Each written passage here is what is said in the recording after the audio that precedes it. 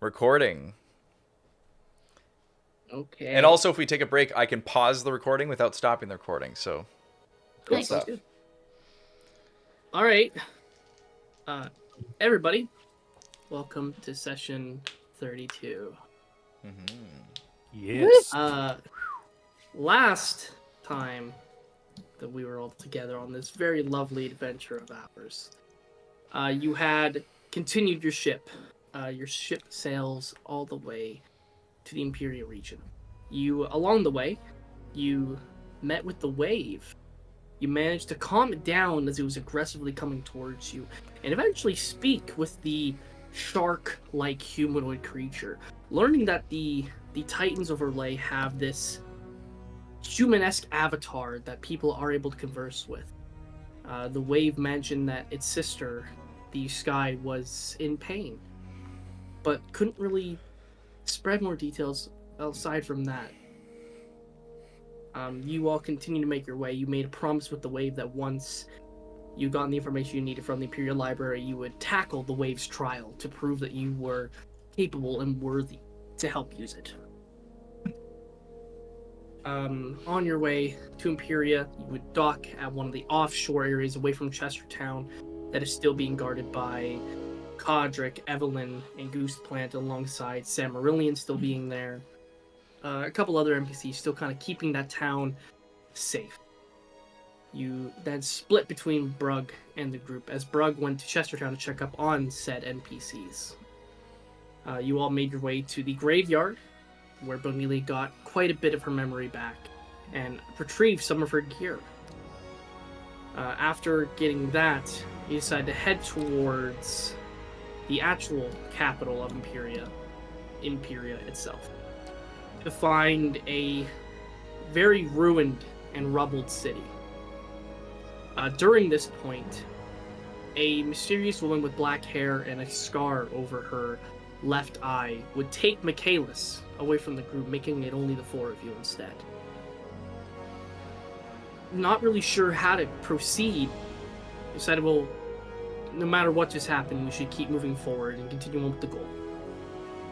So you made your way to the city, stealthily made your way through this cultist-infested territory. Passing by your old safe house, some of the old areas, only to find a very deep cavern in the center of the city, which, falling down it, you would hover for a moment as gravity didn't actually take effect before you would land yourself in this dark space. Each of you would eventually go into this until you were all together, where you were greeted with a dungeon/maze of sorts, curated by Pacey, the Grand Banisher himself, which seemed to alter itself depending on who entered the dungeon, giving each of you a task designated and dedicated to your downfalls as personal characteristics, or growing as characters and people. When you all had your keys, you made your way to the Imperia Vault. Sticking the keys inside, you'd open to find this ginormous and slightly decayed library that hadn't been visited in what looked to be centuries. Alongside this, you managed to find some books. Bonilia happened to find ones that documented Davrakeen Hollow's process on creating the runes that seal Tekwin, and she now got a advantage for whenever she rolled to attempt to make the runes to reseal him. As well as some notes on the Titans and what their general aspect was in regards to Orlais' history. Sonnet found a note about Tekwin, learning that he was the sole survivor of this demon. One that, when the deals were fulfilled, Tekwin would essentially leave no loose ends, for instance, making it incredibly hard for Pacey to actually gather any information on what Tekwin actually wants, leaving a little unsatisfied with the fact that he came to learn more about why Tekwin was doing this and what his end goal is, only to be left with more questions than answers, and more revelations than information. Mabel found books on the Banishment Realm, and came to realize that a lot of this banishment sense and the banishment magic itself, the stuff that's been afflicting her for years, seems to come from a innate resilience to the magic itself, and that she herself is not the only person in Orlais history that has been negatively affected by it. Learn that very few have, in fact, built a sort of resilience to it, or just natural affinity towards it. Hence why Pacey created the Grand School of Banishment alongside his Imperial Wizardry Academy, hoping to helm the future of banishment magic for when his time was ultimately done. Lascivious found a couple of different documents. The first one dedicating themselves to deities specifically, finding information about the different types of gods and what their kind of purpose reigns. Also hearing rumors about the goddess of death known as Niporum, which was rumored but never actually confirmed to have an actual presence in Orlais. And eventually finding a note dictating on Vaxis specifically, a deity of sorts, given the name the Demon of Desire, who was created out of the pure wanting to exist. Pacey's note was relatively almost saddened and a little bit remorseful towards this creature, stating that all she wanted to do was exist, but yet she had to fight for this. But also stating the relationship between herself and Kapir, and how they eventually had a child who bare the same name as Lascivious himself. As you all kind of finish collecting up the major bits of information, Sonnet a little bit of keenness to something that was coming closer. Something thudding the ground, something very large. Something that almost made you afraid as it came closer. And as you all had a second to kind of stance yourself and question what this presence was, the doors holding the vault would fly open as Lolth herself wandered into the chamber. She then, one by one, slaughtered each of you, tearing Lascivious's body from his shoulders down to his rib cage with just single slashes of scimitars, killing him almost instantly.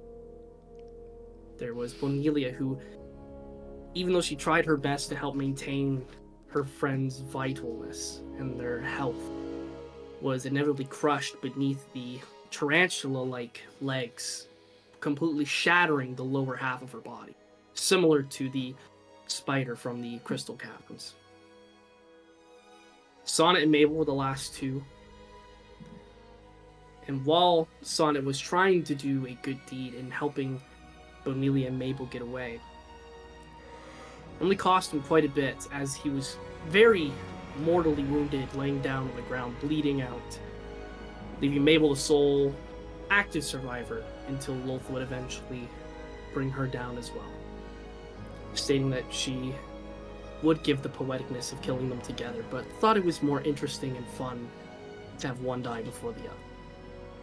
Impaling upon Sonnet and ripping open the side of his neck completely. Lolth would give a small speech to Mabel before she would inevitably impale one of her scimitars into this rib cage of Mabel, completely tearing it open, blood splattering across the floor. Lolth would keep her up, have one final little speech before breathing in what appeared to be the essence of this banishment magic that Mabel held within her, as Lolth got more rejuvenated by the second with this mist, this essence, until eventually she just let Mabel go. She crashed to the floor, and the four of you all faded to this blackness. And Lascivious chunked the shit out of her, conveniently You all leaving had- that out. And saying, "It's not who I think I are." Yeah, right, bitch. Life is You all like a had box these- of chocolates. You all had these brief moments of flashes where you got to remember some significant portions of your life.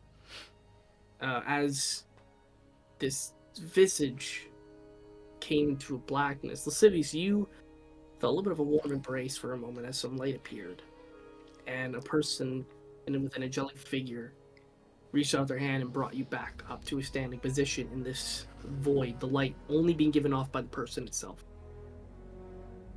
only for this person to come into view as Kapir, who said he realized why you were so special, admitting that you were indeed his son. That he was sorry that he couldn't realize it sooner and didn't know when was a good time to bring it up. But he said that he was going to do one thing right as your father after having this stasis that was mentioned before. He said he was going to give you all a fighting chance. And as the four of you kind of begun to wake up hearing the sounds of dripping, this hot bubbling liquid, the aura of red and mist and steam coming from surrounding you, we come to Michaelis. Michaelis, Yes. you were on your way to Imperia when you were suddenly snatched. Very, almost like an immediate effect. You didn't even know that it had happened. You were walking along your friends one moment, and the next second a hand was over your mouth, and you were transported. You felt the essence of all this time rushing ahead of you, feeling incredibly motion sick by the second as you travel. And as you travel, you come to this empty space of a void.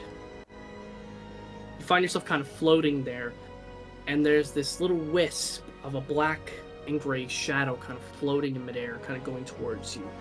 The little wisp coming off of it, almost acting like bits of ash from a fire. That's when the visage of Ashanta fully appears in front of you. She looks so familiar to you in appearance. The black hair, the scarred eye, the scarred mouth, the half-elven appearance. She floats there for a singular moment, her garb, bits of like tattered and torn gray robe, none of it properly actually together. And little bits of skin that you can see aren't actually there, they're almost see-through and translucent. Ashanta kind of looks to you. Goes, well, it's been a little while, Michaelis. Can I roll something to see if I remember the last time I met her? Make a history check. History. That'll be a 15. 15? It's so looks so familiar, but it's hard to tell. Other than the potential resemblance to the child that you saw back in Lunarium, this is a whole different person. I'm sorry, have we met before? You see her eyebrow kind of like goes upwards and a smirk kind of comes across her lips. She goes, yes, that's actually a good point. You don't remember me at all. Neither do your friends, probably, and I think that's something to be rectified.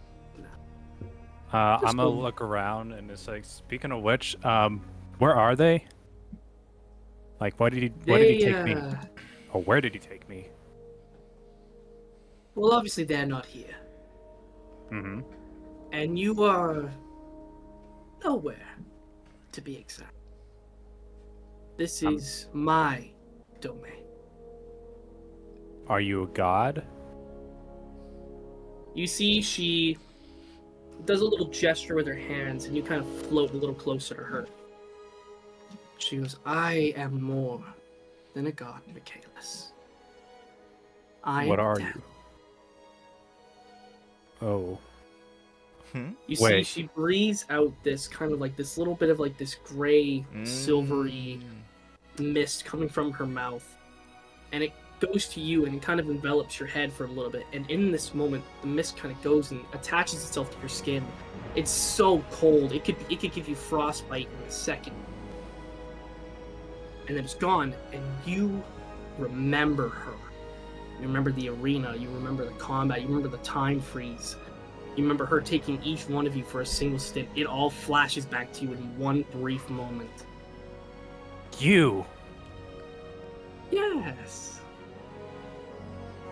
Alright, Listen, I can't have you here for long. But things aren't death, they tend to decay very quickly here, but it's because I have a task. A job from Gore himself. You What see, is that task? little... Well, it's not meant for you. It's meant for me. That sword on your back, it's causing some problems for, well, events to pass. I'm aware of the sword. You probably know more. I mean, I know a lot about it, but you probably know more than I do about it. Well, Engraver's not actually from here. I'm merely the avatar of death for our continent. There are lots There's of multiple? us. Oh yes, there's lots of us. So you're not the death. You're people who act on behalf of death? You could say that in a way. Well, shit. I act as death, but I am not death at the same time. We do call ourselves death, though. But for your sake, I do have a name aside from death, and my name is Naporum. Napora. Naporum. Naporum. So I guess in essence, you act like a reaper for Orlais? In a way.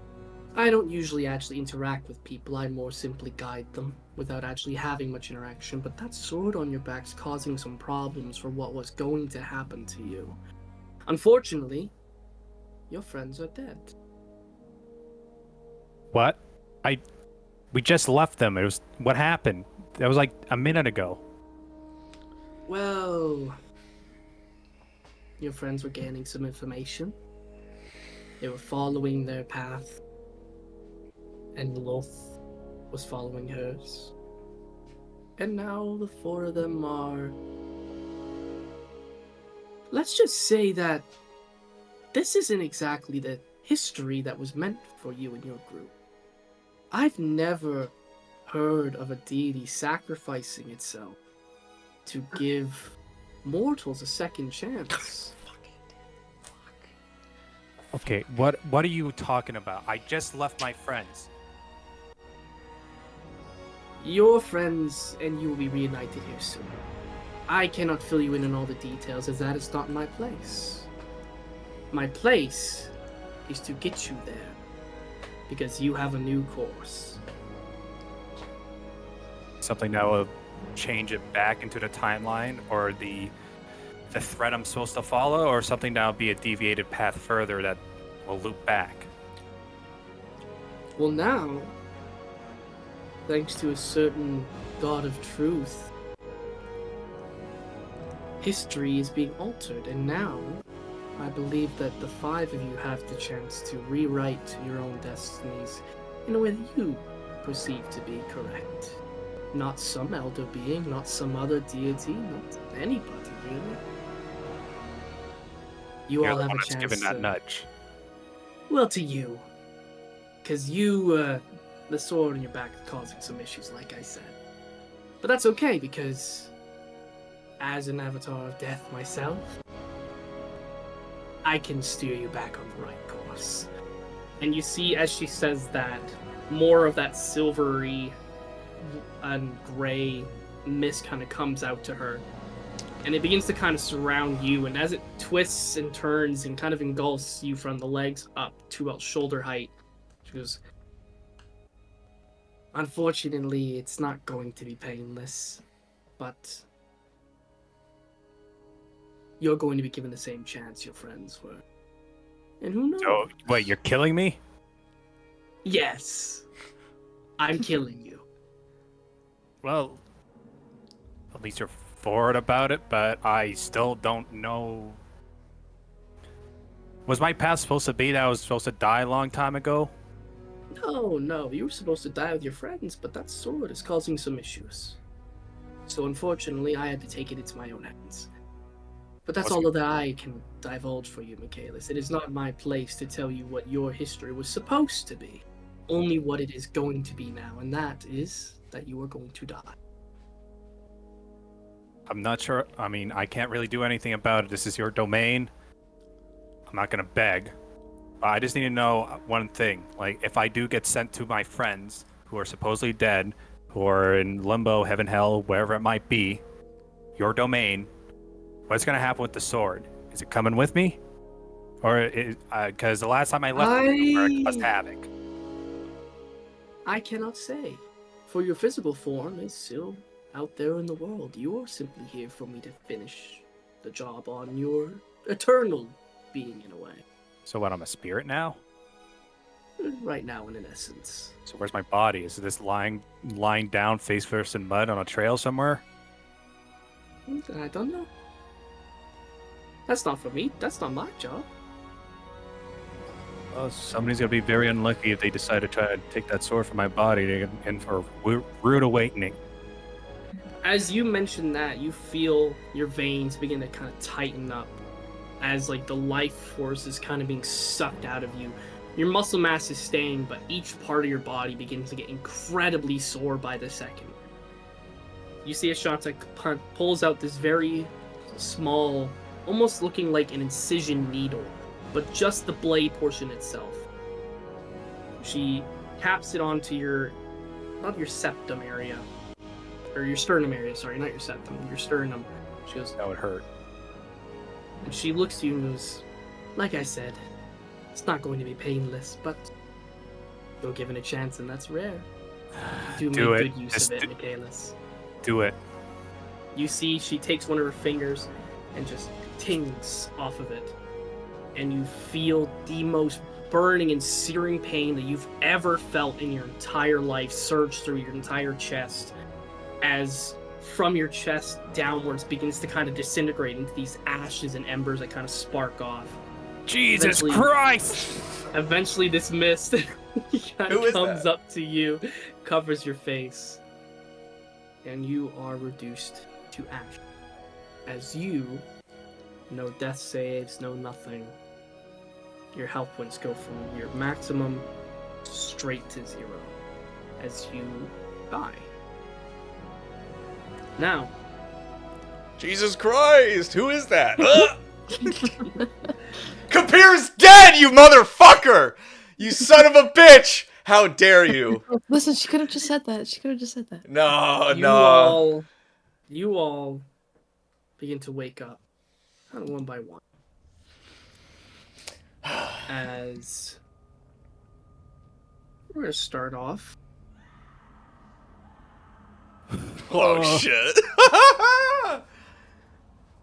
We're gonna start off with Sonnet. Hello?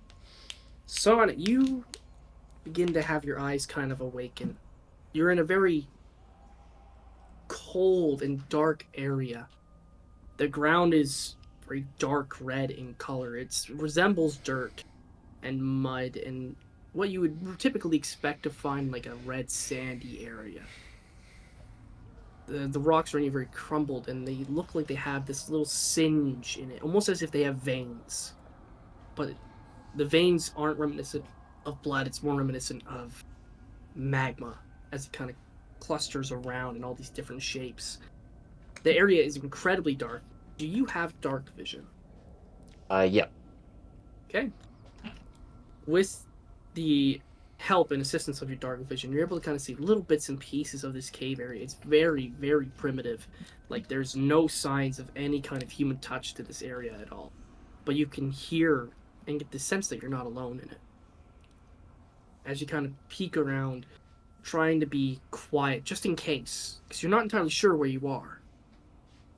You kind of look around, and alongside the little rock formations, you see these little creatures that look to be about the size of a Great Dane, with their chest kind of slowly heaving up and down.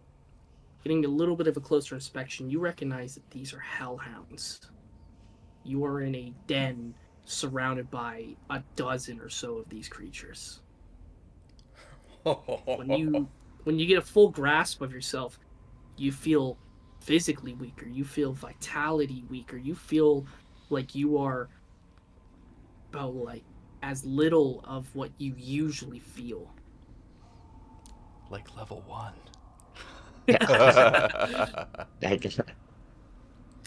What do you do, Sonnet? I think first thing I'm gonna do is look around to see if there's anyone else around me.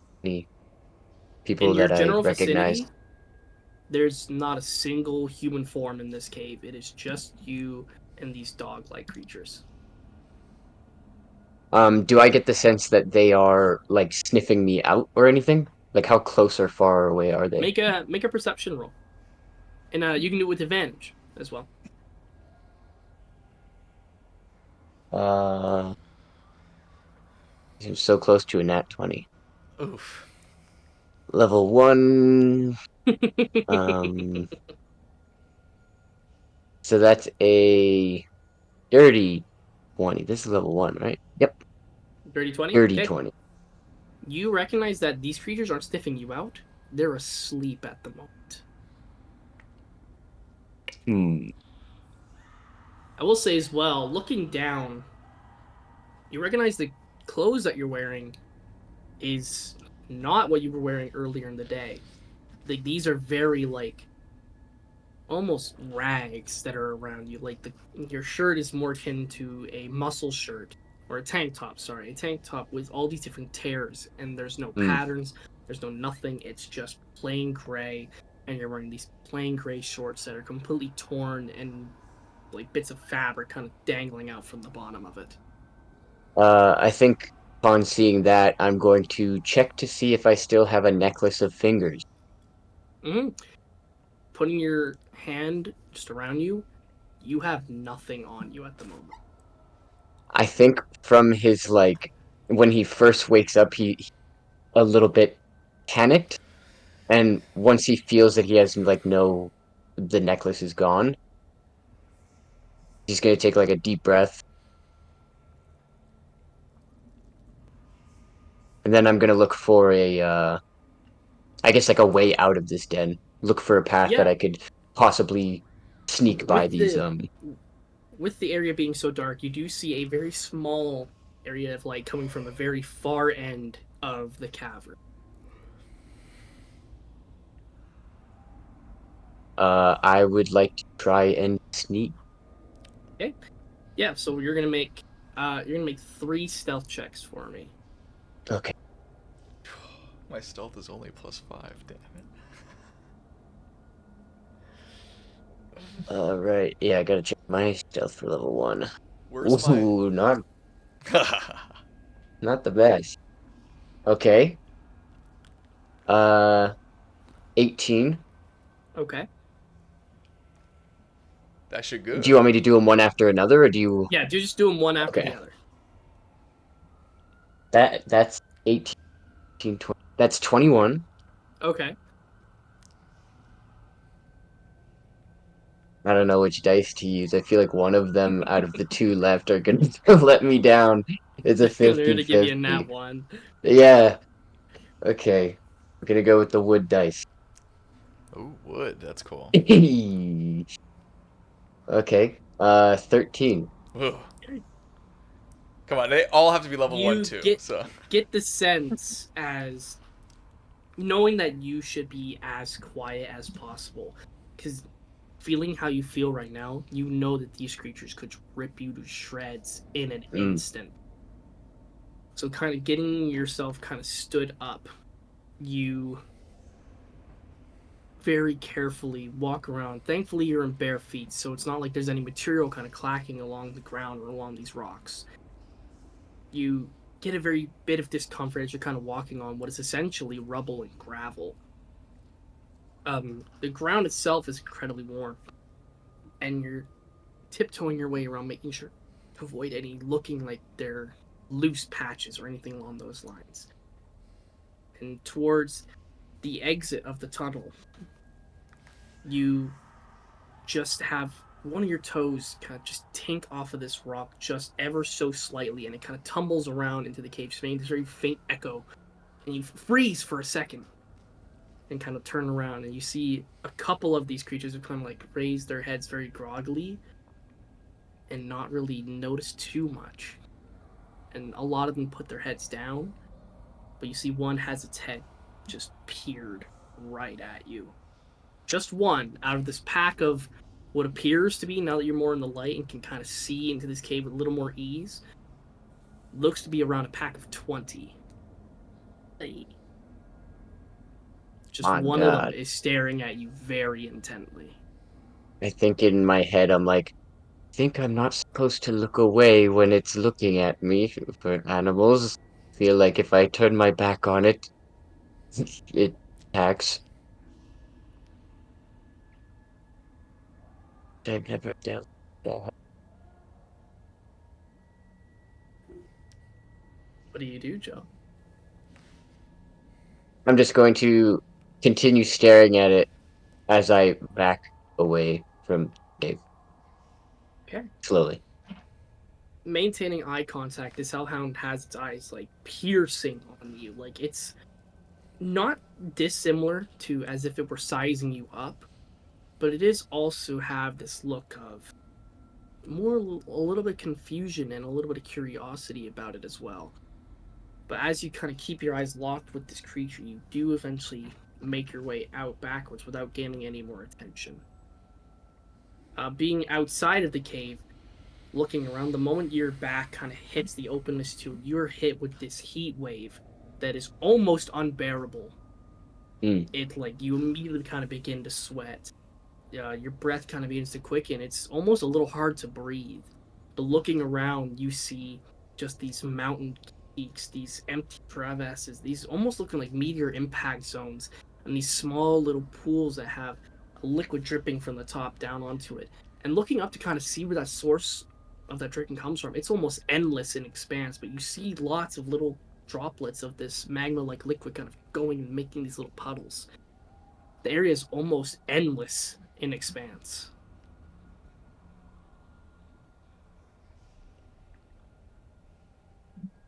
Um, do I see any like buildings or anything that might mark like civilization or Uh, we'll have to do. What's your passive insight at this level? passive insight? Yeah. So just whatever your wisdom total is. My wisdom total is 14. 14.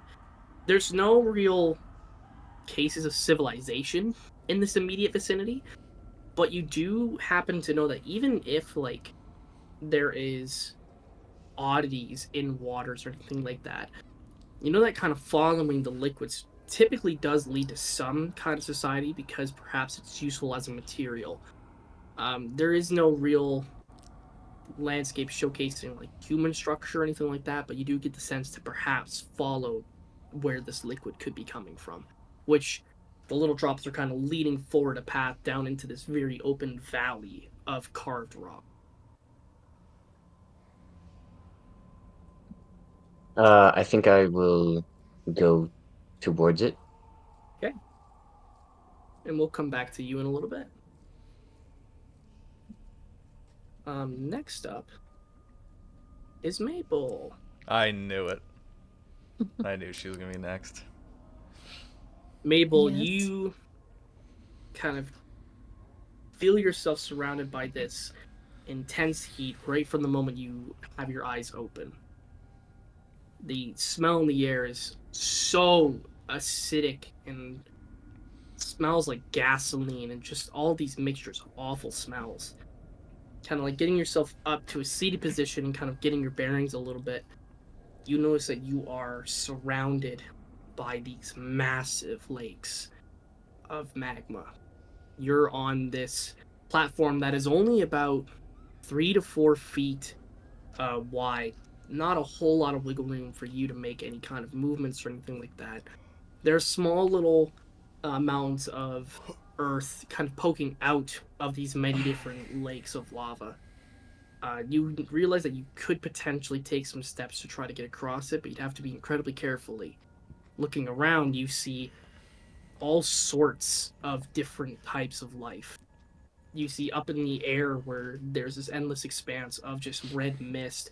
There's these creatures that are probably only about 2 to 3 feet tall in height, with very jagged wings, just kind of battling each other in the sky. Looking towards the other end of the lake, you see there's a lava elemental just kind of grasping giant chunks of lava and just pouring it onto itself as it just kind of flows. Uh, further down to the other side, you see these two imp-like creatures with very small tails just kind of slashing each other with very, very brutal maiden eyes as all you hear is just... You kind of get the feeling that maybe you shouldn't draw too much attention to yourself, as these things look vicious. Yeah. I think maybe the visuals are a little telling as to where she is, but I think in that moment there's no time to think. So instead, I will try to carefully make my way over to where there isn't lava surrounding me. Okay. Mm-hmm. So what we'll have you do is you can make 3 acrobatics or athletic checks, depending on your choice, to kind of make your way across these areas of lava. Oh, I will definitely do that. And just have them go one by one to me.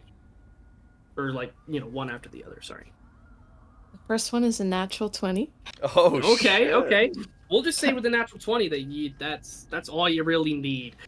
Oh, okay. This heightened sense of awareness to your surroundings and this sudden idea of where you could be immediately makes you stand on your edge, kind of in this fight or flight type stance, where you're mesmerizing the areas of Earth that you can kind of track onto, and you're making this path almost instantaneously, similar to how in the comic books, the Flash, as he's moving, he's making decisions as he moves, almost almost as fast as he runs. You're kind of doing something like that, where the moment you take a step, your brain's already decided which one to go to next, because it looks the sturdiest and it looks like it gives you the most room as well as the most area to potentially get a running start for the next area.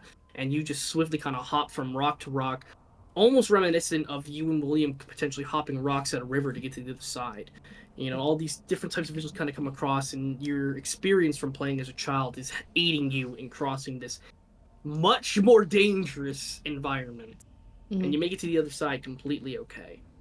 The other creatures are kind of either in their own business or they've paid you some mind but then gone back to what they were doing. I like that. What do you do? I would like to look for a space or any particular direction that I can go to where there isn't anything flying about or battling each other, so I can kind of take a second to figure out what I'm gonna do. Okay. Make a perception check for me.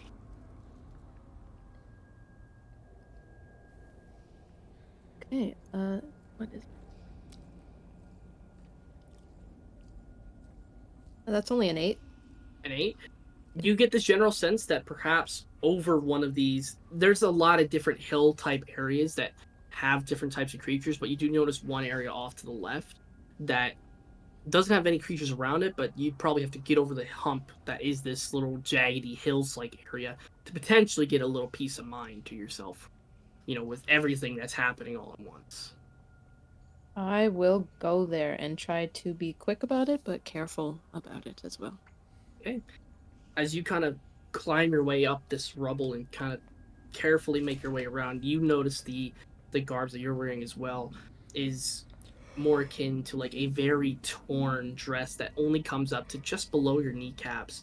It's held together by this very, very thin and very breakable material. So you're trying to be as careful as you can to not, effectively lose the only armor that you might have on you at the moment, or damage it further.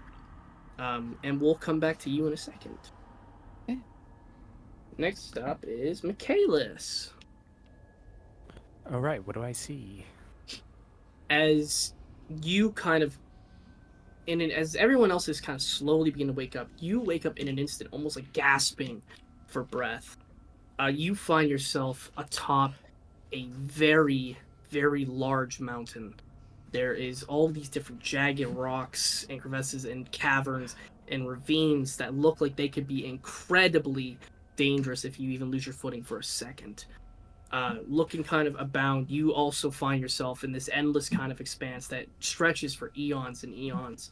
Not a lot of whole structures. It looks like some creatures of some sort have made rock huts that have either crumbled apart or begun to dug in holes that are now splattered with red or gray or blue ooze kind of dripping off of things. You also see these creatures kind of flying close to you that are maybe about 30 to 40 feet away from you. You see like a mixture of these imp-like creatures with very sprout wings, almost reminiscent to reminiscent of halflings in size. You see the mephits that you encountered in the crystal caverns, but these are lava or magma mephits that are kind of floating around too, just dripping little bits of this hot ooze onto the ground. You also get this feeling that you should be incredibly careful, because feeling yourself, you don't have any weapons, you are not wearing any armor, and you currently have no one around you. Am I wearing rags at least? You also, yes, are wearing rags. Your shirt is practically holding itself together by one string, as the other half is kind of just dangling, going past like your chest area. Well, the other half of you is very torn, kind of like pants that end just below the kneecaps. All right. I'm gonna look around. And well, what I'm gonna do first, this as a, a what do you want to call it? Improvised weapon kind of thing. Is there any like large stones I can grip within like a softball size? There's like pebbles and things like that. Sure. I would like to. Make a nature. Yeah, we'll say make a nature check. You are looking for rocks and such. That is a 16. A 16? Sure. You happen to find a stone kind of looks a little hefty enough that could be used as an improvised weapon. Although, real quick, Ian, can you tell me what is your unarmed strike? Like the damage on your unarmed strike. How do I look? Give me a sec. Should be on your all or attacks. Attack. My unarmed strike is. It's 5 bludgeoning for damage. 5 bludgeoning? Okay.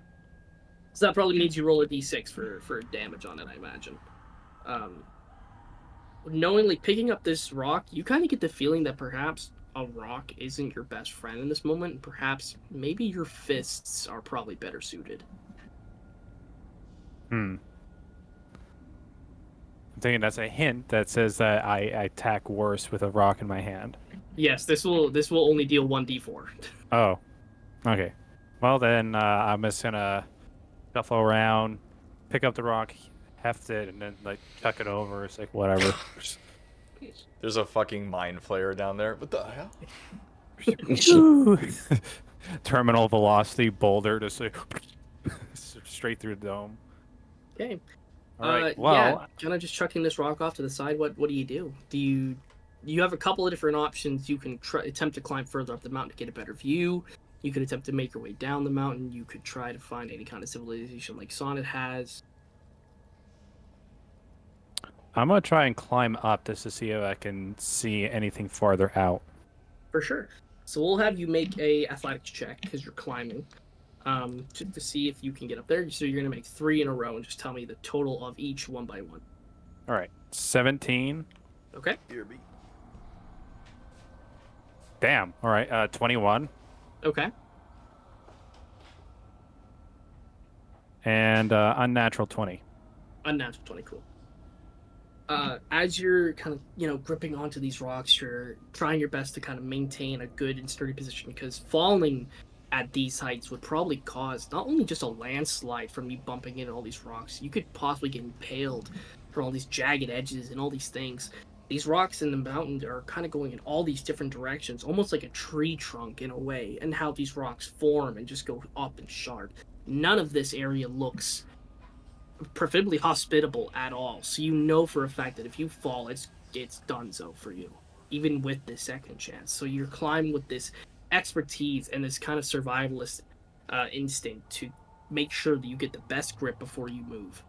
And as you kind of get your way up to the top, you finally get yourself on some semi-sturdy ground where you can kind of place your foot against one of these rock faces and kind of get a good view of the general landscape kind of surrounding you.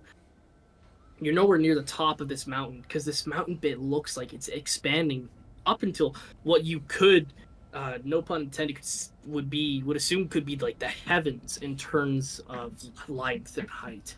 But the state that you're currently at, you get a good sense of your surroundings off to the front of you and to the sides. We'll get you to roll a perception check, please. Perception.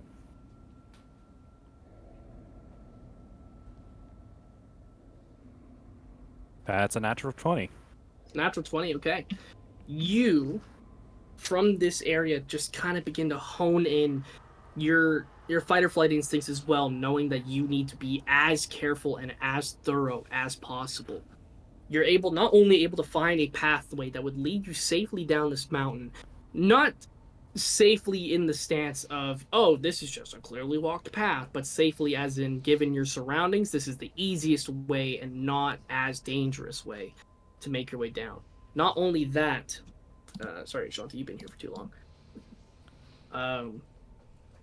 Looking around, you see this river that kind of flows through a very large portion of the landscape and is kind of making its way towards a structure that is hard to make out clearly, but is incredibly off in the distance and looks to be huge in structure. It kind of makes out small little man-made things, like some of these areas are more square and more circular compared to the jagged rocks and mountainside that you find yourself in at the moment.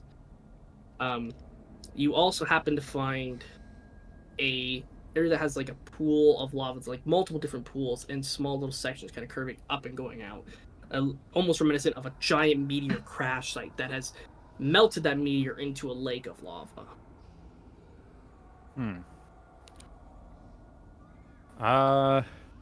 Can I roll to see besides like any other creatures to see if I can see any of my friends? From where you are up on the mountain, it is practically impossible to make out any humanoid creatures Figures. aside from the ones that you've already seen.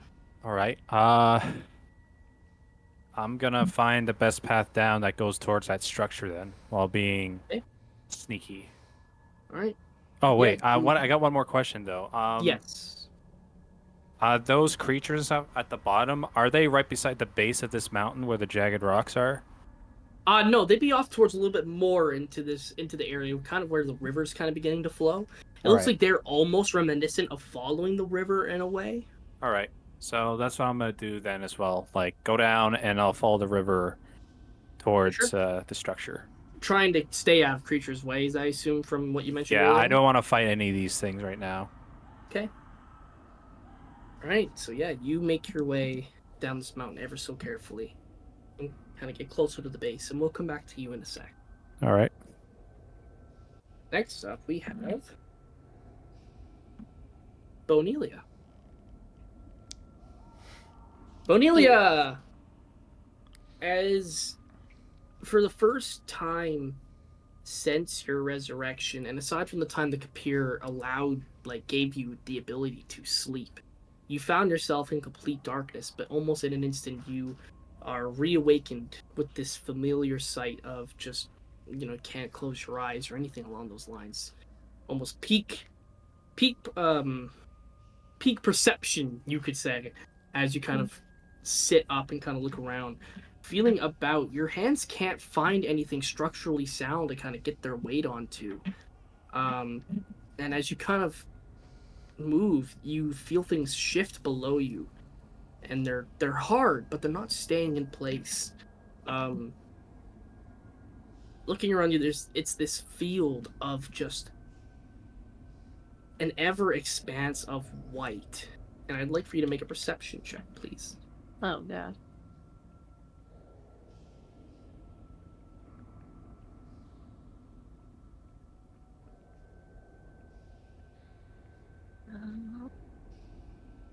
I'd actually like for you to do it with advantage now that I'm thinking about it.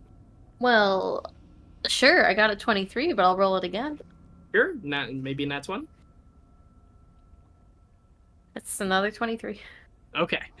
With a 23, you finally kind of recognize what you're palming around, and now you look at your general surroundings, and you are also in this valley that doesn't have much structure to it. But placing your hands on the ground, you are amongst a sea of bones and skeletons of all different types of creatures. You see the skull of an owlbear further down the mountain or down this field. You see humanoid skulls and arms that are reminiscent more of ogres that are larger in structure. Halfling full skeletons that look to be about the size of like a child around the age of like 5 or 6, but you know are halflings because they're fully structured bones. You see all these different magical creature ones, horses, centaurs, even flesh golems have bone structure to them. As you kind of look around and see just this mass of skeleton, you're in essentially a skeletal graveyard. And with that 23 as well, also you kind of hear murmurs kind of behind you over top this small hump of these bones, as you hear like bones kind of begin to rattle and shake and move, as well as someone chanting as they get closer to you. Uh, What do you do? I'm gonna lay back down and like cover a couple of bones on top of me and just try and stay still. Okay. Using your feature to kind of become that pile of bones indiscernible, you see bits of this ocean of bones kind of move and rise and shift. And you see about 2 to 3 different people dressed in these dark purple robes with red accents to the wrists and the bottom bits that kind of trace up to where a zipper or button areas would be. See these creatures that have bone fingers and a skeletal head as well, kind of chanting this phrase in Abyssal. Which do you speak Abyssal? Do I speak a little? Apparently, I speak no languages. Well, you know that you speak Common. Whatever race that Ophelia was beforehand, you will say that you know that language off the top of your head as well. Okay. And I can't remember what the skeletal one gives you. I think it gives you another language as a skeleton, but I don't know which one you chose. Let me Abyssal. see. Yeah, it was Abyssal. We'll say for this moment you know Abyssal. Okay. Just to keep things moving along while you find out. You know, you can recognize this chanting as well as from when you were resurrected that these are necromancy spells, as these creatures are kind of going and raising undead armies, kind of just as they kind of wander through. You see like lots of these different creatures of different sizes and structures kind of begin to make and shift to create these creatures that just kind of lumber around and follow these 3 people. Masses of these creatures kind of follow them with a bit. You are easily able to kind of stay hidden and covert, just kind of keeping yourself as hidden as possible. As these people kind of eventually go past you, you can kind of scoot up and kind of get yourself back up to a proper position. You find yourself to be completely naked. Like, you have no robes on, no nothing. You're just bare skeleton out in the world. Yeah. Fair. You also find there's no strings to your rib cage. You don't have your hat, your coat. You don't have your book. You don't have your scythe. Everything is gone. And in fact, the day I was resurrected. When LaRue brought you back to life, she helped get a little symbol onto about your collarbone area that had the unicorn symbol for LaRue to recognize you as her champion. Looking down there, it's gone.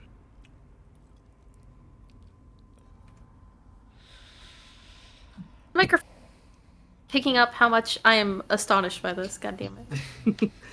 Looking down to the area of service, you see that these necromantic creatures are continuing to walk their path, going towards an area that you can kind of just peek out is no longer bones toward the beginning or towards the end of it. You have a plethora of directions to go. Left kind of gives you a very large ocean of the bones still. The right gives you an area that kind of leads to a mountain pass, kind of going between 2 mountains that are spearheaded together. Going behind you is this ever-growing hill of highs and lows of bones, and then going down where the necromantic creatures went is where you see this area that doesn't have bones towards the end of it. I'm gonna follow the necromancers, and I would like to blend into their army. Let it blend into their army, okay? Yeah. Oh. You quickly kind of hustle your way down, trying your best to, not draw too much attention to yourself as a skeleton trying to catch up with its army. Eventually, you do kind of get together as these necromantic creatures are way ahead of the pack, but you join the probably 36 or so different patches of this force kind of walking, and you begin to kind of march in tune with them. I would like 3 performance checks in a row, please. Oh, fuck. God, what's my performance? Oh no. Yeah, you're not a bard anymore. Ain't a bard no more. Okay, 17. Oh! Okay. Okay. 19. Oh! Okay. Okay. And 10. Hey, it's in the middle. That's Okay. basically what I You- had. Managed to get into this group, and a lot of the skeletons kind of like either slow down or kind of speed up to allow you room to kind of merge in, almost if you were merging in with traffic. And you're able to keep pace with these guys without drawing too much attention to yourselves. But at one point, you get a little too close to the necromantic creatures, and they kind of like turn to see why a skeleton's falling behind so intently. But you kind of quickly you're like, oh, and kind of fall back in line, marching in order with them, and you do not draw attention to yourself. And we will come back to you. Lascivious, you find yourself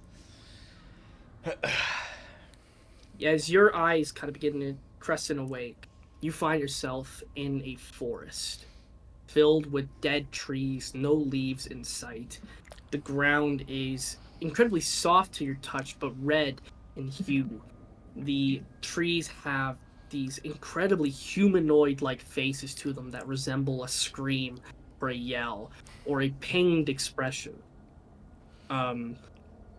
There's no one nearby you. You can't hear any creatures or anything along the lines. I will say, roll an insight check for me. I think it's only fitting to use my fire dice.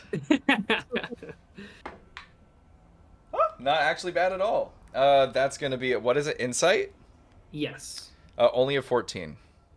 Man, I love hearing these low rolls again. It's wonderful. I mean, my wisdom's 0, so. You kind of feel the sense that, oh yeah, this might be the hellscape that you've been told about on quite a few occasions from Zoltan, on hearing about how tieflings were originally from the hellscape and born from demonic heritage and things along those lines. The weird thing is, you don't feel like as a tiefling, and hearing that your mother was known as the demon of desire, you feel like you should have some kind of a familiarity to this place, but you don't. You still feel immensely like an outcast in this area, like you shouldn't, almost like you're not welcome. And as you kind of like get your ground and standing, you hear the trees begin to kind of murmur these little whispers, almost like some of them are like half screams of pain, some of them are more whispers until a gasp of breath leaves them. Some of them are beckoning you to come closer and closer. What do you do? Can I, like, observe the trees and see if it's the trees that are talking to me? Yeah, make a perception check. That's only a 7. 7? Could be. The noises are coming from everywhere. You're kind of surrounded by all these different sounds. It could be the trees, it could be things in the sky that you haven't noticed, it could be things behind trees that you didn't notice, it could be a lot of things. I want to... let me see here. I want to thaumaturgy and create harmless tremors in the ground to see if things outside, like away from me, react. Sure. You use thaumaturgy and create these small little tremors. You see a lot of these trees begin to shake rather violently when they feel the tremors. The tremors. They just kind of begin to rattle crazily, like twigs snapping off, and the screams kind of begin to grow in volume. Oh wow. Um, Ooh. Nothing past that seems to really react, but you see there's one large tree in the back, probably about maybe 8 to 10 feet tall, not like a fully grown tree, more like about medium in size, shakes so violently it comes completely out of the soil, and these branches kind of twist and crack as it looks Oh. at you and goes, Deceiver! What? And you see all these different trees kind of crackle, completely come out of their roots, and they all scream these different things. One tree goes, Help me! The other one goes, Die! As all these different things kind of come up and scream. But this big tree, they're all staying put, but they scream so loud. Ugh. I would like one more perception check from you, please. Come on, baby. Actually, I would like for 3 of them in succession. That's a 7. Okay? That's a 12. Okay? That's a 10. Okay. The first little bit, you're just kind of covering your ears because they're being so loud and obnoxious. Like, it hurts your eardrums listening to these things. Around the second time, you kind of begin to hone in and think that you hear something coming. And then the third one, you believe it or not, it got easier as you went. You can hear and feel the thumps of vibration as something massive is coming towards your location, probably allured by the screams. Thaumaturgy, I'm looking for Vaxis. God. Just to boom your voice? Yeah, booms my voice 3 times as loud, and I say, I'm looking for Vaxis.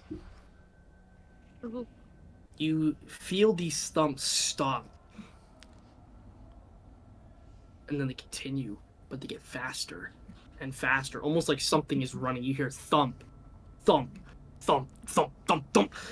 And eventually you see this creature that has a pig-like face with this septum piercing that's about 3 times the size it should be to fit on this creature's face. It has these skeletal-like wings kind of sprouting out of its back that has no cartilage, so you know it couldn't fly. Its body is like grotesque with all these different bulbous sacs kind of appearing on its skin as if it were burned.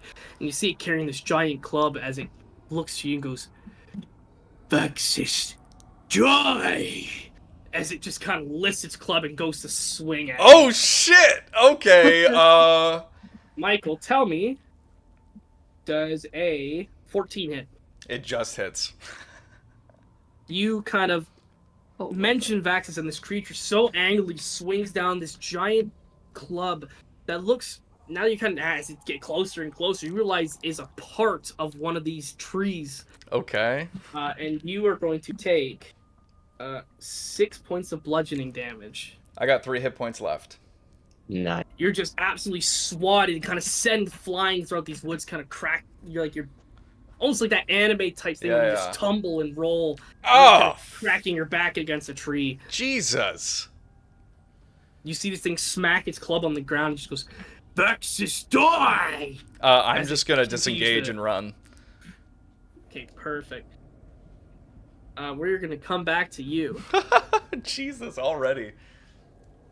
So, Sonnet, as Yeah. you are kind of making your way through this valley of sorts, kind of following the little drips of the magma, you get to this point where the roads, for instance, stretch out in all these different directions, and there's a couple of different paths. As you're trying to make a decision on which way to go, I'd like for you to make a perception check with advantage, please. Sonic gets all these advantages. Oh. His is because they're not trying to hide. Oh. 19. You get the sense that something is watching you, and you get this sense to kind of turn around. And as you do, you see about a quarter of that pack of hellhounds kind of looking at you, their teeth beginning to show a little more. And they're growling very intently. Mm-hmm. You see 3 of them kind of walk a little forward, and they begin to lunge at you. How do you react? You get a Uh, reaction before something happens here. I'm a dash. You're just gonna dash? I'm a Like just dash. run away, right? Run away. Perfect. What is your movement speed? Um, Tell me it as like the dash, like whatever the double is. yeah. The double would be 30 feet. So you move 15 feet normally? Oh, sorry. 60 feet total. Yeah. Okay, thank you. Cool. You find yourself just absolutely sprinting at a breakneck pace. Like, with this instance of a reaction, you're able to get like a little bit ahead of them before they're able to kind of catch up in some speed. You're managing to stay about 10 feet ahead of them for a little bit until they eventually begin to start gaining. Mabel, as you make your way into this clearing, you find yourself a brief moment where there's nothing in the immediate vicinity that you can see, sense, whatever. What do you attempt to do?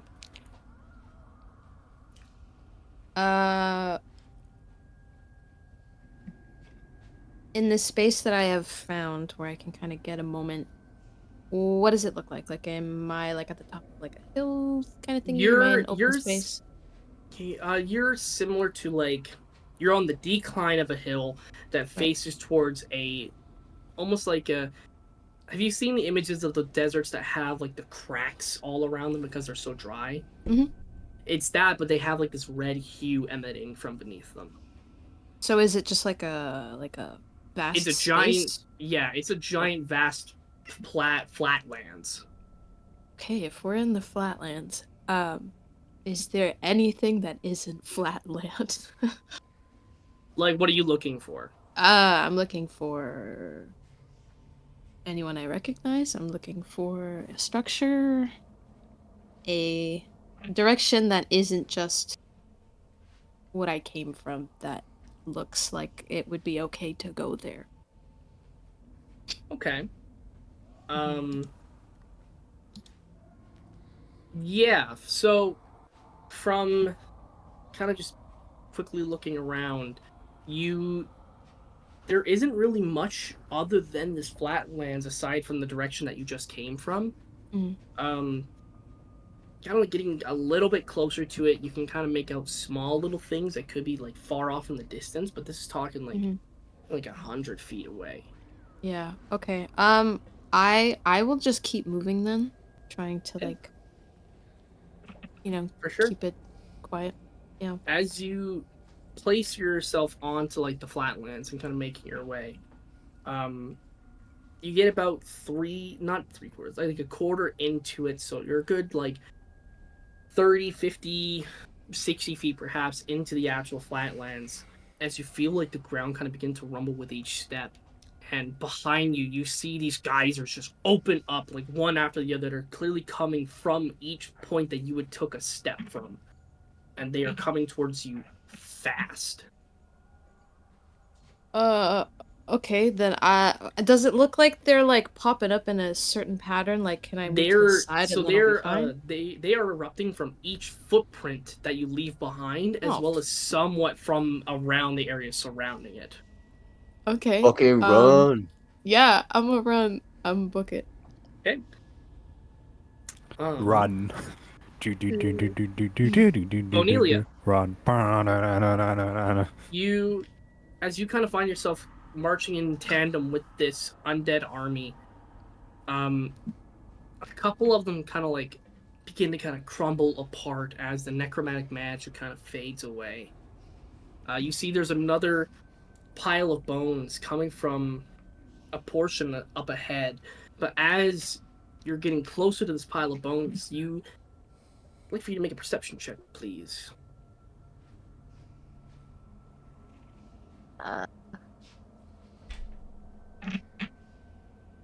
21. 21. You get a reaction as these flying creatures come by and swoop. Massive amounts of this undead army completely obliterates them to bones and like just small bits of bone dust smattered across the floor as these creatures came by and did like a giant swiping strike, obliterating like about a quarter of the entire force. You get a reaction before the next swing comes. I'm gonna fucking fall to pieces. He's gonna fall to pieces completely. Yep. Okay. As you see these creatures come by to swing down at you, just instinctively crumble into the pile of bones as that giant mass gets absolutely smattered. You see one of the necromantic creatures kind of like looking around at these other things, but you see one of the skeletons from behind you kind of notices you fall just before the attack and just kind of goes and sniffs at your skull for a second. I would like for you to make a. You can do a performance, you can do a deception, whatever you may like. This thing is trying to sniff out if you are actually a part of its troop or not. Cool. I have a +0 on both of those. I believe in you. Just do a grand salute. Aye, Um, sir. Yeah, I got a 3. You see this creature kind of like sniff at you for a sec. It raises its head, and then it makes this howl type sound as the other 3 necromantic creatures kind of like turn to you, and you have a reaction on what you want to do before they start hitting you with stuff. Yeah, I'm gonna get up and run. You manage to like piece yourself quickly back together and begin to run away from this group of these skeletal creatures and these necromantic ones. As thankfully the necromantic creatures still kind of divided their attention between you and these flying creatures that are absolutely smattering their armies to bits as they kind of do these drive-bys.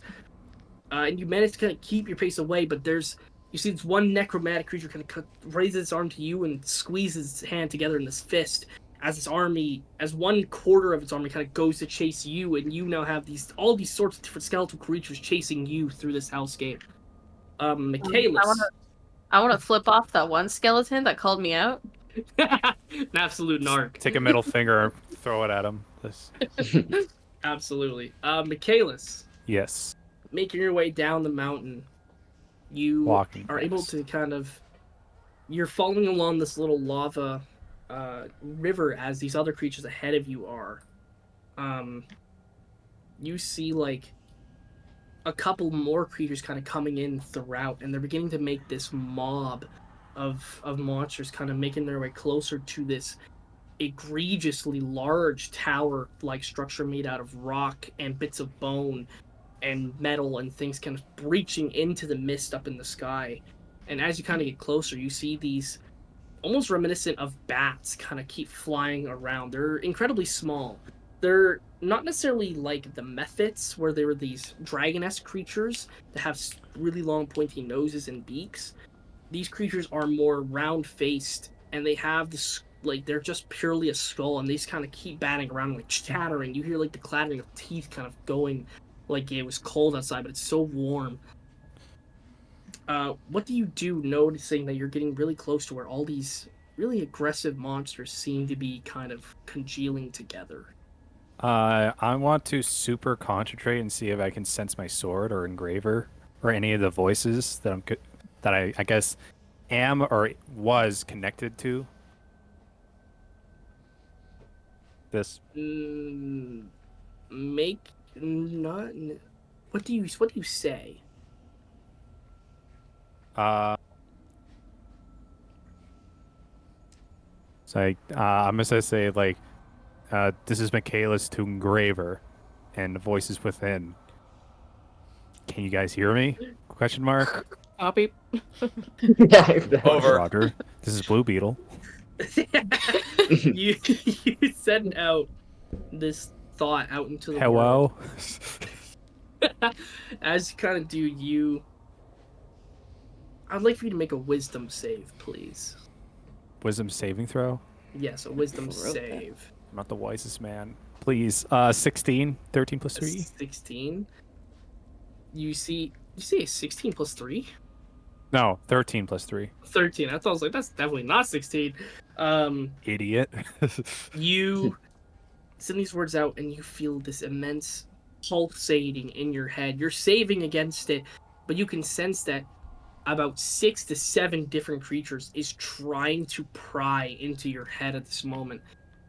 Looking forward, you see about 4 to 10 different creatures are standing at full length, just staring you down. A couple have their hands out and have magic kind of appearing out of it. And you can feel like bits of mental energy attempt to be sucked out of you. These guys are trying to eat your wisdom. Oh. Good thing you don't have a lot of it. Yeah. All right, Yeah. Michaelis. I mean, right now, yes, but yeah. What do you do? I'm gonna say, hey, stop it. No. Enough of Stop. this. Go up to them and said, hey, man, stop it. Get some help. What do you do in this particular instance, Michaelis? Am I able to try and intimidate them to stop? You can attempt. Well, how are you going to intimidate them? Raw. I know what you guys are doing. If you keep on doing that, I'll rip off every arms off those sockets. What a lecturing. Make an intimidation check. Beat you with the wet end, too. Ew. Intimidation. Yes. That is a unnatural 20. Unnatural 20? Unnatural. I have to roll a lot of d20s for insights here. How many are there? Just crush him. Said there was like 10. And Earl is like, Well, 6 or 7 of them were prying into his mind.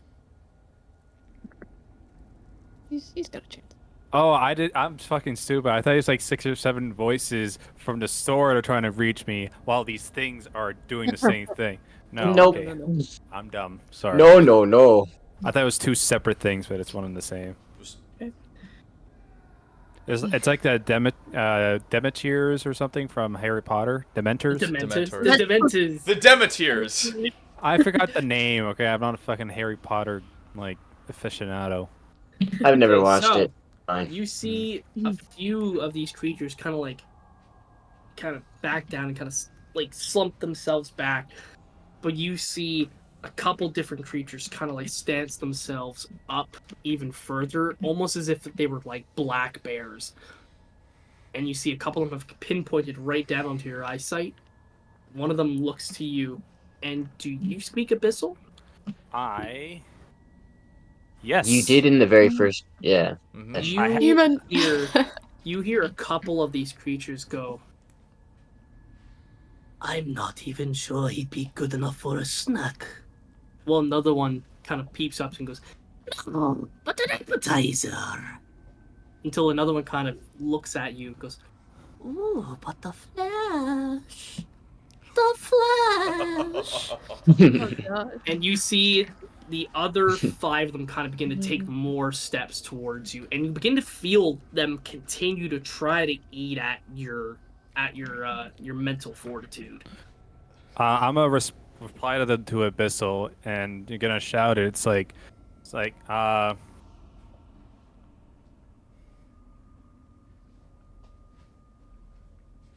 do I put this? Bye.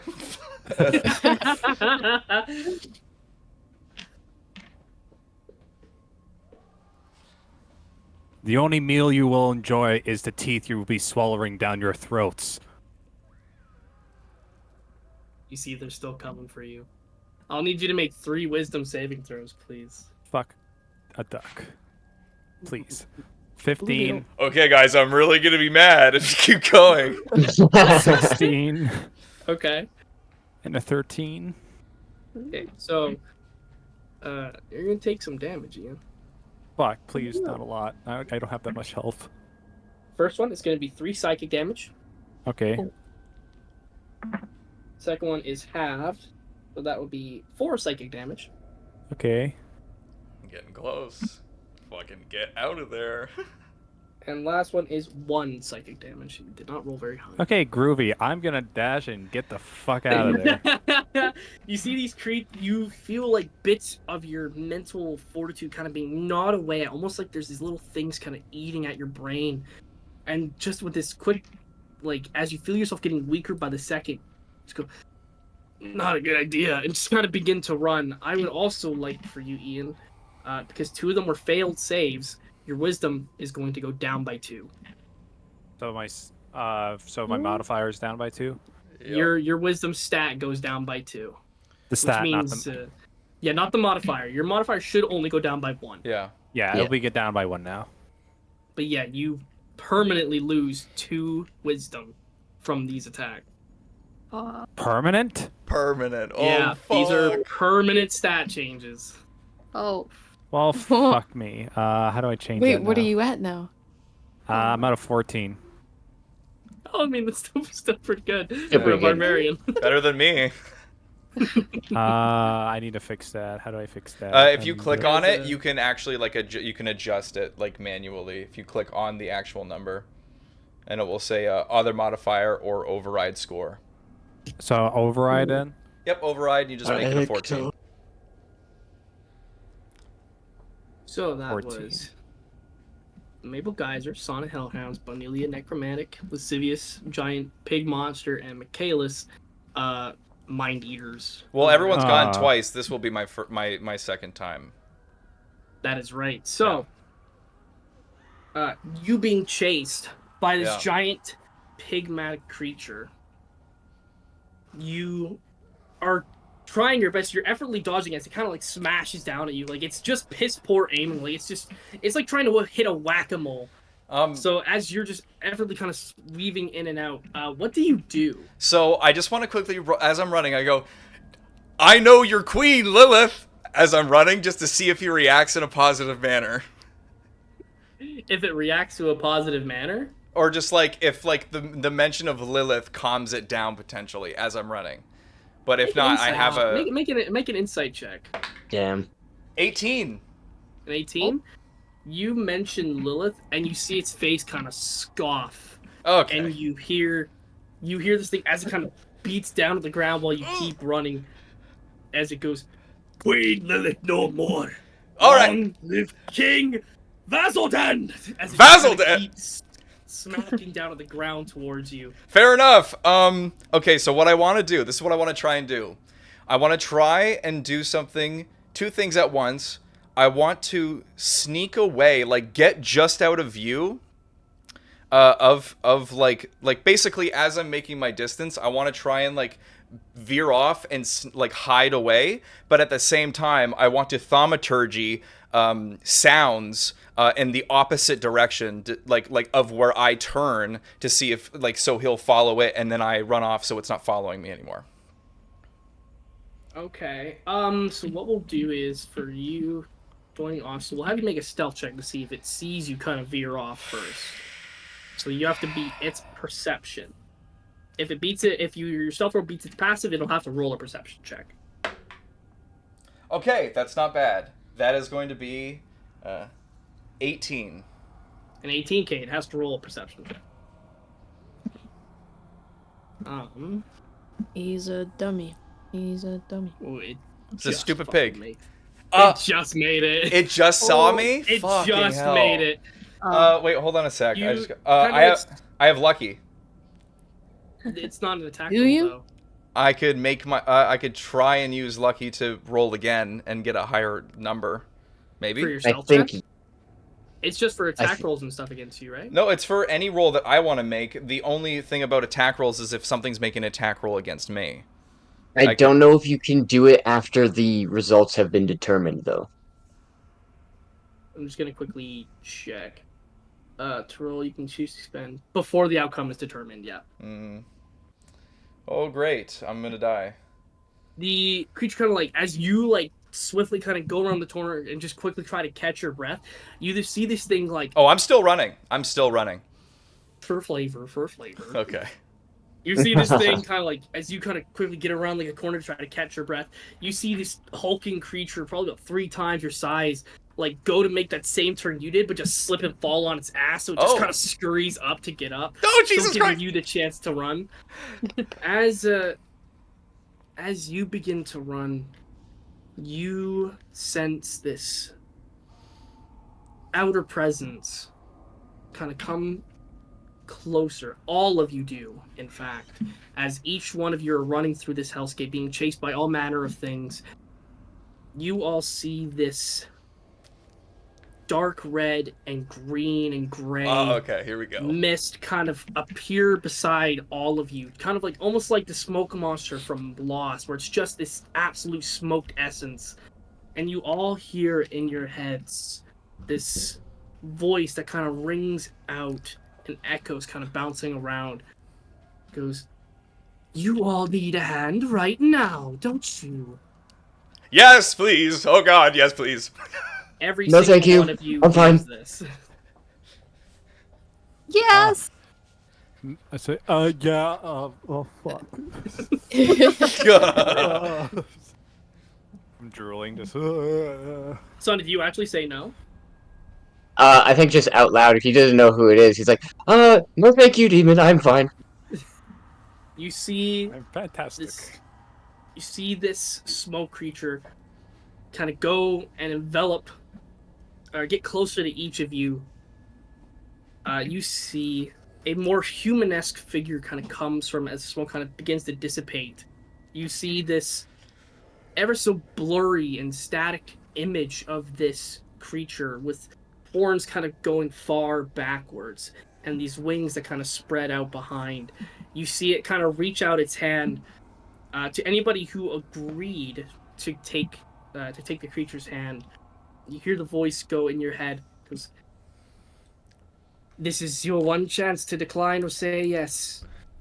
You said yes once, but I do not give out second chances, so yes or no again."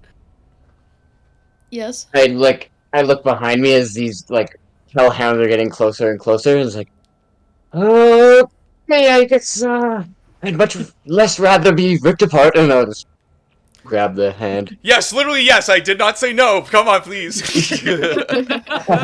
I'm like Mabel. limping as I'm running. I'm gonna be like, Mabel. Okay, Mabel, what do you say?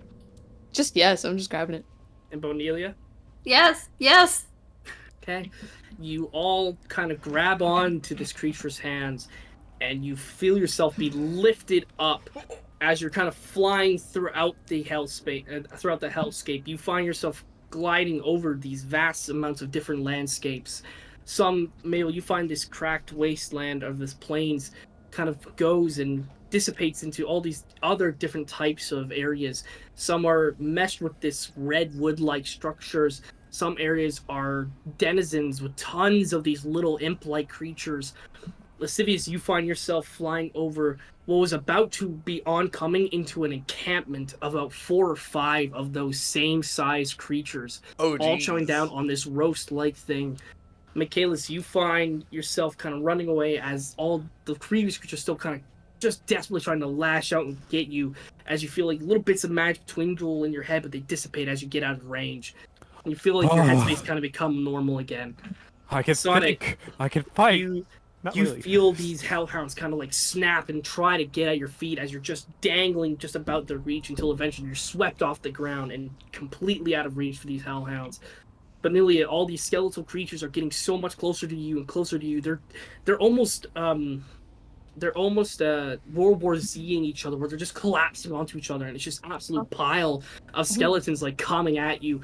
And just as one's about to grab your ankle and pull it off, you feel yourself whisked away as this creature kind of lifts you up with a big gusto of its arms. All of you, and Mabel, as you're kind of running along, I've already described that. Never mind. I thought I did. As you all kind of feel the hot wind kind of against your skin as you're going, you don't hear anything from this creature, but the form begins to take a little bit easier of a shape now that you're closer and touching it. The skin is greenish in hue with small little cracks of red. As it kind of continues and goes up into the body, the cloak that she is wearing is this mixture of like brown and gray. It has like this hooded almost effect on top of it, but the horns are just poking right through it. You can see little locks of hair, but it's hard to make out the color of it. Eventually, you all, as you're kind of flying through the air, you all manage to see 4 other creatures, each of you kind of flying in the same direction. Till eventually, it's almost like a quick emergency stop, and you're all kind of swung forward, just hanging on for dear life from this creature. Until eventually you're all kind of gently floated down onto this emptier, open area. And as you all kind of plant your feet back up to the ground, you recognize the other 4 is the rest of the group. I run in for a group hug. What Okay, the hell I happened, knew I was. guys? I'm gone for 1 minute. We all died. I just start limping. Oh, hey, Vanelia. I knew I was gonna see Lascivious in hell. I didn't think I'd see you guys in hell. I'm not gonna lie. Jeez. I was gone for a minute. I'm so glad I remember you guys this time. Guys, I'm bad, right? I'm not good. I'm like bleeding and like my arm is like dislocated or something. Oh, fucking hell. Okay, Did you alright. manage to get hurt the moment we got here? Well, I tried to reason with one of these pig demon things and it didn't like to talk. Yeah. So Lascivious learns of his parents for the first time, and now he's trying to get the advantages of nepotism. I see. Very well. I Very just good. thought it would I don't know, I thought it would help. Lilith didn't I'm work gonna- either, so. I'm gonna cast Cure Wounds on Lascivious. Oh, Yeah. thank you. Do you have a spell casting focus? Oh, No. Oh, that's chill, it's chill. why would you do this? We should be safe. I don't know. I was thinking about my spells I too. tried You know. to cast Walker, Cure real Wounds, I real quick, what was the king's name again? The king's name was Vazoden. failed. And what's the Scar Lady's name? It was not Naborum. Neporim. Nephilim. Neporim. Neporim. I kind of like take a second.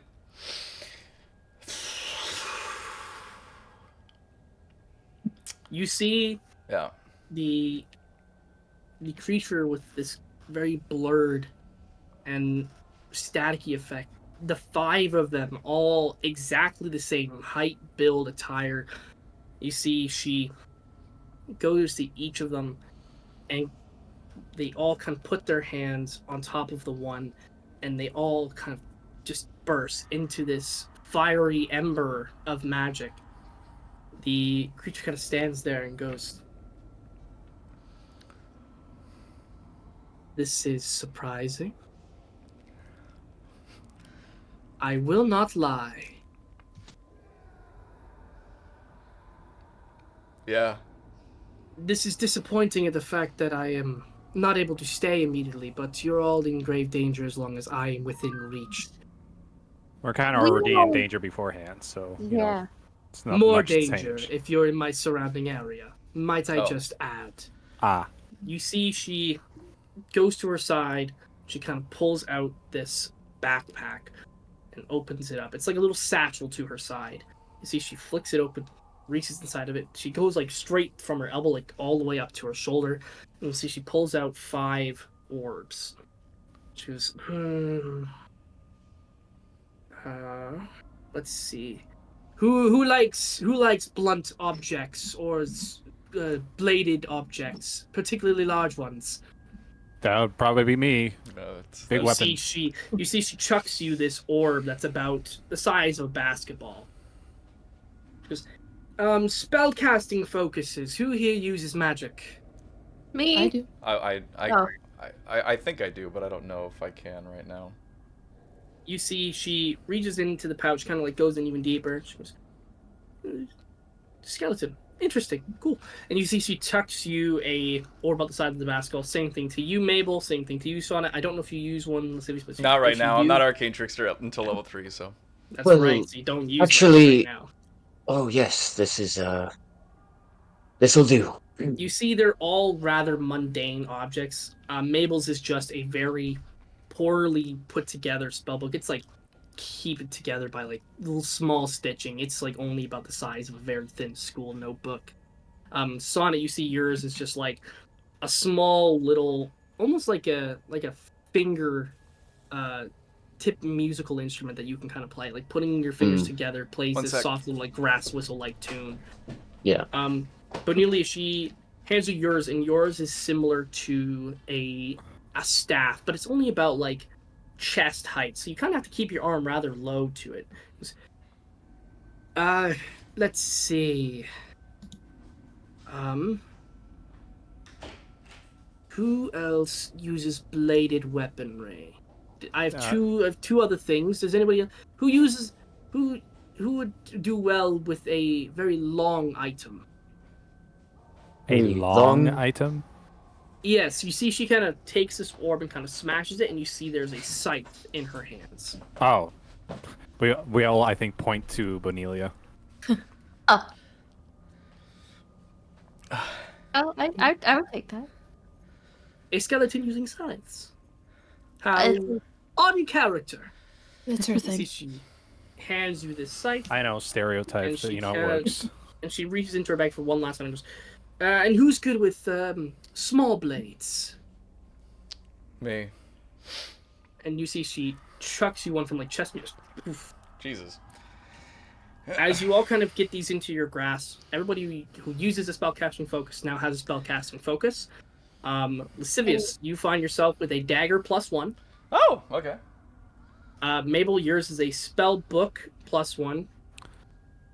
Sonnet, yours is the instrument +1. Bonilla, yours is the staff +1. So all of your spell attack rolls will be a +1 as well. Yay. Michaelis, yours is a great sword +1, and Danica, yours is a scythe +1. Cool. You see, she encloses her bag. I'm very sorry. I'd like to introduce myself, but I cannot stay very long as I'm a very wanted lady. She kind of like, you see her kind of pitter patter around, kind of like tracing her steps back and forth. She goes, I cannot. Do you have any? The Do name. you have any healing potions in the bag? You're in hell. You think we have healing potions? I don't know. I kind of just thought. But I've got you now. Oh, sweet. Yeah. Now that I have my fucking focus. And either way, not too far from here, there is going to be a structure. Shouldn't be too long down. You see, she kind of like looks around. Goes, that direction, as she points off to the west. Goes, you're going to see a very large tree with a lot of bones around it, and I do mean a lot of bones. But do not be intimidated. It is called Grimmingrest. If you make it there, I can speak to you more at length. You all have this stench of Kapir on you. It's weird, and I needed to help. Either way, if you meet me in Grimmingrest, I can assure you I can probably help you find a place to stay temporarily and make your time here a little more peacefully. I'm surprised you're even here if Kapir, if you smell of him. Either way. No. did we Michaelis is smell? recollecting what Napiram told him about a god's sacrifice. So it's like, Make your way towards Grimmingrest, down west. If you make it there, I will seek you out, and we can talk more at length. Sounds good. In the meantime, I must go before the big head honchos, for instance, rain down upon me. I will hopefully see you all in Grimmingrest. And you see her wings kind of begin to spatter out. It goes, good luck! And you see she flies up into the air, and you see almost in a burst of flames and embers and ash kind of leaving behind as she goes off in the direction of the west. Not long, like as you kind of take a few seconds just to kind of reorientate yourself with the gear, you see about 3 or 4 other almost like jet streams go right through and follow her in that general direction. Almost in a blink of an eye. You can't even see what these creatures were, but they left behind this almost like cloud of red smoke.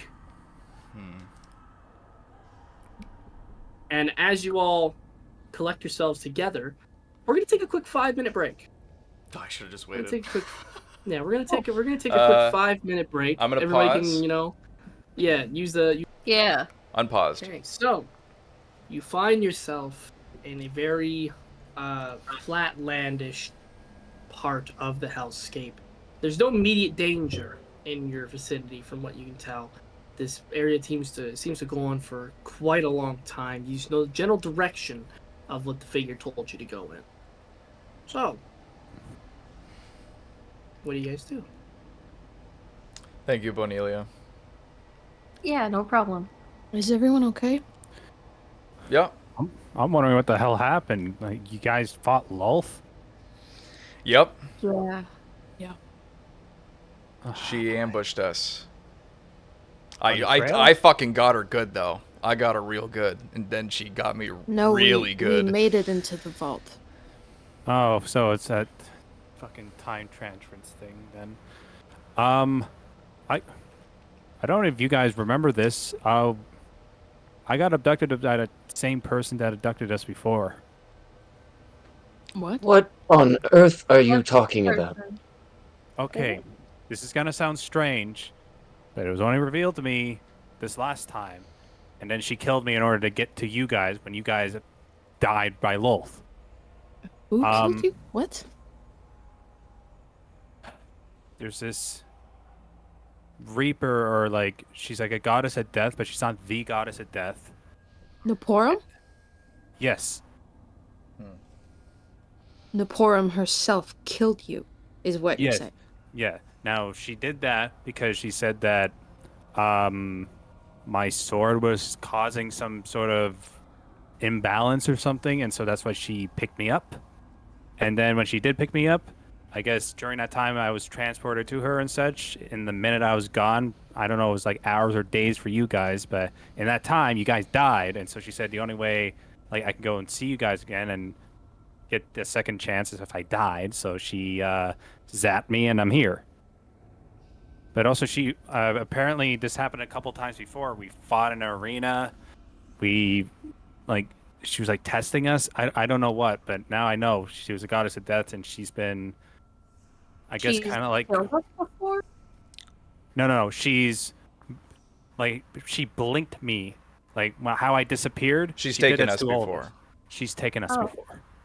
But I think the reason why is because like she's been somewhat trying to guide us or get us on right track, but it's been, I don't know, it's somewhat confusing. It's a little bit overwhelming with all that's happened in the last like, I mean, for me it's only been like the last 5 minutes or 10 minutes this all happened, but Do you think we can consider her an ally? I mean, possibly. she's not here, but She said that she was giving us or giving me, and I guess in extension all of us, a second chance into I guess getting out of here, perhaps. I mean, she said that I was deviating off of my course of actions and what I was supposed to take. So I can only guess that she's doing this to realign what I'm supposed to do, which I'm not yet sure what that means, but here I am. I mean, fuck, you guys fought Loth without me. I feel kind of bad. Probably would have died all the same. Potentially, but I guess I won't know.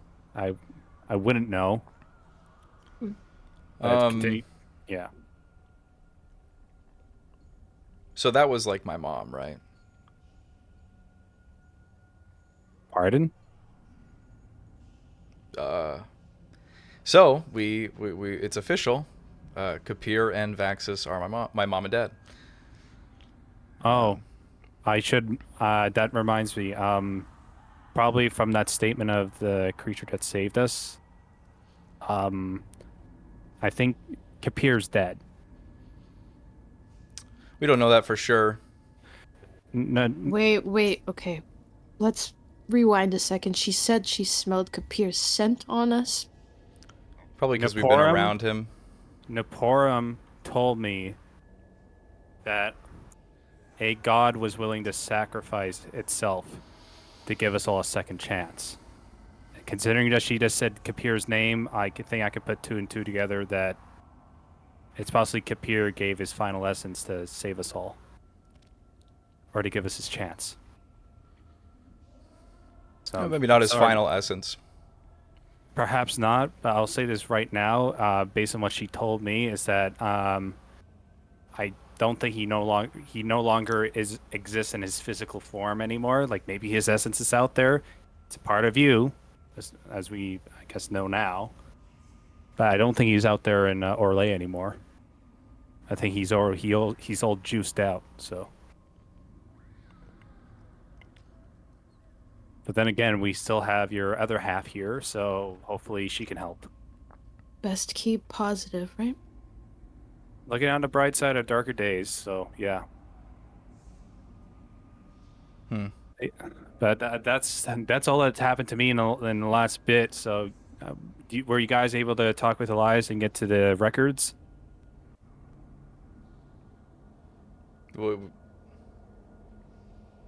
When I disappeared. We made it to the vault. There's Did a you bit of find a out labyrinth anything? beforehand. Found out We a few did. things. I did. But all of that stuff is probably back up where we died, along with the keys and the scroll and Ogma and Oh, fuck. God Loth has everything, and nobody knows. That's Well, bad. guess that means we should just get out of here as soon as possible. So. Yes, because the last thing I think Lolth will be expecting is us to show up back up again. So that's the only one thing she should definitely not know. Like, I guess she's the goddess of secrets and lies and all this other bullshit, but I think at extension, that's the one, at least the one minimal thing that we have right now. We have a chance to get out of here. She would not suspect us coming back. Well, let's see if we can get out of here first. That's priority number one. So we should get moving then, right? To Grimming Crest? Yep. You should Yeah. check that out, yes. And we head there. Okay. You all begin to make your way west. The direction that the figure pointed off to, as you're kind of making your way through, being very careful to avoid anything sound-wise, whether it's a humanoid scream or an inhuman scream or something flying in the air. You kind of take cover in the rocky crevices, the hiding holes, and the small little paths that you kind of can. Following along this path, as you kind of get deeper and deeper, you end up in this slope, and this more reminiscent of a white mist kind of begins to slowly settle in around your feet as you kind of make your way deeper and deeper into the hellscape. As you all do, I'd like a group perception check, please. 19? Okay. Lascivious? 10. Michaelis? You said a perception? Yes. 16. Sonnet? 21. And Bonilia. Also 21. Okay, awesome. Really great. As you're, stepping your way, all of you are all kind of in this very keen point where you feel your senses heightened. Like I mentioned earlier, you hear something, you kind of tend to stray away from it. You notice something farther off, you take a different path, but still come back around to the same road. It seems like this path that you've begun to walk has been walked quite a few times. You can see footprints of all sorts of different sizes. Ones that are 3-toed, some that are 4, some 7, 10, 11, 15, 4-legged creatures, 2-legged creatures, snakes. All of these different types of things tend to have formed this path onto a trail. And as you kind of do, you are reaching this vicinity that has a bit of like a lava lake to it to the left, as well as a small kind of river kind of boating kind of around it. As you all do, you get into this area of flatness, but you can hear these noises coming from in front of you, to the side of you, and behind you. Things are, like the little shifting of rocks. You hear this little cackling kind of off in the backside of a mountain pass area. You hear this grotesque, like heavy, like almost slimy in texture like sound kind of happening around you.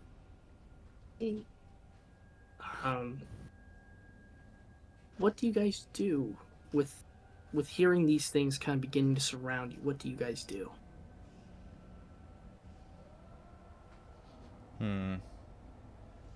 Could I try and do a little thaumaturgy of a sound, like in the distance, like away from where these sounds are kind of closing in on, to see if I can like make them follow that sound instead and go the opposite way? Sure.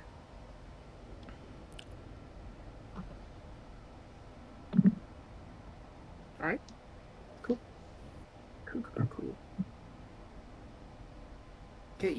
what sound do you make go off in the distance? I think it'd be like some like footsteps, like Okay. a bit louder footsteps. You all hear this loud kind of footsteps, this loud thudding kind of come off in the distance as Lascivious kind of mimics the sound with his mouth while pointing out the direction. Mabel, what do you do?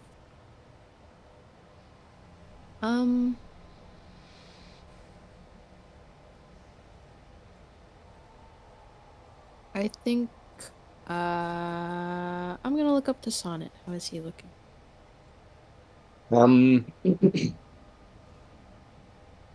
I suppose surface level, like he just looks kind of closed off but focused. Okay. I'm gonna stick by him. I won't necessarily make conversation.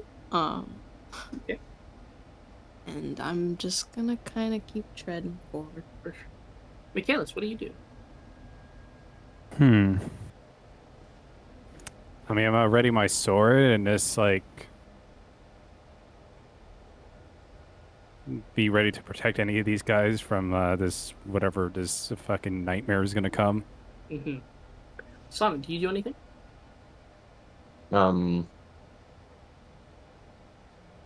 I would like to ready an action. Sure. What action would you like to ready? I'm gonna cast heroism on Mabel if a threat appears. For sure. And Bonilia, do you do anything at all? Um.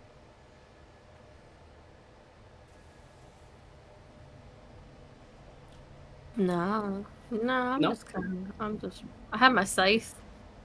Okay. Yeah.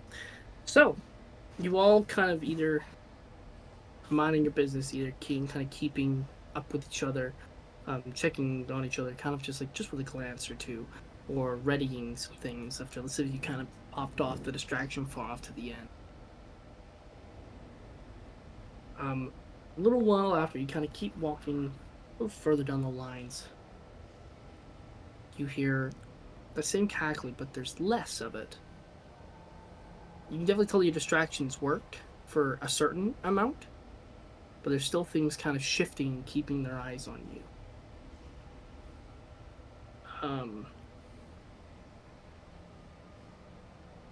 And as you all kind of get yourself into this kind of prepped up moment, we'll say that you all can I really wish that Albert would update the images in my scene so I know what thing I'm opening. Mm. I'll go with that. Yeah, okay. You all find yourselves in this area here.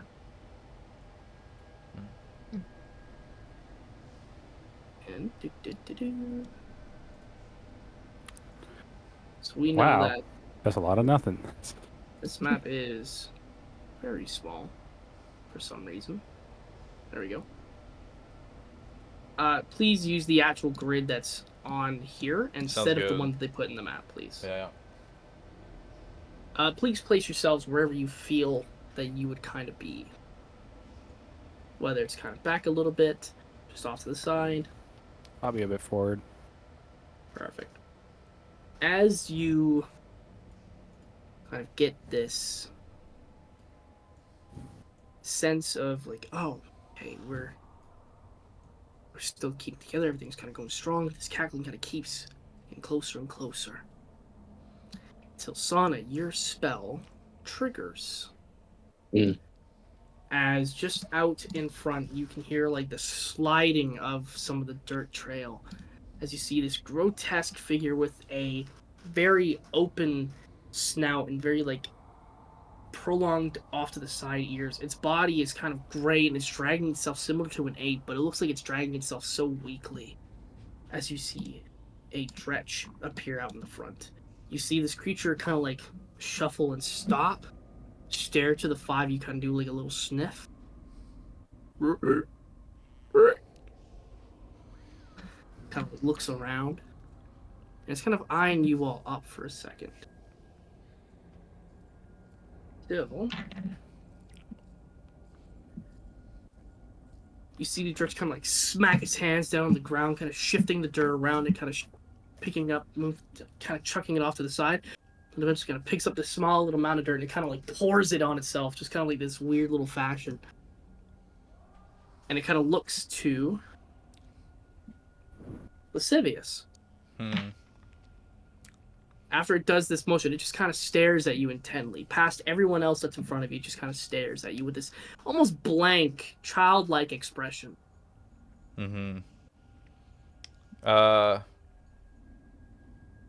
What? What you looking at? Pour some dirt on yourself, Lascivious. Okay. Pour some dirt on my... I'll do like the motion and then pour some dirt on myself. You see this Dredge kind of like smack the dirt even more, just... and you see it kind of like grab like a small little like rock, like it reaches down into the actual magma. You see it kind of singes itself and it kind of twitches as it pulls it out. God. And grabs this little molten rock and just crushes it and goes... Don't do that. As it looks to Mabel. Is this thing immune to fire? Am I able to see that? No, it looked like it hurt itself picking up that rock. All right. Oh, like it went to reach for a rock and then it like Like hurt crushed. Yes, like itself? it moved up to here, reached into this little lava pit, and crushed this little molten rock that was in its hands. And then it looked intently at you, Mabel. Yeah, I'm just gonna look to the others. I'm like, I'm not doing that. Just put dirt on yourself. I will put dirt on myself. You kind of mimic the motion as well, just kind of like beat on the ground just a little bit, pick up some dirt and put it onto yourself. The Dredge just kind of looks at you and goes... kind of looks to the rest of your group. Kind of beats on the ground a couple more times and it just goes... As you hear this other little slimy, grotesque thing kind of burrow out from the ground from behind you as you see this filthy, disgusting, almost like a rotting corpse as it stands. This creature kind of comes out and just goes...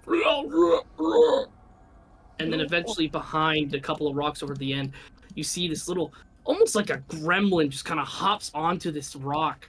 And it's kind of like crouches down. It's just... as a closet just kind of pops out. You see the three of them kind of look to the group of you, just go... And we're gonna roll some initiative, people. Okay. Give me 1 second. Beautiful.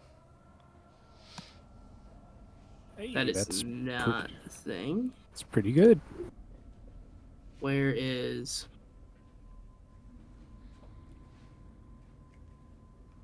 It did not save my encounter, but that's okay. Oh. Yikes. Uh-oh. Didn't save my fucking... Oh, that's characters, not creatures. Thank God. Can someone put a concentrating ring around me?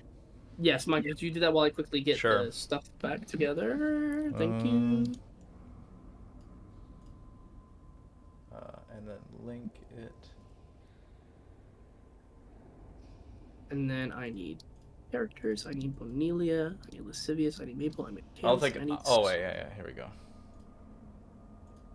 Start the encounter.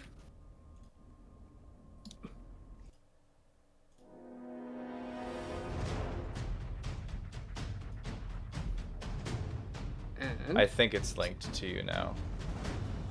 in the meantime, Bonelia, initiative, please. 14. Thank you. Lascivious. 12. Mabel. Also 12. Okay. Michaelis. 22. Sonnet. 6. Okay, and then these guys.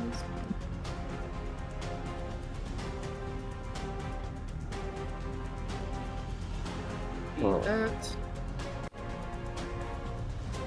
That's some fucking really low initiative rolls. Okay. Alrighty. So, Michaelis, you're up first. All right, I am going to, I guess, skedaddle to this guy, and I'm gonna attack him with my greatsword. Okay, for sure. Make your attack roll. Do you have the greatsword +1 in your inventory? Yep, I found it. Perfect. I roll to attack. 22. 22 does hit. Yep. All right, I'll roll for damage. 16 damage. 16 on level 1? Jesus Christ. Okay. Yeah, you just raise up this great sword. You know, you feel yourself weaker as before, but the motion for striking is just one that's like riding a bicycle, just kind of slashing through. You get this giant gash, and this thing kind of like sprays open, like this thick goo kind of spurts out, but eventually just kind of slowly retaches itself, almost like it's made out of clay. The creature just kind of looks at you and just stretches out. And yeah, you did a good chunk of damage to it there. Anything else you can do? I think I can literally only do one attack. Bonus action, and I'm gonna rage. Oh, so you can rage. It- Nice. I have 2 rages. Should have That's done all I that have. first. Oh. Well, I can't. Not like it matters. It's a bonus action, so. Yeah, but I think the raging gives you extra damage. It gives you an extra 2 damage, yeah. Oh well, I mean, it would have been 18 damage instead of 16, so but That whatever. would've been 18 damage. Raging for Michaelis. Alright, next up is the Quasit, followed by Amelia.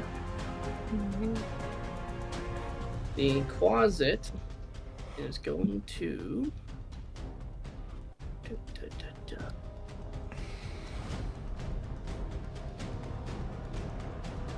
You see Quasit go from this creature that's about 4 feet tall and looks similar to like almost an insect mixed with like the gremlins, as kind of shape shifts and polymorphs into this bat-like creature. Is it Only clever? about like, not even like a pardon? I said, is it clever? But it's just a joke. Just a joke. Oh. It transforms into this bat-like creature, and it flies completely up in the air for 20 feet, and zooms right past Michaelis. Oh, interesting. Comes towards the city, yes. It then comes out of its polymorph, and is able to make... So what is it now if it came out of its polymorph? back to its regular. Oh, so the wings was a polymorph? It transformed into like this bat-like creature. Oh, I and see. Flew Interesting. right over. So it's gonna make 1 bite attack at you. Okay. Tell me that does not hit because that's a 9. Hmm.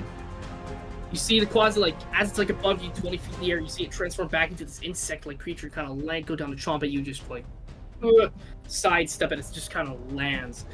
It then looks to you, and its face kind of spries open, similar to like a mantis does, as it just kind of goes open. I see. You need to make a wisdom saving throw for me, please. As it is trying to scare you. 13. A 13?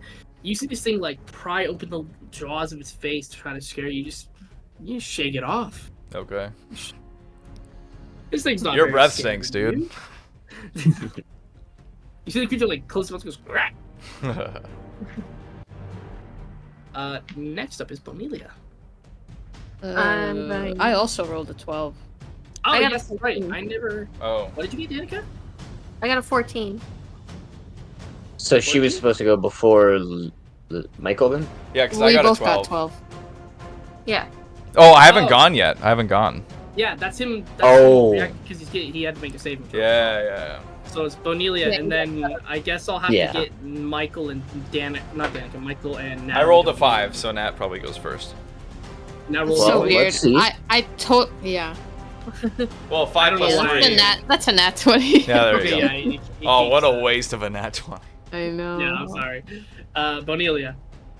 I'm gonna cast Sacred Flame at the Quasit. Okay. It's gotta make a Dexterity saving throw or take 1d8 radiant damage. Which type of saving throw?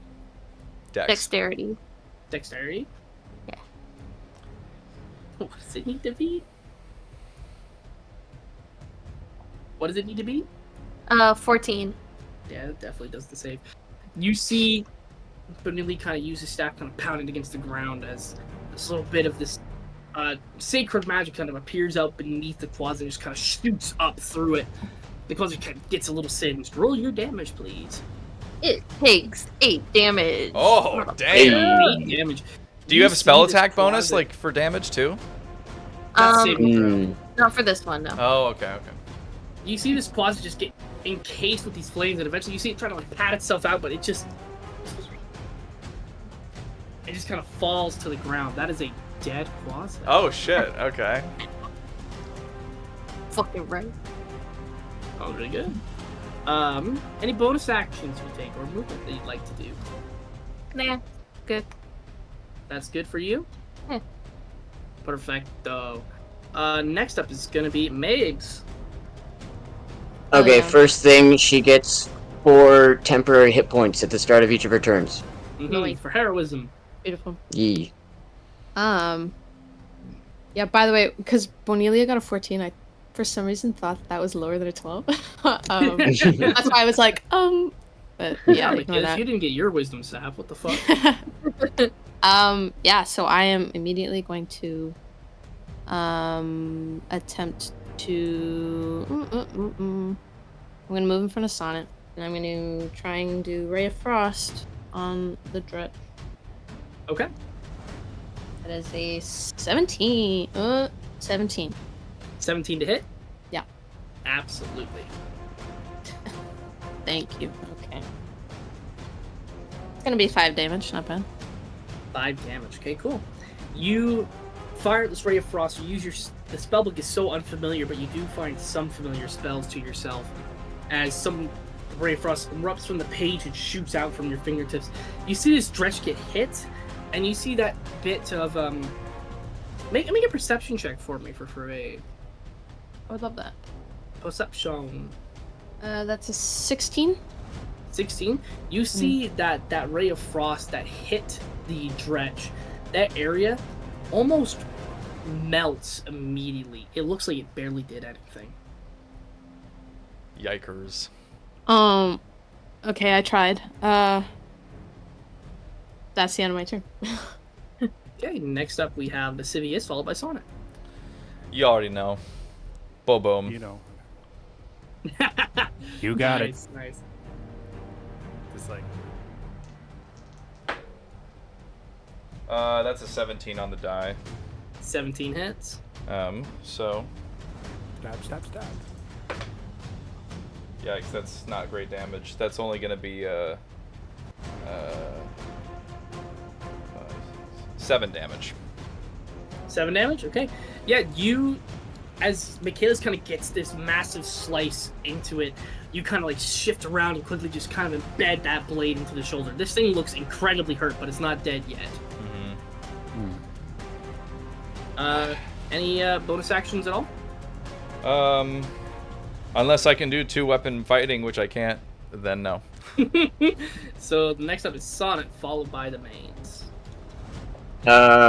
Yeah, I'll just, step over here. It's like, And I'm just no. gonna look.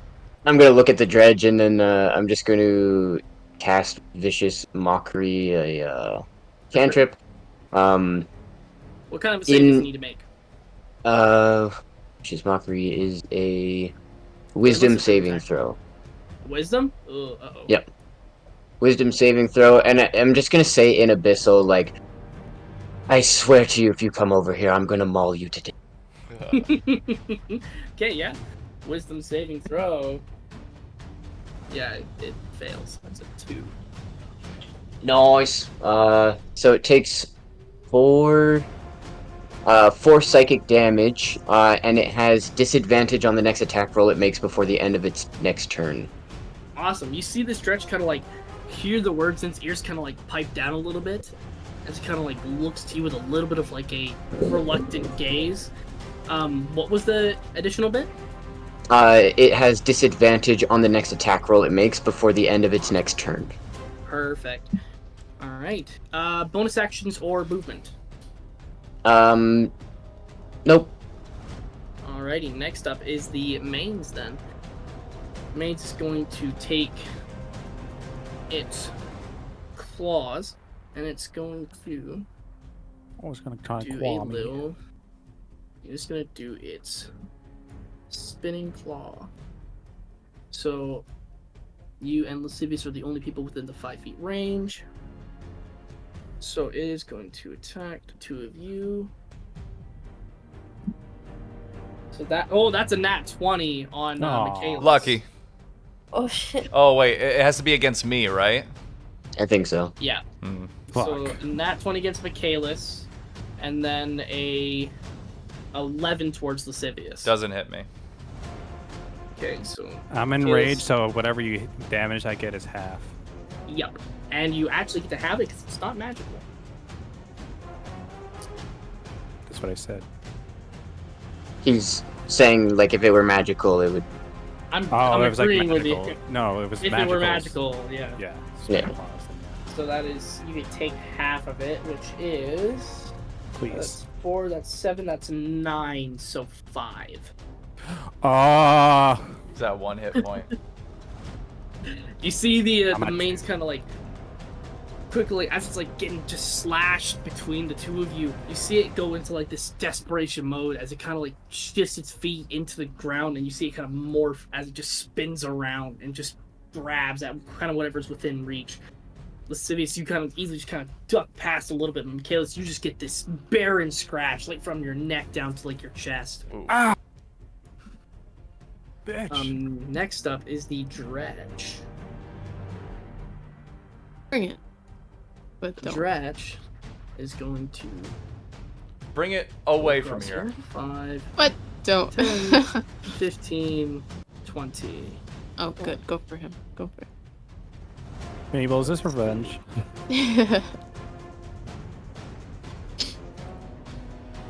Does All 2 damage. creatures Takes only takes 1 hit. within-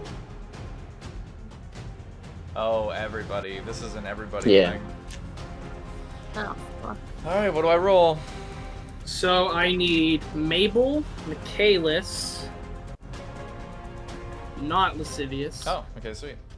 Mabel, Michaelis, and Bonelia to make a wisdom saving throw, please. Oh, thank God. Unnatural 20. Okay. Meds? That's a 10. Okay. Oh. And Bonelia. 25. 12. Holy Jesus. fuck! Holy fuck! Level 1. My goodness. Okay. Yeah, so Mabel is the only person to get affected. On Mabel's turn, she cannot take an action, a bonus action, or a reaction. She can Aw. only Dumb. move. What? I'm staying What put. is I'm sh- fine. What's the condition? It's not a condition. It is simply, it's Oh. called Energy Sucking Aura. Anybody who does not make a saving throw of 15 or higher gets a... They cannot do an action, bonus action, or reaction until the start of their next turn. Damn. I thought she was frightened. I'm like, no, she's immune to frighten. Heroism! But no, she just got wrecked. Yeah. And then Get fucked. it'll take its last 5, 10, and make an attack on Michaelis. With disadvantage. Yes, thank you. Thank 2 you. dice. That's actually really good for you because it rolled another nat 20. Oh my I god. would have been dead. I would have just been fucking Um, dead. Straight up. That will be plus 3 is a 13. Does not hit. Does Oh. not hit. Okay. You see the mains kind of like go to get close, and just you hear, or you see like this thing kind of like think to itself for a second. This creature's very dumb. It is very dumb. But you see like this thing have this brief moment as it flashes, and you hears the words of Sonnet again, and it just kind of like it twitches, and you're able to just easily move out of the way. So next up is, you know what's really funny? That is not a good thing to use at the end of a turn order. Oh, because So Michaelis is up next. Natalie's gonna get to use her turn because it's a new order, so it's gonna be the start of her next turn. So Oh, so it's like literally Should be just a able- blink. It's like, yeah, that's Oh. that's a bad ability to have at the end of a round. All right. Either way, Michaelis is up. Wouldn't it be the end of her next turn? That's what I thought. This is what the next. No, it says at the start of her next turn. So if the Dretch was first, and then Yeah. Mabel Oh, was true. after, she wouldn't have it. But now, since Mabel goes first, she's gonna get her act. She's gonna. It's practically like it didn't even affect her. That sucks. If only the Dretch had it earlier. All right. Michaelis. I'm gonna shadow over to Lascivious, like, and Yep. yeah, it's like, you got that one. Just don't move. I'm aware. You have mains. Outside of the game, do you have? I'm gonna fight. Yes, I am going. Obviously, literally, Okay, obviously. Sure. Anyways, yeah, I'm gonna attack Stretch. It's almost like I had an Sounds good. intention with my movement, and the Make not an attack moving roll, anywhere my else. man. Oh, Make an that's a attack roll. yeah. It's gonna get hit. 25. Oh yeah, easily. And for damage, 16. 16. Jesus Christ. And that is with the +2 for the You range. do so much. Holy fuck. Yeah. So you kind of like you get attacked by the mains, mention off to Lascivious, and then just after getting absolutely clawed from the neck down to your chest, you kind of do this swift spinning maneuver and get a good slash just right across the throat down to its chest, almost in the same movement that it did to you. Or that the mains did to you, not the trash. Mains, yeah, I was gonna say. So to clarify. Bonus actions or movement do you want to take? I'm gonna pull the Baldur's Gate. Can I shove? No, Yeah, that's a full action. You can't bonus action shove. Oh, okay. Sorry. Yeah. Baldur's Gate on the brain. Shove. That's Yeah. all I can do then. Have 5e on the brain. Hmm. I mean, they use 5e as a basis. It's a good starting point to recognize a lot of stuff. I need healing though. Hint, hint. Hey, Anyone? And They do see me it. bleeding. you see Michaelis just get that good slash.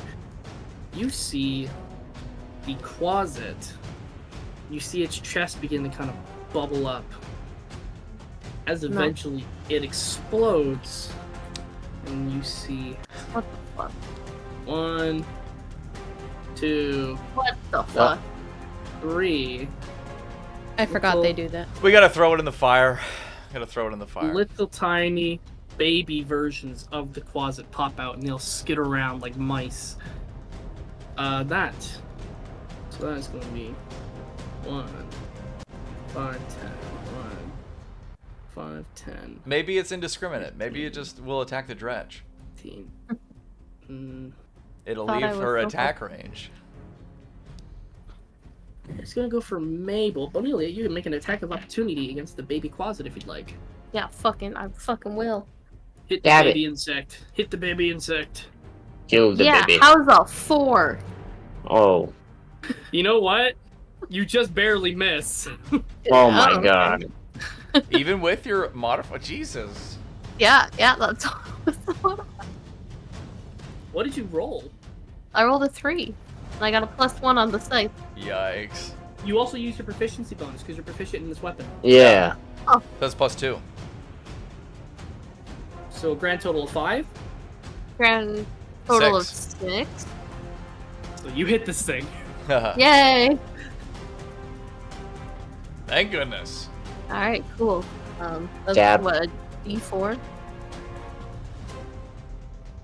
What is Scythe, yeah, I what is believe, this? is a D. I think a scythe is a D6. Okay. Scythe. 5. 5.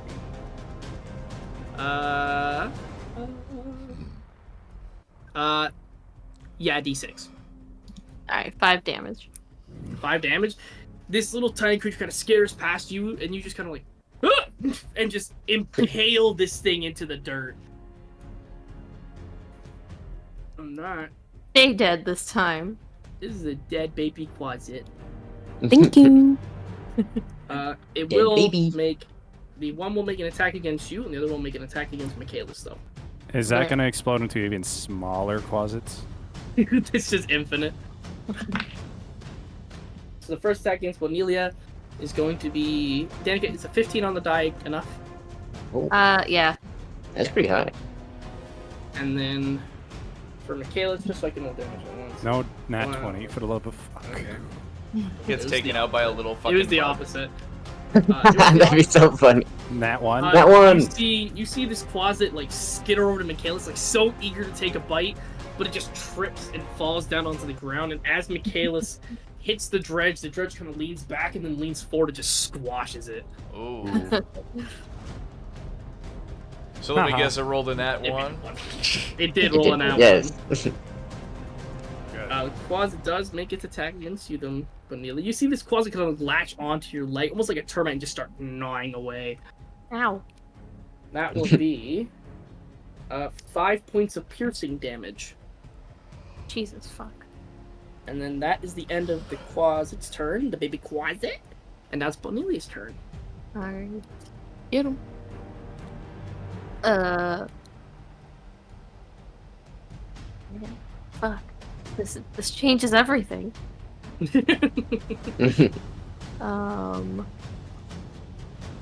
does this one do again? What does this spell do? It's Fireball. Level 1 Fireball. No. I'm gonna bonus action cast the Sanctuary. Okay. Is that of any use? No, that's nothing. That's nothing. Never mind. No, you're not going to cast Sanctuary? I'm not. I'm gonna cast Healing Word on Michaelis. Okay. That's a bonus action for Healing Word. Do you have any actions you want to take? Is that? A Yeah, it's bonus. Just desperately trying to figure out a way to not have to heal Michaelis. I believe Cure Wounds is the action. Healing Word is the bonus action. Right. I don't Okay, care yeah. which, just heal me. She already did. I forgot which spell. Wait. Heal Michaelis, and then I'm gonna attack the motherfucker in front of me. Okay, yeah. Roll your healing for Michaelis, and then roll the hit. What sweet, sweet words do you whisper to Michaelis as you heal her? I say, stop complaining! Nice. I asked once! What do I... oh, fuck, I don't know anything, apparently. 2 on the die. Plus... that. 6 healing. That's not bad. Okay, well, that's pretty good. Alright, now make your attack roll on the baby Quasit. That's a... 18 to hit? Oh yeah, that's an overkill hit right there. Cool. Yeah, make your attack, roll your damage. Holy fuck, I couldn't get that out. It's a 3. A 3. You Yeah. just practically just hit this thing with the butt of the scythe, and it just kind of like twitches. It's so close to death. It's so close. Cool. That's my Next turn. up, Mabel with Lascivious after that. Perfect. I am going to attempt to cast Witch Bolt at the dredge. Oh, Sure. Yeah, make an attack roll. here we go. Nat 20. No, but it was pretty. It's an 18. It's An 18 on the die Right. hits. Close yes. okay. I should just make a monster that has like hit DC of 30 but has 1 HP. That's a 10. Like a Shedinja, And basically. 10 damage. Mm-hmm. Talk about a glass cannon. You see Michaelis slice Dretch. The Dretch kind of leans forward, squashes the baby Quasit, and while it kind of gets its balance back, Mabel fires out the Witch Bolt, and you see this Dretch just get absolutely shattered as this electric energy just kind of scatters around it. And you see this Dretch just go as it just absolutely freezes and collapses. That is a dead Dretch. Yeah. Yes, it is. That's it.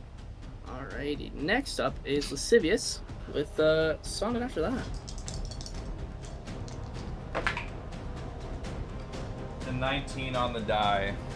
Yeah, that hits. Kill it now. That's better. That's gonna be 9 damage. 9 damage, absolutely. With the mains being so heavily injured as it is, as it's kind of finishing its final spin maneuver, you just get this brilliant idea. You go grab the knife, embed it into the neck, and just push it as its spin aids and just cutting its head just completely off. It just goes. Mm-hmm. And then I You start. see this thing. Sorry, go ahead. The dredge, or not the dredge, the mains kind of begins to like mold itself back down to this clay-like figure into the dirt. Does the head stay, or is it mold down as well? It's like sand, kind of ever so gently, kind of going back into the dirt. But like you can pick it up. No, I just wanted to stomp on it. I mean, you can do that. Yeah, I just stomp on it. I stomp on it. Yeah. As you kind of stomp on it as this bit of like its goose kind of splatters around everywhere. And that is a dead mains. Sonic, you are up. Kill the little thing. Kill it now. Do it. Yeah, I guess I'll just vicious mockery it. I don't know. Make fun of it to death. Yeah, Save the literally. Wisdom. Wisdom? Oh god. What does it need to be? I think it's a 15. 15. Yeah, no, it doesn't save. What do you say to the baby closet? I say, look, you can do it the way that you want to go out, or I can do it the way I want you to go out. And then I'll just let it decide if it wants to kill itself or if it wants to let me kill it. You see the baby closet like hear the words echo in its head as it looks to you, Bonelia, looks to its dead comrades, looks to its dead mother. You see the creature go, and you see it just kind of like very slowly like slump, like it has no self-esteem. You see it walk over. You see it look in the lava. You see it look to Sonnet. Looks to the lava again, and just dumps itself into the lava as the closet. Oh, that's dies powerful. as well. Didn't even have to roll damage.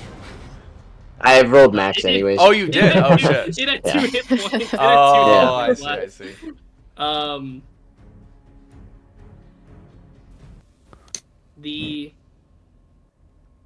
Everything kind of dies down for the moment, as after being ambushed by these creatures, you feel like you have a second. You kind of catch your breath, and as you do, you see a shadow kind of loom over the battlefield. Something very large flying above you with a humanoid shape, very, very large horns, and is holding this almost similar to a trident is floating above you. I just go, Combat is over, by the way. I go, well, you must be, King Vasiden. You see this creature kind of float down ever so gently from up top. You see it wears no cloth. Its skin is this reminiscent to scales and little petite spikes that kind of come out everywhere. Its face is this mixture of yellow and orange. It has these piercings that kind of dot its face all around.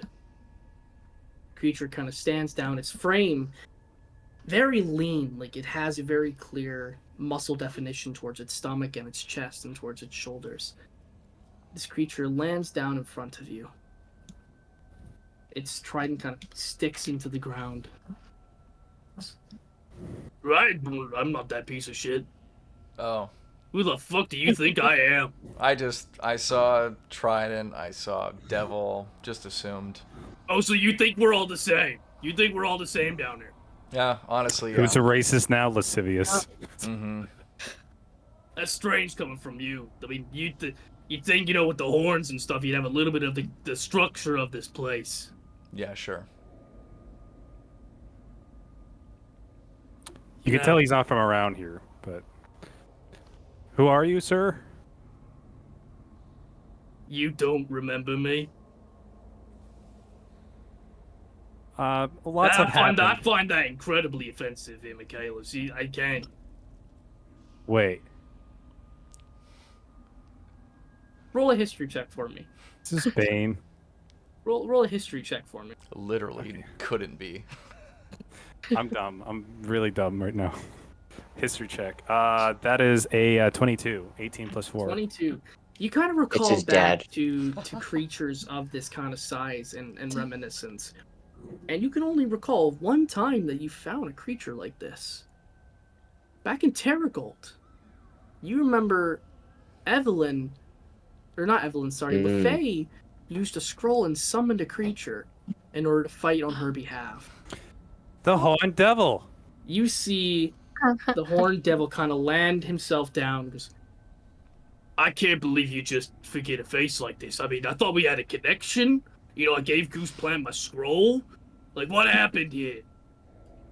To be quite frank, I've been having, I got sapped by some mind suckers 30 minutes ago or something, so my memory is not the best. So yeah, that kind of stuff happens to you. Back in Varoldir, we kind of use that as a way to get high. Well, unfortunately, I'm not built like you that I can enjoy such pleasantries, but... You see, he kind of like strokes his beard. He just kind of goes, not all of us can be this pretty, am I right? Not all of us. Not all of us, that is for sure. But it's great to see you. For all the hellscape stuff, it's great to see a familiar face. You know, I would say the same, but exactly, why the fuck are you down here? Like, it doesn't make any sense. Well, the one way to make sense that we kind of died, all of us. Oh, you did? You did? Yeah, but through a lot of intervention, there is a chance that we can actually kind of get back. So, I don't know if you would know such things. Who the fuck is pulling you guys' puppet strings? This is some bizarre shit. I've never even heard of this. It's too many strings. We're turning into like a double fretted guitar or something. It's so many strings. But hey, that's a good instrument. You got the hands for it, right? Well, you know the devil plays the what's the whole fucking thing? We play the fiddle. Fuck that instrument. It's lame. Yeah. Too bad he got beaten by like a hillbilly fuck out of nowhere. Listen, that I didn't have control over what I did in that town. Okay, it wasn't exactly my. Regardless, you guys are just wandering around here. What are you trying to get to? I can kind of help you get there if you want. I mean, not many things are gonna exactly come to a horned devil, am I right? We're looking for Grimgrest. Ah, you're looking for the tree. You're looking for the tree of death. Yeah. That's a pretty cool place, if you ask me. Although the people there are kind of a little bit sketchy. I don't know if listen, I'm gonna be honest with you. There's a little bit of an uprising here in the place, right? It's exactly. We're not doing too good. So who's the rebels? Who's the tyrant? Well, Vasilden, he's the kind of big shot right now. He's not. Some people are happy about it. Some other people are not. There's a lot of people in the Hellscape that just kind of blindly follow orders to whoever just kind of sits on the throne. Who's leading the rebellion then? Like, are you part of it? Yeah, and I kind of do whatever. Excuse me. I gotta do whatever I need. I mean, if Vasilden needs me for something, I'll kind of do it, but like only at the behest if it's like if it's the end of the Hellscape scenario, you know. So you're kind of right now like an undecided party. In a way, I kind of float around and do my thing. I make my deals, you know. I got this really good one up by Volum here. A really nice lady. I told her if she picked some daisies for me, I'd help her have her kid. Is there a catch? Not really. I just kind of wanted some daisies. Not all devils are bad people, all right? I'm pulling your leg, man. I'm pulling your leg. You know, you pulled through for us enough. Wait, sorry. This is just a thing I just remembered. You remember that scroll you gave us? Yeah, the one I gave Gooseplant. You know, the one that would essentially summon me for a brief little stint, and I'd help her as a favor. Yeah, or it was 3 questions, or we summon you. It was a summon. I would help her. She took it and she used it to try to get into Bane's fortress back in the day. didn't really work so well. Turns out gods are pretty strong, it turns out. Oh, so she used it. Shit. Yeah, I'm afraid she used it. I don't really have a secondary scroll to give her. She didn't exactly help me do a second favor. She was very nice though. Really, really nice facial structure, might I add. Like either someone did some really nice work, or she was just gifted with genetics. I think that would be mostly the genetics there. Why? What's with the hostility towards Vaxis here? Doing towards Hexus? I wouldn't exactly call it. There is some hostility. That's true. Considering some pig thing tried to murder me by mentioning the name, Well, you see, Vaxis doesn't really belong here. She, Lilith was on the throne, and she made some deal with Vaxis in order to get her out, because Vaxis was in here, Lilith was banished, so she made some deals so that way she could kind of swap places. That way Lilith could be free and Vaxis could be, taking her spot in the hellscape. It's a whole fucking mess. Vaxis isn't really a demon of sorts. So she's not exactly welcome in the hell to some people. What is Vaxis? I don't know, but she's not one of us. She's not one of them either. Well, do you know where Grimgrest is? Hey, you're still going west, right? You're on the right path. I'd say it's only maybe about another hour or two down the road. If you're walking. I mean, if you're flying like me, it's only about 5 minutes. Right. Not to brag. Wouldn't want to do that. Could you maybe help us out? I look like a flying taxi to you. I can't exactly fit all of you. Listen, I may be like a good 5 feet taller than you, but like, I ain't got the body length for that, alright, sugar? I mean, we could potentially just wait here as you take us one by one over, or would that be That's a a bad whole idea? fucking process, man. That's a whole fucking process. Do you even have anything that would be worthwhile for me to take? I mean, I'm not exactly gonna do this for free. I'm just gonna start walking. I mean, your buddy's got the right idea. I could walk with you and kind of act as your bodyguard of sorts. It's the least I could do for you, but I'm not gonna spend my day flying you back and forth. No, that's well warranted. It was just a passing thought, that was all. But yeah, you're welcome to join us. All the help is great because, I mean, if this is just like a sampling of what we're supposed to deal with on the walk, then it'd be really nice to have your help. You see, he kind of like pats his chest a little bit and goes, "Trust me, buddy, this is just the beginning layer of this place. You get close to Grimmingrest, you start seeing actual, like, proper demons and devils of my caliber. I wouldn't exactly want to be tangling with yourselves. I mean, no offense. You're probably all goody-goody up on the top end, but right now you're kind of looking weak as fuck." Yeah, we're not like what we were, I guess, the last time we met. Yeah, nobody is when they come into hell. That's the thing. We kind of change here, you know. Yeah, I certainly felt that like this battle was. I mean, I'll say this much: like, this battle was harder than it was to fight with Bane. But you know, yeah, listen, we'll catch up on the way there. Let's get walking, man. Yeah. Your buddy's already a little ways up the road. I hate for him to get ambushed by himself. I mean, he's looking a little scrawny, if I'm gonna say a couple of things. If he's already up ahead. Yeah. Let's keep this watch us back then. Let's go. Yeah, boy needs some meat on his bones. No offense, skeleton. No offense. Who are you? Oh, sorry. Didn't even introduce myself. My name is Vraka. Oh. Hi. I'm Bonelia. I'd lean over to Mabel. Do you know him? No, I don't. Hey, he kind of like fully lands down on the ground. He goes, all right, well, let's kind of get you guys closer to the city, shall we? A friend of Michaelis is kind of a, we'll say acquaintance of mine. I wouldn't exactly call you friends. Well, yeah, I'll well-known acquaintances. We'll catch up on the way there, and I'll just say this, on the way there, I won't embellish on everything, but I'll just catch up on like the adventures I've had and such. Of course, yeah. And like the knowledge of like Hadric and everybody else from the first campaign. I'm assuming everybody's kind of just following suit with Vraka, right? With the exception of Lascivious, who's kind of already started down the road. Yeah. Yeah. Kind of scouting ahead. Awesome. Yeah.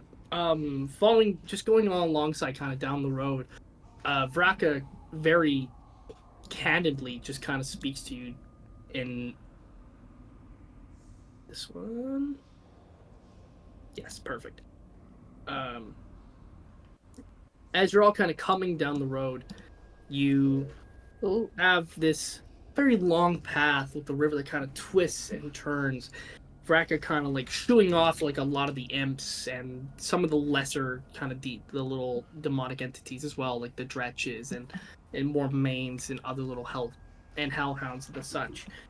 Even at one point deterring a Baylor, which was a creature that is part minotaur on the top with horns that go outwards and up, carrying this very like ecstatic looking fire whip, kind of shooing off these different types of demons and devils as you kind of make your way through.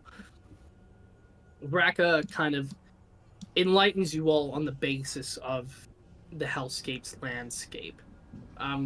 Imagining that the further you kind of get closer to the two different societies that they have on this particular half of the Hellscape, the more higher level threats you're potentially going to face. There's potentially naturally named demons and devils along this kind of area as you get closer to places like Grimmingrest and the previously mentioned Voroldir. As he kind of goes, Vraka takes these couple of steps and goes, yeah, so welcome to the Hellscape. It's, it's not exactly the most welcoming of environments.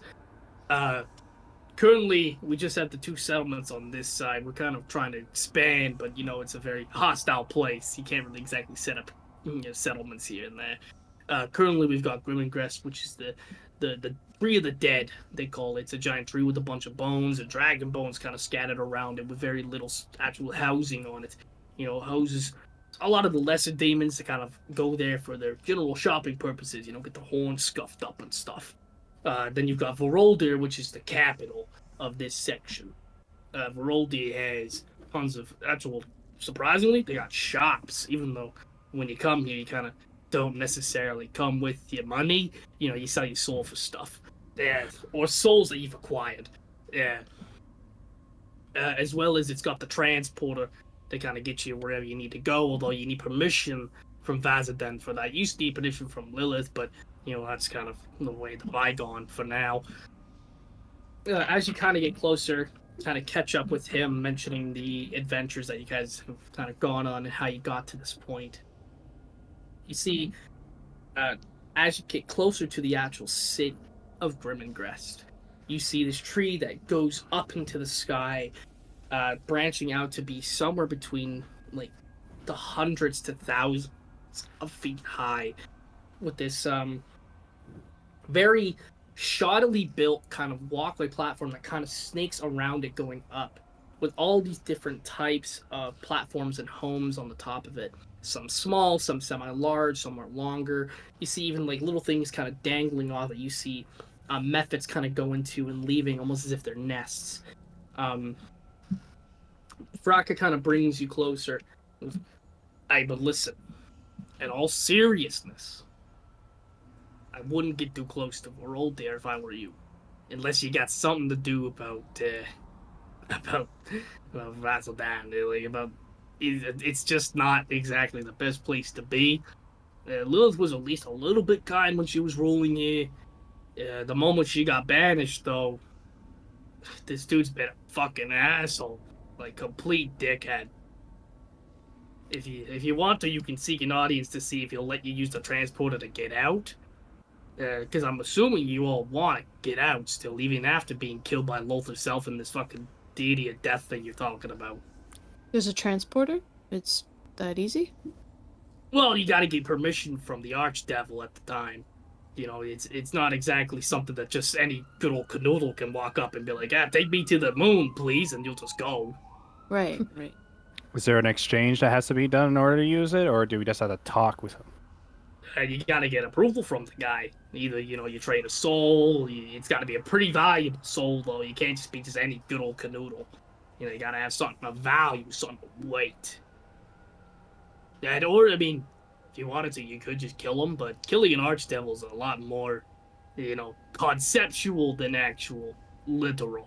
I mean, he's a fucking archdevil, right? He kind of rules the hellscape at the moment. Yeah, I don't think we're gonna plan on trying to kill him. At least not in our current state either, so that's a definite no-no. Yeah, no offense, but you're all kind of not exactly archdevil slayers at the moment, it seems. Yeah, well, not a lot of good this one greatsword and a bunch of rags will do for me, so I don't even have my full inventory on me. Yeah, I So- mean, your dress is practically falling apart there, Toots. As you Yeah, kinda one points wrong to move. Mabel. Thanks. Yeah, but you know what? I'm sure you'll find something for a little more clothing. We're not exactly as, roughshod and primitive as you might think. You can probably find someone to bargain some stuff for. I'm sure of it. Who knows? Maybe you'll make connections here. I mean, you'd be surprised who ends up in hell. There's quite a few people up here that you'd think were good old dandy two-shoes, but instead, they were doing some pretty shitty stuff underneath the ground, if you know what I'm saying. What are you saying? I'm saying some good people aren't always good people, and so they end up down here. Pitchforks and all. A charity donation can get you a tax refund, but let's not say it gets you up at the top gates, you know what I'm saying? I see. So that would be kind of interesting if we see maybe some interesting historical figures down here that were praised up there. Yeah, you never know who you might find. Either way, if you want to find me, just, I don't know. I don't exactly have a messaging stone or something like that. So I guess you just gotta have to look for me. But I shouldn't be too far around. We can just message, right? So Do unless any of you cast message right now? I don't know. Nope. Mabel, Yeah, message, yes. you can message. I'd only go so far, but yes. Yeah, well, there you go. You can message me, I guess, if you desperately need me. But we gotta keep it on the low. I can't exactly have Azardan to exactly know one of the Horned Devils is colluding with some people. I'm supposed to be kind of prodding the bad people. Making the people burn, toss a fucking person down there, kill a person there, torture one here. The whole deal. Right. Devil in the details. Exactly. I mean, unless you want to make a deal right now, I could. Yeah, I'm always up for an offer. No. Devils I think are all about their deals. Save for our souls, Yeah. I don't think we have anything worth it to trade with you right now. And right now, I think we're just gonna venture forth to see what we can learn about this grim place. Oh, okay. Well, I mean, if you change your mind, like I mentioned, I did something for a lady that she just had to pick me some fucking daisies. All right, I'm not always bad. Depending on what you want, I could be bad. But depending on what you need, could be good. But then I could also be bad. It's a little flip-floppy.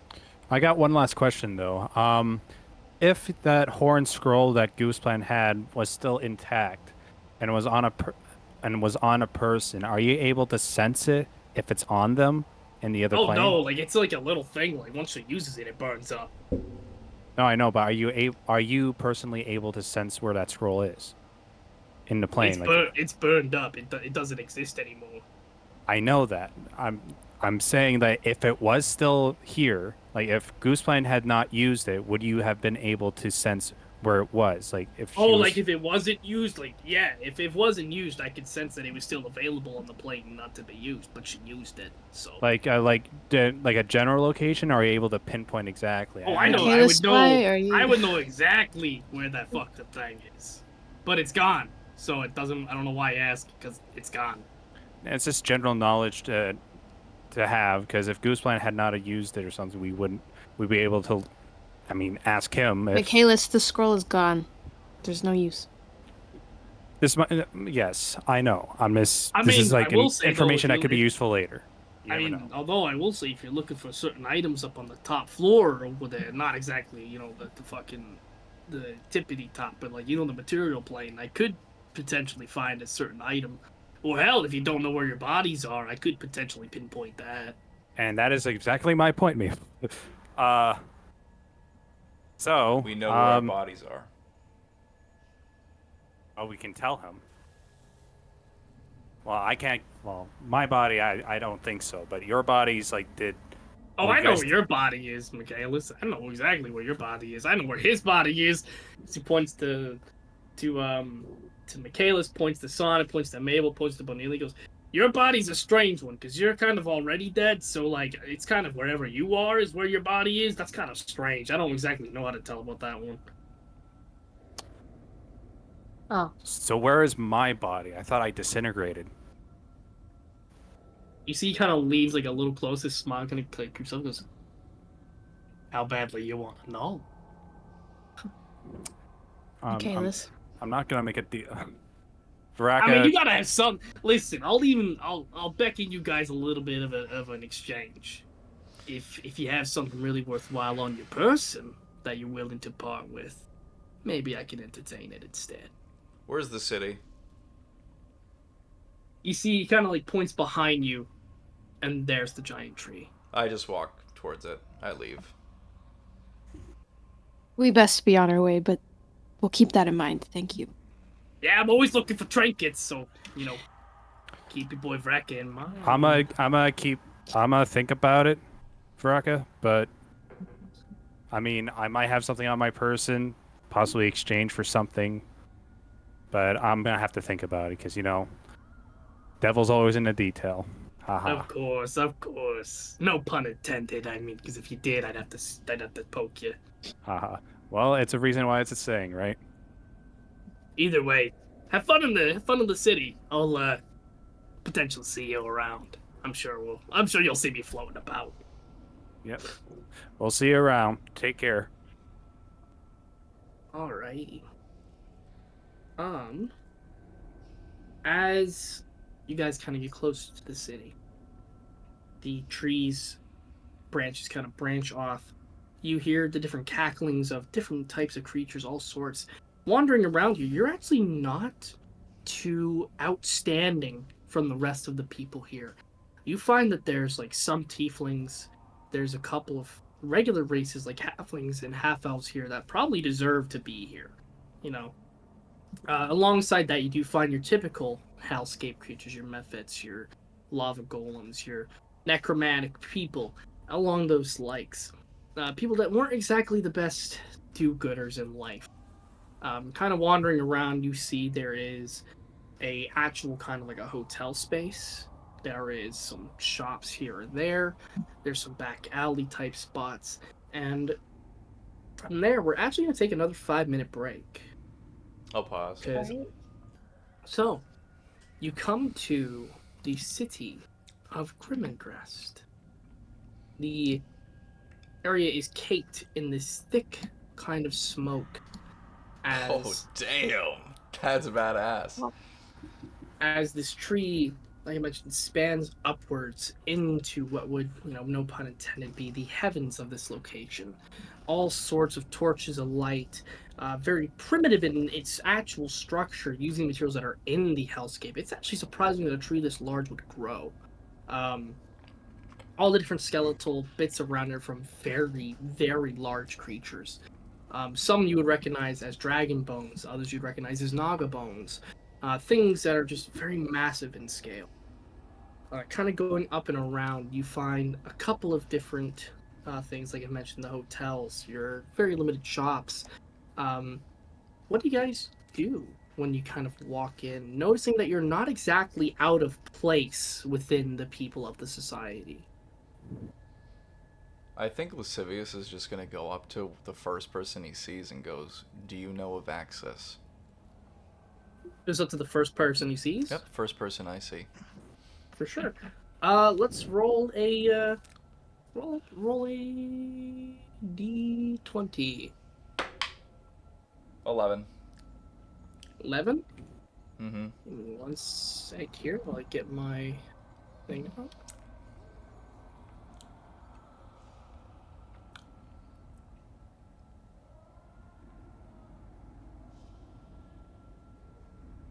You said an 11? Yep. Perfect. Okay. Wandering around, you find a multitude of creatures. You know, some peoples are just tieflings, some are ogres, lots of like these different types of creatures. But eventually, you see this one person that's kind of got this very elegant kind of robe that's draped from across their shoulders, kind of down to the front and the back. They have this very kind of like tiny, waisted kind of shorts type thing, and they have this almost like body tape type thing around their waist coming up to their chest and up to their shoulders. They have these horns that kind of go up, but are kind of twirled around. So they go up and then they're similar to rams at the very top. But it looks like they're more malformed instead of actually naturally growing that way. You see, this person is also speaking to another one. Creature similar in size. The attire is much of this person doesn't have the kind of tape around their body, and their actual robe is more akin to similar to like a leather jacket in a way. Only the material looks to be much thinner.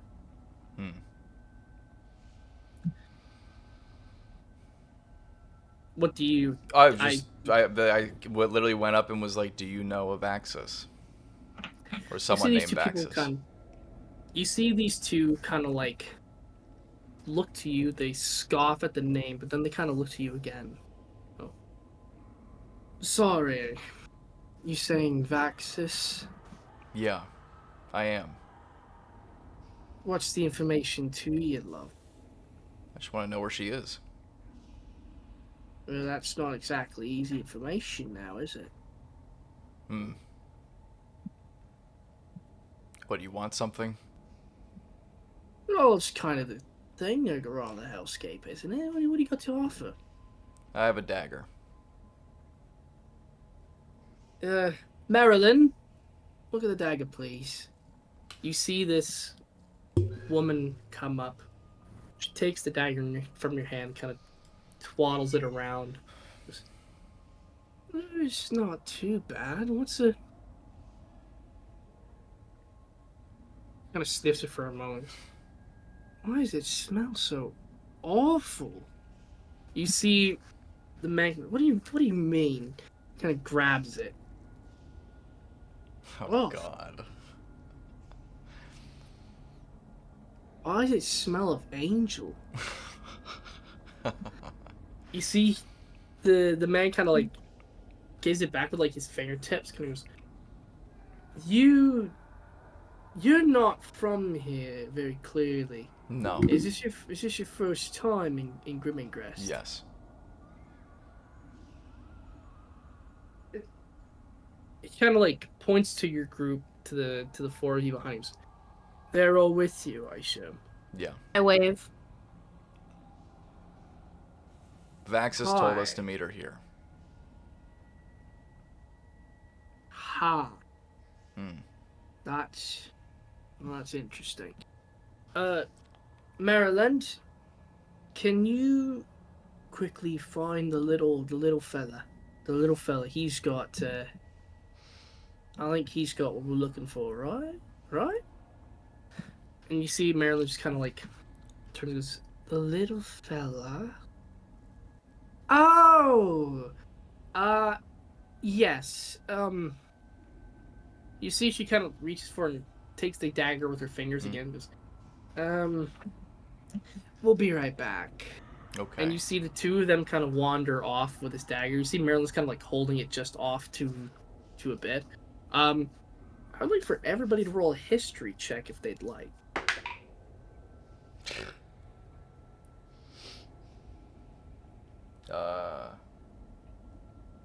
Where's history? 7. Not even 7, worth okay. saying. Michaelis. For history? Yeah. 17. Or if it's better, you could also roll Arcana if you want. No, 17. Okay. Michael, does that change anything with Arcana for you? Still a 7. I honestly, I rolled, but I don't even know if Lascivious would even give a fuck. Like, he would even be trying to, like, Mabel? historically analyze. 16. 16, Sonnet. 19. 19, and Bonelia. 18. Okay, everybody with the exception of Lascivious recognizes the creatures, mainly from their frame and how they kind of twist their words eloquently. based upon the description, these guys are succubus. They're succubus and female and male. These two kind of eventually wander back. You see they're holding up this little creature standing at about maybe about 2 to 3 feet. He's so scrawny, like there's pretty much no muscle to him at all. Completely red skin, has these horns that kind of twist off and go totally separate directions like antennas. And he's got these absolutely scrawny, similar to bat wings, but without such thick cartilage to keep them afloat. This little creature's kind of like... Eventually, the one kind of drops and goes, Bixby? Where's Vaxis? See, Bixby kind of like drops down to the floor. You see he kind of like just scrolls around and goes, Vaxis is there. She's there. And you see the male kind of like swat and go, Bixby, no, we're not messing around. Judging by the little tiefling lad, he's got some business with the, well, exiled non-believer of a person. Even I don't even know how to describe her. Basically, kind of goes, yeah, you see the one kind of goes, on with it, Bixby. Bixby kind of like curls up and goes, yes, at a hollow tree down in the middle. You have to squirm through it. It's very small. Okay. And then I'm just gonna head off. As you kind of make your way off, Bixby kind of goes, I didn't tell you those exact... You're very determined. Very. Among other things, and I'm gonna start walking too. And we're gonna follow. Or I'm gonna follow. Mabel? Yeah, I'll follow. Bonelia? I look at Bixby. Will you show us the way? Bixby kind of like looks at you and goes, yes! Bixby, sure. As Bixby kind of like, just like, fuck, not this annoying fucking thing. Bixby just like kind of like crawls, Yeah, like Michaelis. he has wings, but just chooses to crawl like on all fours, just absolutely like a almost similar to like a millipede or a centipede. He's absolutely scurrying along the floor. Eventually, kind of gets up to you, Lascivious, and as Bixby's kind of like walking backwards with it, you see he kind of like jumps up to meet your face and goes, "Wow, I'm so determined." Why do you care? Because Vaxis is special in housekeeping. How is she special? She don't belong. But should she stay? No one who don't belong to stay. Does she choose to stay, or can she not leave? I don't know. I'm not my leader. So who are you to Vaxis? You see, like, Bixby kind of like stops for a little bit, just kind of like waddles backwards without jumping up. Just... Serving? No. Pawn? No. These are negative terms. So that's me. So Bixby. Well, if you're her servant, then that makes you mine as well. You see, she like Bixby kind of like stops and shines. Nah, you're not Vaxis. I'm not servant of you. No, but I'm her son. You see, like, Bixby kind of like stops for a sec. Son. Mm-hmm. Offspring.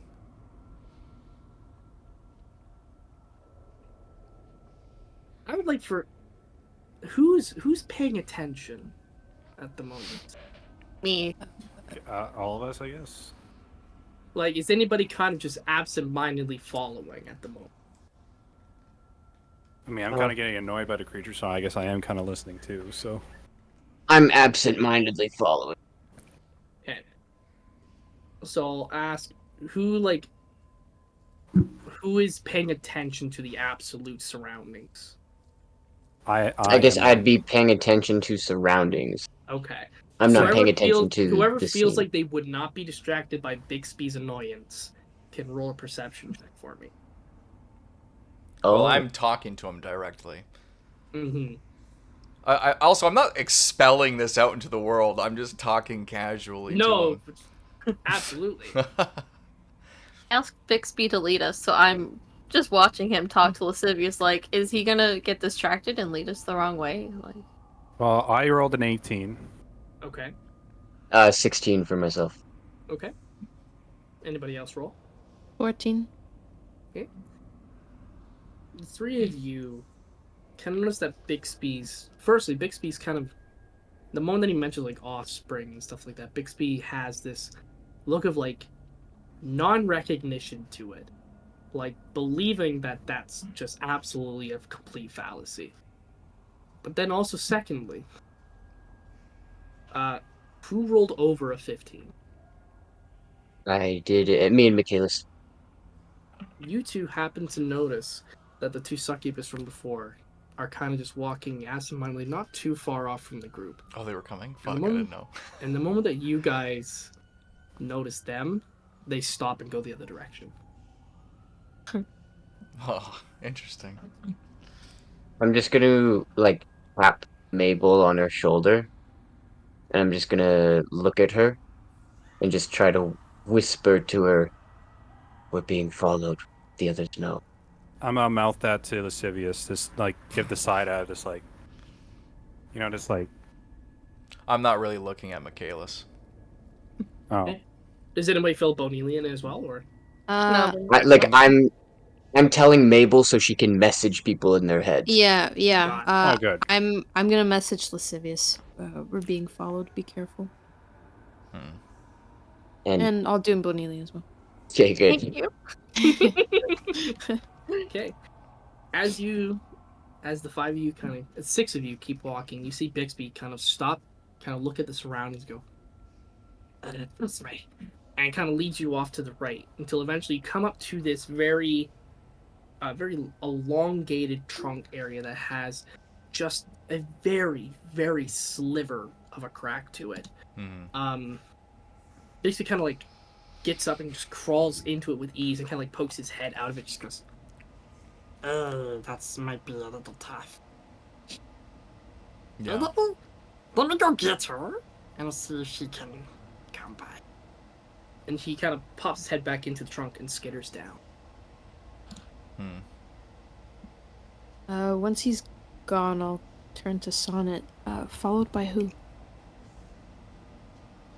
Well, right now it would be succubi that we just left, but I can't imagine they're the only ones.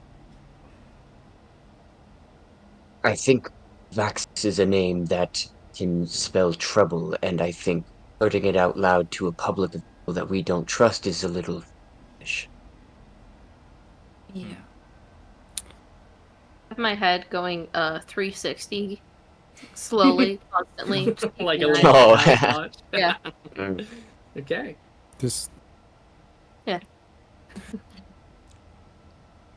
well, let's not be surprised if we get ambushed, but this is a chance we're taking, I guess. After a little bit, you see Bixby kind of wander up and kind of poke his head through and goes, it's 1, 2, 3, 4, 5.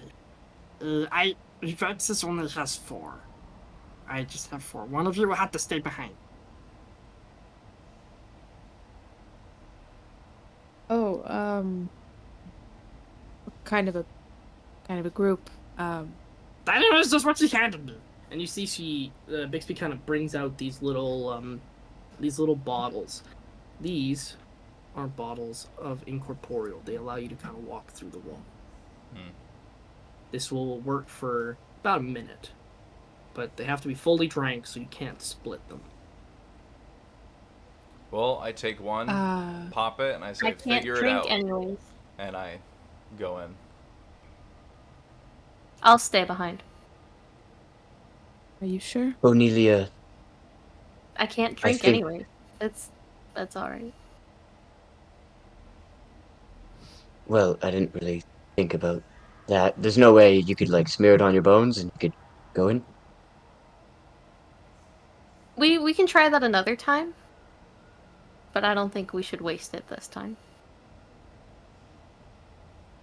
You see basically kind of like, if you smear it on her and it doesn't work, somebody could just like go underneath it and just like open their mouth and go, ah. I am not comfortable with that. Nor are we That depraved. and be It's just an idea. A depraved idea. It's a great idea, still an idea. I'll take 2 of the bottles from him, and I'll hand one to Sonnet, and I'll be like, drink up. But I think before we go, Mabel, we should establish maybe a timeline of when we reach out to Bonelia, depending on if we can even reach her, depending on how far we go into the tree. Communication should be established. I just don't think I don't think Bonelia can. I don't think Bonelia can initiate the communication. Right. Okay. How's 10 minutes sound? Is that too much time? I can just message her. I'll count. I mean, it's up to Bonelia, whatever she's comfortable with. I don't want her to be by herself out here for too long. Maybe 5 minutes. 5 minutes? Yeah, I can check within every few. That sounds like a good plan. Okay. Don't wander too far. Don't talk to strangers. You get the deal. I mean, this is hell, so kind of like I'll rich for stand right bad in. strangers. And just Strangers come up plenty. right. Yes. Just be careful of wandering eyes and people who may try to follow you. I'll keep an eye socket out. Okay. How can you keep eye socket? Eye socket is attached to skull. It's just a phrase, Bixby. Friends. And you see, he kind of pokes his head back into the tree.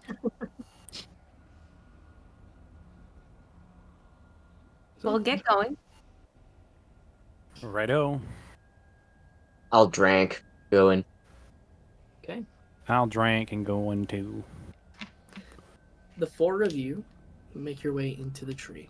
Once you go past the actual bark, you see there's this staircase that kind of goes down that gets wider as you walk.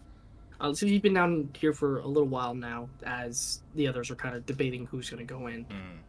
As you get kind of deeper into the area, you see Bixby kind of just like absolutely pop through as the other 3 kind of get their way onto the steps. You see Bixby just absolutely just plummet through the hollowness of the tree. So it's you just eventually you just hear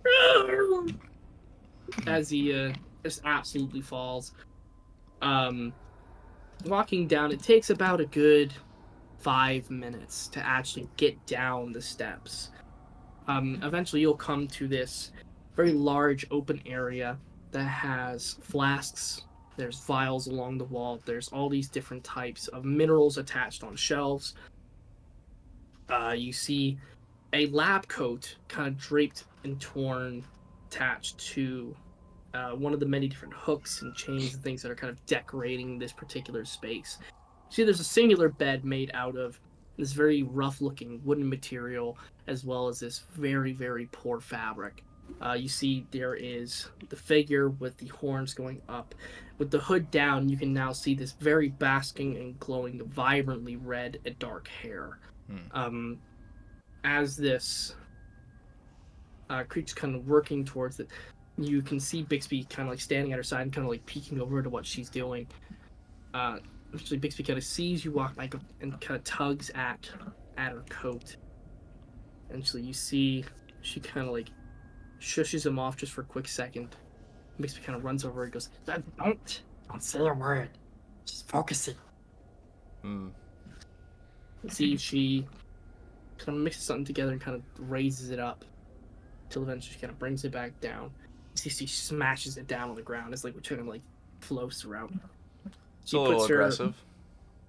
She puts her head her hand to her head, like with the elbow on her desk, and was aggressive is not exactly the word I'd use. Disappointing is the word I'd use. As she turns around, and you see this woman with this Damn. very dark green skin, the hair braided off to one side. The horns are so much different than any tiefling or devil that you've seen, as these horns have these ribbed bits that are reminiscent to scales or skin, and they're so much larger than any other creature of the same type of heritage that you've seen. She kind of wanders forth. The piercings along her ear have this small little ring tone to it as they kind of wander by. She kind of walks up. You see these little scars that go from her eyes down to about just below or just above the jawbone, and this square cemented on her forehead. And you see she wanders up. As she kind of wanders up to you, the other three slowly kind of make their way into this laboratory. You see she kind of looks you up and down, and she has like a very small little squint to herself. Okay. Thank God. Oh, I hate meeting new people. It's the worst. Hopefully a group makes this simpler. Very nice to meet you all. My name is Vaxis. I'm the Demon of Desire, the thing that doesn't belong here, the thing that doesn't belong up there. I have so many titles and none of them are actually true to what I am, so please do not beckon more about it. I'm just Vaxis. I am just Vaxis. Well, my name is Lascivious. Lascivious Vaxis. Everybody roll an insight check, please, with the exception of Bonelia, please. I'm just whistling. 15. Mabel, 17. Michaelis, 14. and Son. 19. You all see the eyes behind Vaxis. They have this very golden tint, but mentioning Lascivious' name, you see that they kind of flash for a little bit as like little bits of embers kind of go. You see she looks to you, Lascivious. Goes, that can't be. Yeah, it actually can. No, you're not Lascivious. Lascivious is 10. I was 10 when I was put away. But then I popped out. How old are you? 26, I think. Who's your father? Who is your father? Well, Kapir, as it seems. You see her eyes kind of like go off to the side a little bit. And she turns back around, her hair kind of beginning to like singe. You see like these little embers begin to kind of burn up at the tips of her hair. She looks to you and goes, "That's why you all smelled so familiar." Yeah. What happened to my husband? Well, as Michaela so adamantly puts it, he's probably dead. Okay, we don't know that. I'm gonna speak with her. It's like, well, for me specifically, You see she puts a hand up, and because as you go to say words, nothing comes out. You see she looks to the group. you see she looks to all of you, but she has her eyes trained on Lascivious. How? How? I don't Well- mean Lascivia. I don't mean Kapir. How did you get unstasis? This is... You should absolutely still be in your stasis. You are in grave danger being just out and about, Lascivious. What is going on? Well, I don't really know why I came out. Kind of was hoping that you might have the answer. And I don't know if I'm necessarily in much danger as I don't have my soul anymore. You see, she kind of like takes a step back.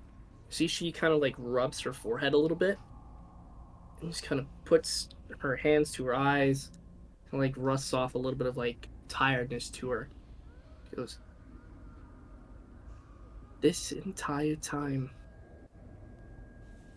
I have been waiting for the right moment so I could free myself from here again. Not again, for the first time, really. And come and set you free myself, so me and Kapir could continue where we left off. This doesn't make any sense unless..." And you see she kind of stops completely and kind of picks herself back up. Supposedly, Pacey and Ogma seem to be the only other people that knew from what I found. So, maybe either of them have something to do with it? I don't know. That's it. And you see she kind of like wisps around the lab, kind of like the little like outfit she's wearing, which is this black and gold, kind of like with little accents kind of going along the seams of where all the sutures and stitches would go, kind of like flushes behind you. You see she takes everything that's on her desk and shoots it off to the side. You see she grabs like a book off of one of the tables, another one of the liquid things, just kind of slams it down, puts the book down, flickers through to a bunch of different pages until she lands on one. Goes, "I fucking told him." You see she slams that down and kind of pours this liquid onto the book, and you see this book just melts away as acid kind of goes to it. And you see she just chucks it to the side.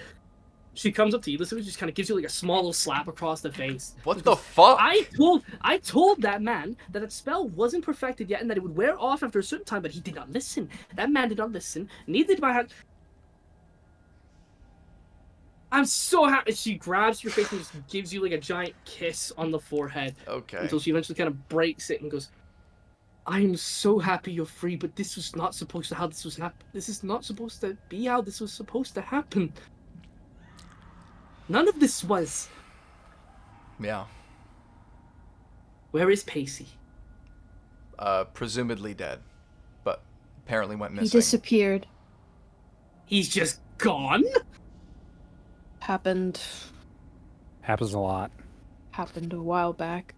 You see she kind of like flushes the hair out from her back and just kind of shakes her head. She goes, "Oh, the amount of men in my life that have done some good, but then also done not so good, is the absolute pinnacle of why I've decided to go with Lilith to keep you safe in case something were to happen. I had to take that messenger outside of Kapir's guidance, because if Kapir had caught it, he would have said no, and then it would have been this whole entire thing. And, oh, Lilith is out.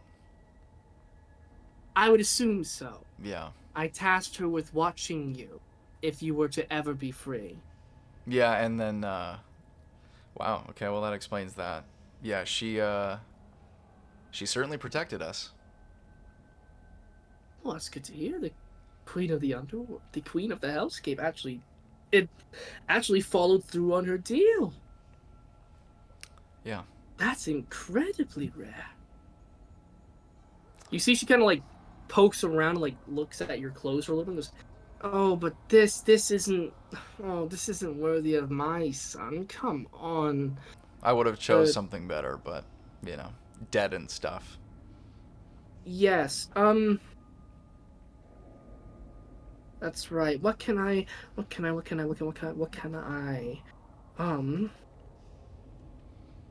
I know.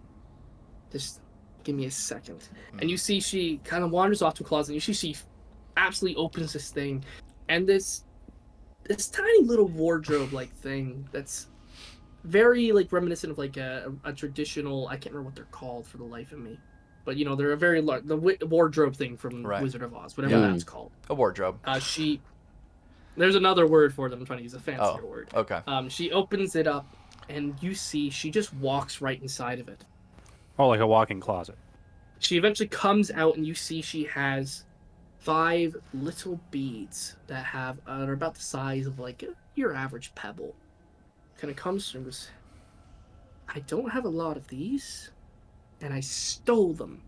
So maybe don't bring up the fact that I took these from Vazadan, because he would not be very happy, and I'm already a wanted lady as it is.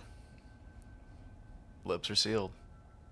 He wanders up and she hands Mabel one, Sonnet one, Michaelis one, Lascivious one, and then hands an extra one to Lascivious, because this is for your skeleton friend outside. Yeah. She seems so lovely. If you'll give me about like a couple of minutes, I can possibly brew up another one of those incorporeal potions so she can come by. I love it. She's just so lovely. I love necromancers are one of my favorite types of magic people. But I won't lie when I say that a lot of necromantic people are not exactly the friendliest, but we'll keep that to ourselves. Speaking of unfriendly people, you said you're unwanted, or you're wanted right now, and we were just in the town. Lascivious was looking for you pretty adamantly, just loose-lipped talking to the first person he could find, using your name, full name, asking where you are, and we were led here, but we were also followed. So, any thoughts on whether or not we should get out of here immediately, or are we compromised or not? You see she kind of like halts herself at the desk. Lascivious? Uh-huh. Could you come here, please? Fine. Going on. As you kind of I'm gonna point I'm gonna blow the finger off to Sonnet, and then I'm gonna keep walking. You see, at her desk, you see all these different elements and different kind of potion materials, all these different alchemy things, and you see she kind of begins to like mortar and pestle like a little bit. She hands you the pestle and goes, "Pestle that, please." Okay. You see, she grabs a bottle and just begins to pour like this very thick kind of black liquid into it. She kind of swishes around so it just kind of stains the outside of the inner rim of the glass. She then, "Can you hand me that?" There you go. You see, she pours the pestled bits into it. You see, she shakes it together. She aims it just at you and just kind of lets her thumb off the lid, and you just see a puff of like black powder and smoke just encase Lascivious completely in his face. Like it's hard to breathe, cough. All You right. see, she kind of like puts it back down and holds your face in her hands and goes, "It's not very smart, honey. You don't just go talking around to everybody in the hellscape about who's this and who that. You don't know who you could be talking to." I mean, if you're here, then I would assume people knew that you were here. Of course people know I'm here. I'm the outcast of the hellscape. But you don't just go shouting about me. I didn't shout. I was just talking. Your friend made it sound like it was a little more. Well, he likes to be dramatic. Well, he didn't mention shouting, but you did just kind of talk to the first person you saw in the hellscape and ask them about the demon of desire. Well, who else was I supposed to ask? Just walk up and wait? Well, I did say I was going to seek you out, Lascivious. Interesting. You literally come back to see me after 700 years, and the first thing you do is disobey your mother's orders. You're just like me. And she just gives you like a small little nudge on the shoulder. Like mother, like son. You'll have to forgive me for not being, jumping with joy. It's kind of hard when my dad is supposedly dead. You see, she kind of like flicks over and like does this like over dramatic maneuver to face the rest of the group, but then she kind of stops as you mention it. She goes, "Yes, and that was the love of my life as well, Lascivious. We all cope in different manners."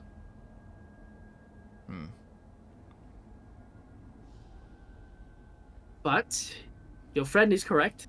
We should probably not stay here very long. you know who, for instance, heard about this little mishap? Well, one of them was named Marilyn. You see, she kind of like just lowers her head. Yes, we need to get out of here, like right now. Fantastic. Oh, great. But maybe we should probably message Benelia to, scale. Yes.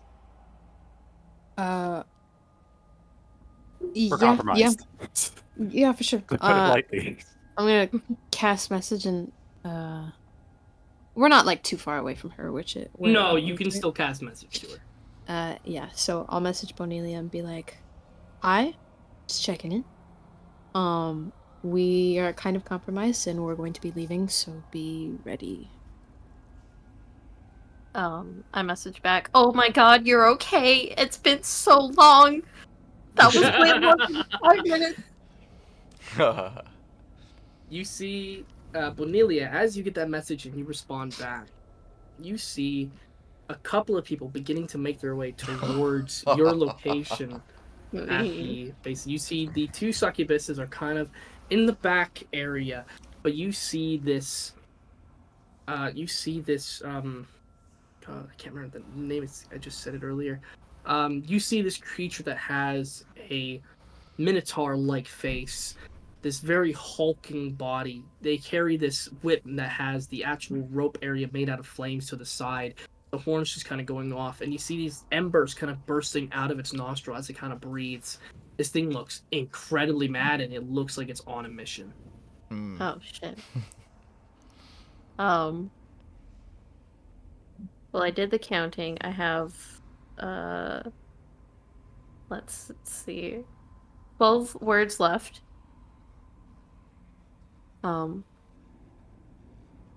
Who are we running from? Because we have guests. And she's messaging me that. Yes, that's a response to you. Right. Yeah. Oh, because she had words left over. Okay. Mabel's just gonna say, probably from those guests, please hide somewhere where we can find you. Be safe, we'll be there soon. Then I'll turn to everyone else and I'll be like, Bonelia has company, we should go. What are these orbs supposed to do? You see, she kind of like clasps your hand and goes, it's supposed to take effect over 5 minutes or so. Whatever you had on your body in the material plane, they're supposed to, from what I've heard, give you a little bit of that mojo back. Just a little bit. I'm not entirely sure. I haven't used them on myself because I'm not exactly dead. So, please use them now, and hopefully we'll get away with as they're activating, because we can maybe use some help. Wait, mojo or everything that we had? Like, what do you mean by material? that? Like material? Use it. I don't know. I've never used it I before. just use it. Well, it can't be worse than what it is now. Maybe you use yours? Yeah. Oh yeah, me too. Yeah. All the four of you kind of like crack yours in your hands, and you feel yourself feel this little bit of rejuvenation. And as time, like just as a few seconds go by, Mabel, you begin to see this spell book begin to materialize at your hip. Lascivious, you begin to see knives upon knives begin to materialize across your belt. Machillis, you feel this really hefty weapon begin to materialize on the back of you. Sonnet, you feel this crossbow and this knife begin to materialize in your hands. They're not fully materialized and you can't use them in that immediate moment, but they're beginning to take shape. Like corporeal form kind of thing? Can we assume that we're Corporeal. going back to our original levels? You can indeed. Okay. Delete. And did we get all of our items back? Yes, you'll be getting Everything. every item, everything. My necklace. Sounds nice. Yes. Additionally, Sonnet, I was gonna wait until a little later, but yes, you do begin to feel like a little strap begin to form around your neck. Hmm. Do I still have that permanent wisdom thing? Yep. Yes. Fuck. All right.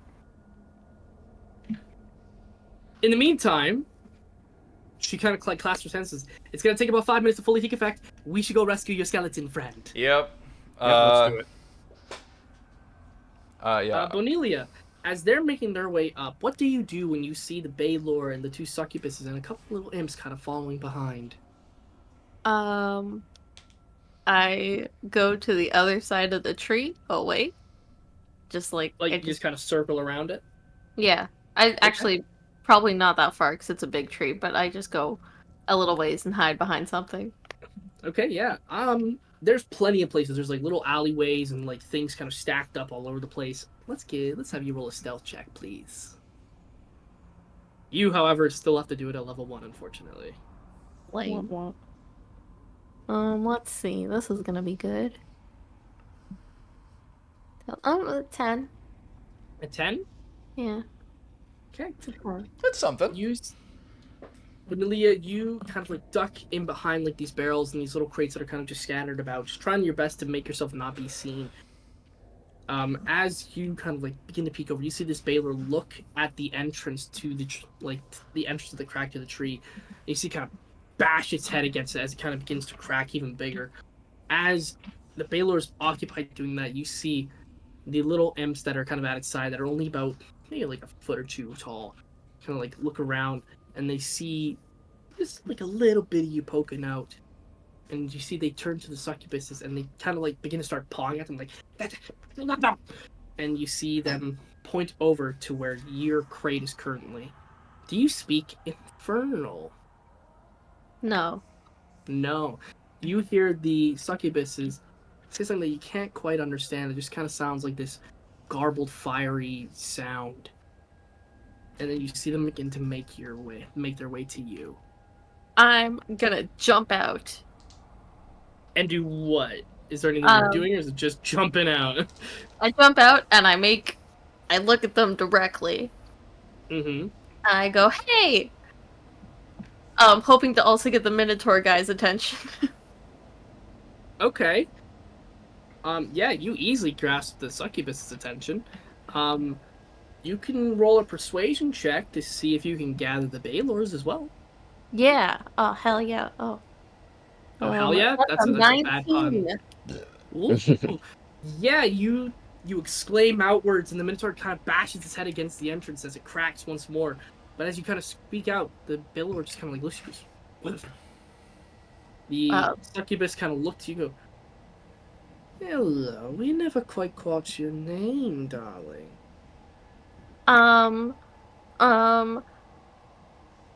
Check this out. And I start dancing, and I start spinning my legs and my head, and I'm just being a distraction. Okay. You can... I'll say you can have an option here. You can roll performance, you can roll persuasion, you can roll deception. Any of the main charisma skills that rely on you doing something verbally or physically, you can take a pick and choose of which one you want to use. Let's see. I feel like that's a whole combo of like everything. Deception, performance, and persuasion are all +0. So. Ooh, okay. Nat 20, guaranteed. I rolled a 7. A 7. You kind of begin to do like this juggling act, and you see the succubus kind of look to you and go, all right. We'll leave you be. And you see the succubus kind of turn around, and then the male kind of goes, Acha! And shoots off a little firebolt at you. Oh god. That is gonna be a 18 on the die to hit, Danica. Yeah, that hits. She's probably resistant to fire because she's just bones, right? She's just bones. I'm gonna die. Danica, you are going to take 4 fire damage. 4? Oh, okay, alright. She probably feels it up as if it's being cremated. The male succubus kind of fires it off at you and goes, that's just starting, sugar. And he just begins to go and cast like one after the other. You guys, as you kind of get to the very top floor, all you hear is a, all right, we'll leave. And then suddenly just Bonelia's kind of cry of pain. Mm-hmm.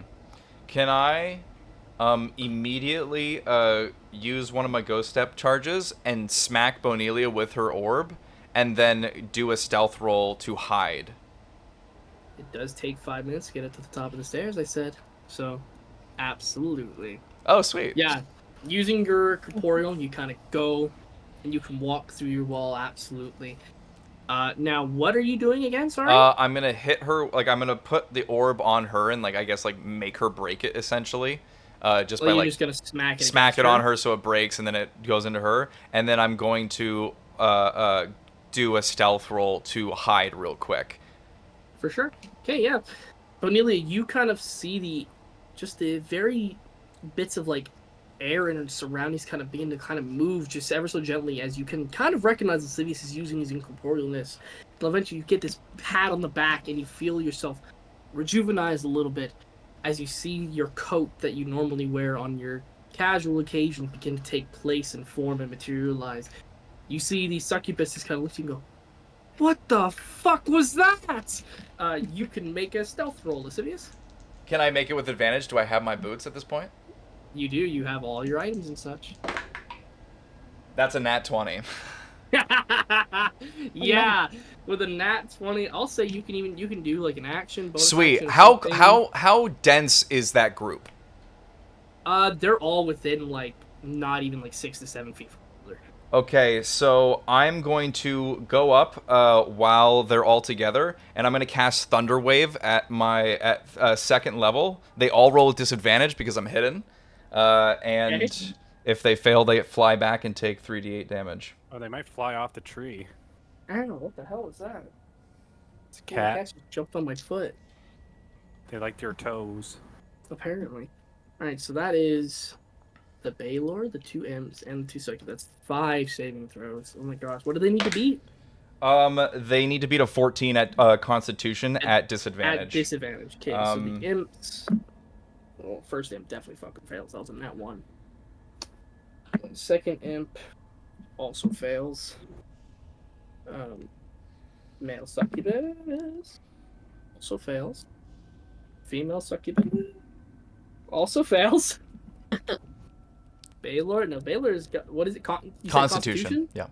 Okay, I was low-key kind of hoping it was strength. Disadvantage, though. Pretty strong. Baylor's pretty strong, but its constitution isn't as high. Oh my fucking god. All You- them sail off the tree. You So damage, real quick. Roll your damage first. So, basically, so they take 7 plus 6, so that's 13 plus another 6, so that's 19 damage. 19. All take 19 damage. Mhm. And essentially, the way that it goes is that Lascivious basically smacks Bonelia, and while it's still incorporeal, goes and hides behind like whatever closely is there, and then just, it's kind of his signature at this point. He just runs up and just everybody goes flying with like a psionic blast sort of thing.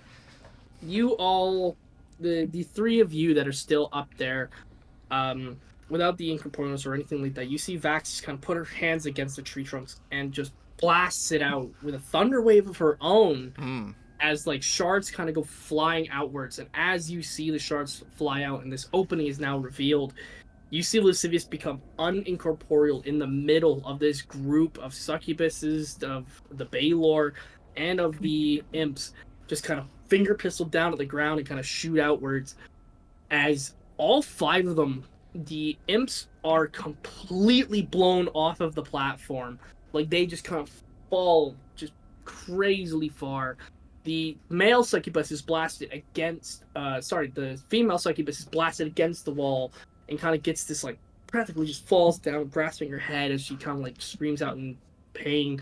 The Baylor's pushed off of that platform, but lands on another one further down. And the male succubus completely goes flying off of the town completely. You see him just kind of go out, and you see, like, his arms kind of flail downwards as he goes. Yeah, there's currently no enemies atop you all at the moment. Bonelia, you begin to feel yourself kind of get back to your level 11 self. So you can begin to use your level 11 sheet. I know it takes 5 minutes, but you'll probably take 5 minutes escaping the city. So, Yay. you all kind of get out. Vax just kind of looks to you all and goes, I can't do the 5 people thing very often. It's very draining, as much as I am peak myself. So I suggest we all kind of run and I'll help from what I can. Fair enough. Fuck it. So everybody, let's make some athletics checks, please. Okay, not acrobatics. Well, you can jump from rooftop to Oh, rooftop if you'd like. baby. Sweet. Athletics or acrobatics. So regardless of my roll, it's an 18, unless it's higher. That's an at 1, so it's an 18. That's funny. Okay. Mabel. Thank God we settled on how the ruling is going to be yesterday. That's 12. 12, Michaelis. 19. 19, Sonic. 24. Bonilla. 17. 17. Amazing. You all quickly, either whether it's Lascivious kind of jumping from rooftop to rooftop and kind of hopping through the different layers, Vax just kind of just diving downwards and opening her wings to kind of swoop down. Michaela's just absolutely fronting the charge, just shoving people absolutely out of the way for everyone behind you. Mabel kind of keeping up at a pretty decent pace with everybody else as well, just kind of swiftly moving between the populace. Sonnet, you also kind of using the shadows as you've experienced before from Zaboyum, just very shifty, can make easily going in and out of traffic. Bonelia, a lot of people are just completely just out of your way as they're amazed that you're keeping up with a lot of humanoid, just regular people, without any kind of necromantic creature in the vicinity. They're all just baffled as you kind of walk away, as you walk through, all like sparkling eyed. Yeah. You all make your way out of the city down through that giant spiral that leads down onto the ground. Bonelia, as your foot kind of plants down on the actual base of the tree area, you can use your level 11 sheets again. Yeah. Yeah. You all This is are nuts. back to your proper selves, although you know this feeling isn't proper. These items are not necessarily incorporeal, but you know that they're magical in nature. You can wield them, you can feel the cloth against you, all wearing your regular attire that you wear on a regular basis, whether it's the militaristic uniform for Michaelis, the golden type robes that you mentioned before for Lascivious, the blue gown that Mabel wears on occasion, and the purple suit that Sonnet does, and Bonelia with your pirate-esque attire. It does definitely bring you that reminiscence of familiarity, and you feel yourselves again, but you know that these aren't your weapons. Mm-hmm. They're like mirrors of what we have. Pretty much, yes. They all have the same statistics and everything like that, but they are not your actual gear. Right. You get the sense that leaving the hellscape, you probably won't have these with you. Mm-hmm. Just out of some slight desperation, I checked to see if the mark of LaRue was back on me. The mark of LaRue is not. Yeah. Do I have my champion mark on me? Yours My is hand? also gone, Ian. Can I talk to my sword quickly to see this? It's like, can you guys hear me? Like, There's I'm no speaking. response. Fuck. I still get. Okay. Real quick, I was initially gonna ask, but I kind of got distracted. But Lascivious doesn't have a soul, and he died. Is there any indication of that, like, being a thing, like some sort of effect or something? Like, You still feel as hollow as before. so, but like, because I imagine we're all technically in a soul form, so. Yeah, I was just wondering. No, if there's actually. any... No, okay, never mind. Michaelis in the Void. I can't remember what the word I used for it. Like, you know, the realm of Naporum. He was in a soul form, but here you are physically there. Interesting. Oh, was that whole thing of like, oh, I'll make you a deal. I know where your bodies are. They're literally right here, kind of thing. You motherfucker. You don't know that. You motherfucker. I'm gonna stab him in the As- face. As you all kind of make your way out, you see the bodies of the two imps that fell. You see that succubus that landed very poorly is just kind of very like shakily kind of getting up and like popping his shoulder back into place.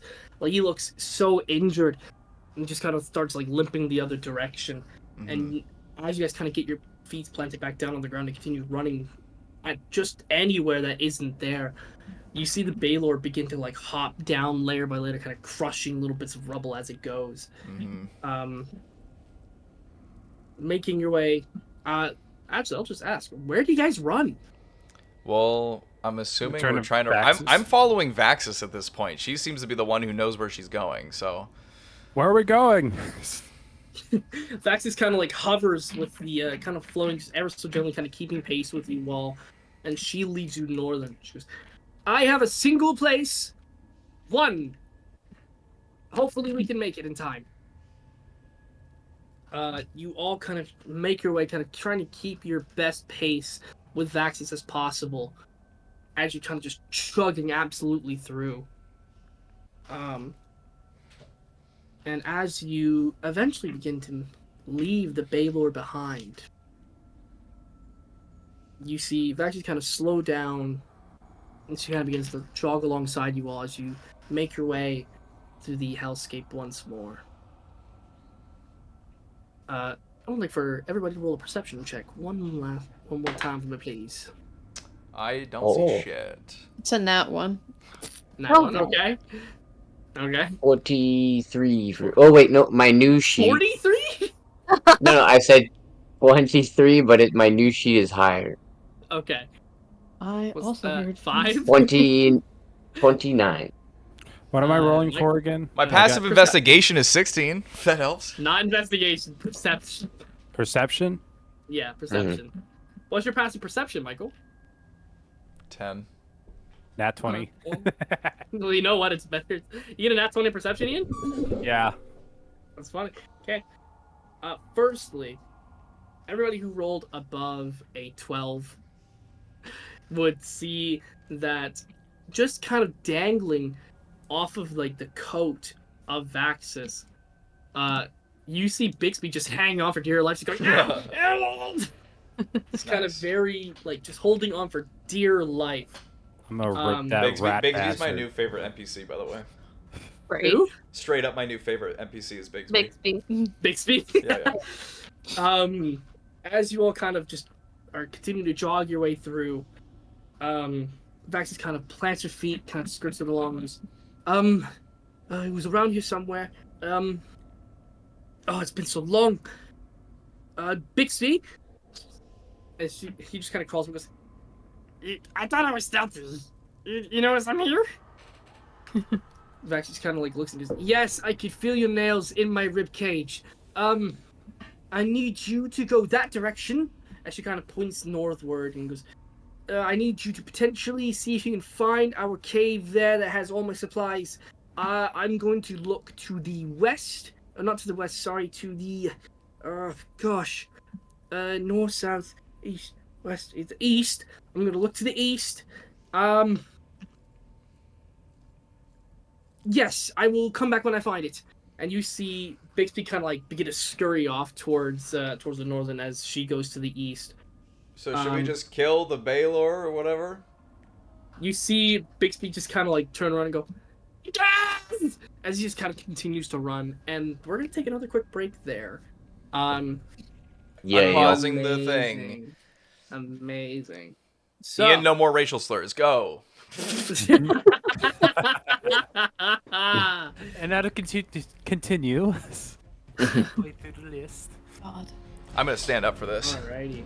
To say the N-word? It's serious. So much. Jesus God. Christ. I'm gonna stand up for this. But I need to charge up. no. Oh, are we on the surface now? No, this is in the hellscape. Yeah, but like, are we on the surface rather than in the tree now? Yes, you have ran back and made some ground. Damn. Okay. Does this look like a tree? Fucking nice. Hey, Lasilius, this is So- am I Fucking Silius, am I a tree? I don't know. So does how damaged do a bunch of people look that we're having to fight? Well, it's just the Baylor. Oh, and he's got 19 damage taken already. We fucked up his friends, so. Feel free. I'm to pretty tell sure I us killed how one of you, the succubuses. Listen, guys, I got a fresh level 6 spell slot for all of us. Sounds good. Yay. Alrighty, I so cast smite. initiative, everybody. Okay, Wee. initiative Oh. time. Yeah, I guess I'll be with the group. Oh my That's pretty god. saucy. That's pretty saucy. Oh, good thing I have advantage on that. Oh wow. Great. Oh. I don't really I prefer lose when I'm anything level on a one. nat 1, right? So No, you don't lose anything. yeah, No. I'll stick with the nat 1. Why not? That thing will be dead by the time we're done Hey. with it, probably. Michaelis, I'm a 15. Bonelia. I'm also 15. Two of you roll a d20 for me, please. Both of you roll a d20 for me, please. I hope That's a Walker has 15 again. beefed the shit out of this guy's health, cause Should I roll again? Yes. Yes. Walker, Do do I I still have Lolth's Fang? Yeah, all of your gear. That's a nat 20. Okay. Alright. Both of you again. Wait, we both got nat Both of you 20s. rolled yes. No, I got a 15. Oh, a 15? Oh. She I said mean, 15. no, I got a nat 20. Alright, so that Mabel.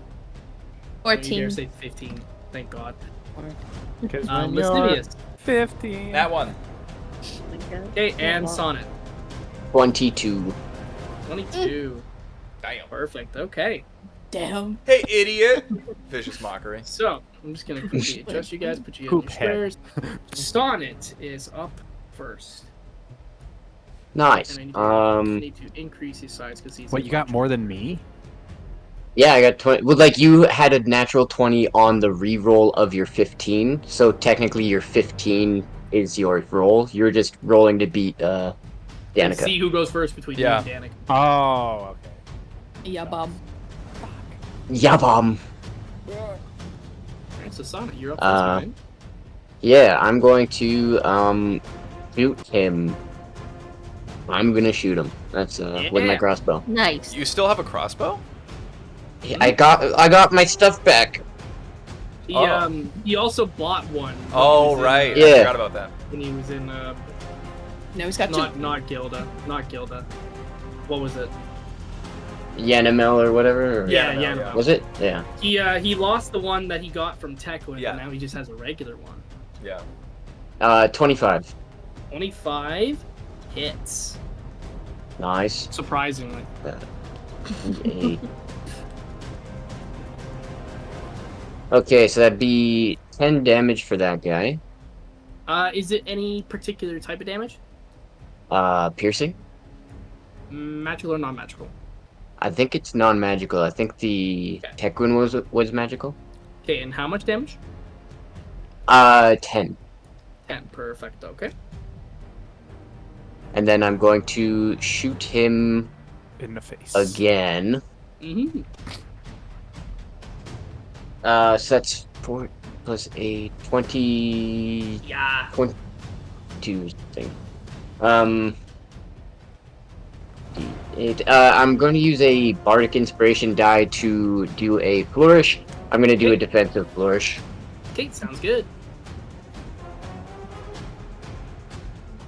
And so it does 8 piercing, plus 2...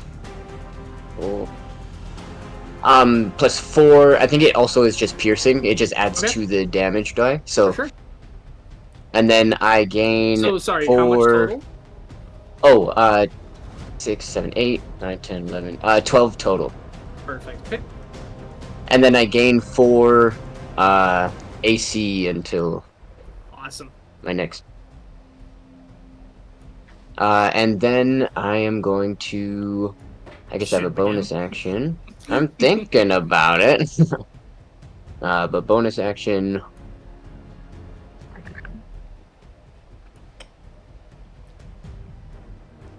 Yeah, I'll just shoot him a third time. Why not? Crossbow Amazing. expert. He like shows up and we're all just like, alrighty.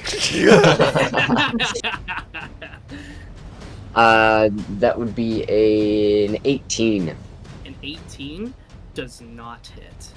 I knew it. Yeah, but that's his, You- So quickly, now that you have all of your gear, you're like, oh, now I'm in my wheelhouse. And you fire off the 2 shots, defending yourself in the second one. The third one kind of fires off, but it just kind of tinks off the horn as if it does nothing. Next up is the... Do you have any movement you want to take? I actually do. I will move 5, 10, 15. Let's move here. Okay. Next up is the Baylor, followed by Michaelis. All right. Okay. So we're gonna need 4. Nobody's within 5 feet of him, so that's good. I would For now. like 30 feet. Who is you're within, you're within, you're within, everybody's within. Okay. We're gonna do a whip attack at... I'm gonna do Sonic. He hit him first. I'm gonna counter with Nene. So the attack... Cool. First attack of the whip is gonna be a 24 to hit. That hits. Perfecto. Just say no, Joe. You cannot consent to being hit. So that is gonna be 20 slashing damage. Gotcha. And then All right, we jumping I in. need you to succeed with a... hopefully you'll succeed. I need you to do a strength saving throw, please. Strength saving throw. He'll pass. Oh, you're gonna give him important? Yeah. What's the Okay. total? I have a 19 for portent. Quickly, If you Joe. want What's it. your And then- strength modifier, man? What's your strength modifier? For saving throw, it's 0. He fails. Ooh. Damn. Unfortunate misuse of a portent. That's a Oh. big oof. Alrighty. Sonnet is going to be pulled up to 25 feet closer to the Baylor. Oh, perfect for me. So right here, and then he takes an additional 6 fire damage. Alright. The Baylor is then going to use its second attack and attempt to hit you with its longsword. Yeah. Oh, it's a fucking Balrog, dude. It's a fucking Balrog. I don't know what that is. Gandalf, you shall not pass! It literally has a whip and a sword. That's... Well, the That's Balrog... funny. Yeah, the Balrog had a Maybe- sword. That might be it because it is bad lore, so it could be. Yeah, based it's off of it. Probably It's a spell, inspired. one spelling The- and a letter missing. Mhm. The whip kind of grasps you and kind of pulls you forth as he goes to slash with the sword. So does a 22 hit? Yes. Okay. Didn't know with your AC boost, you can get pretty fucking high. Not the that high. sword is the 8. The sword does... Oh, that's a lot of ones. Is going to be...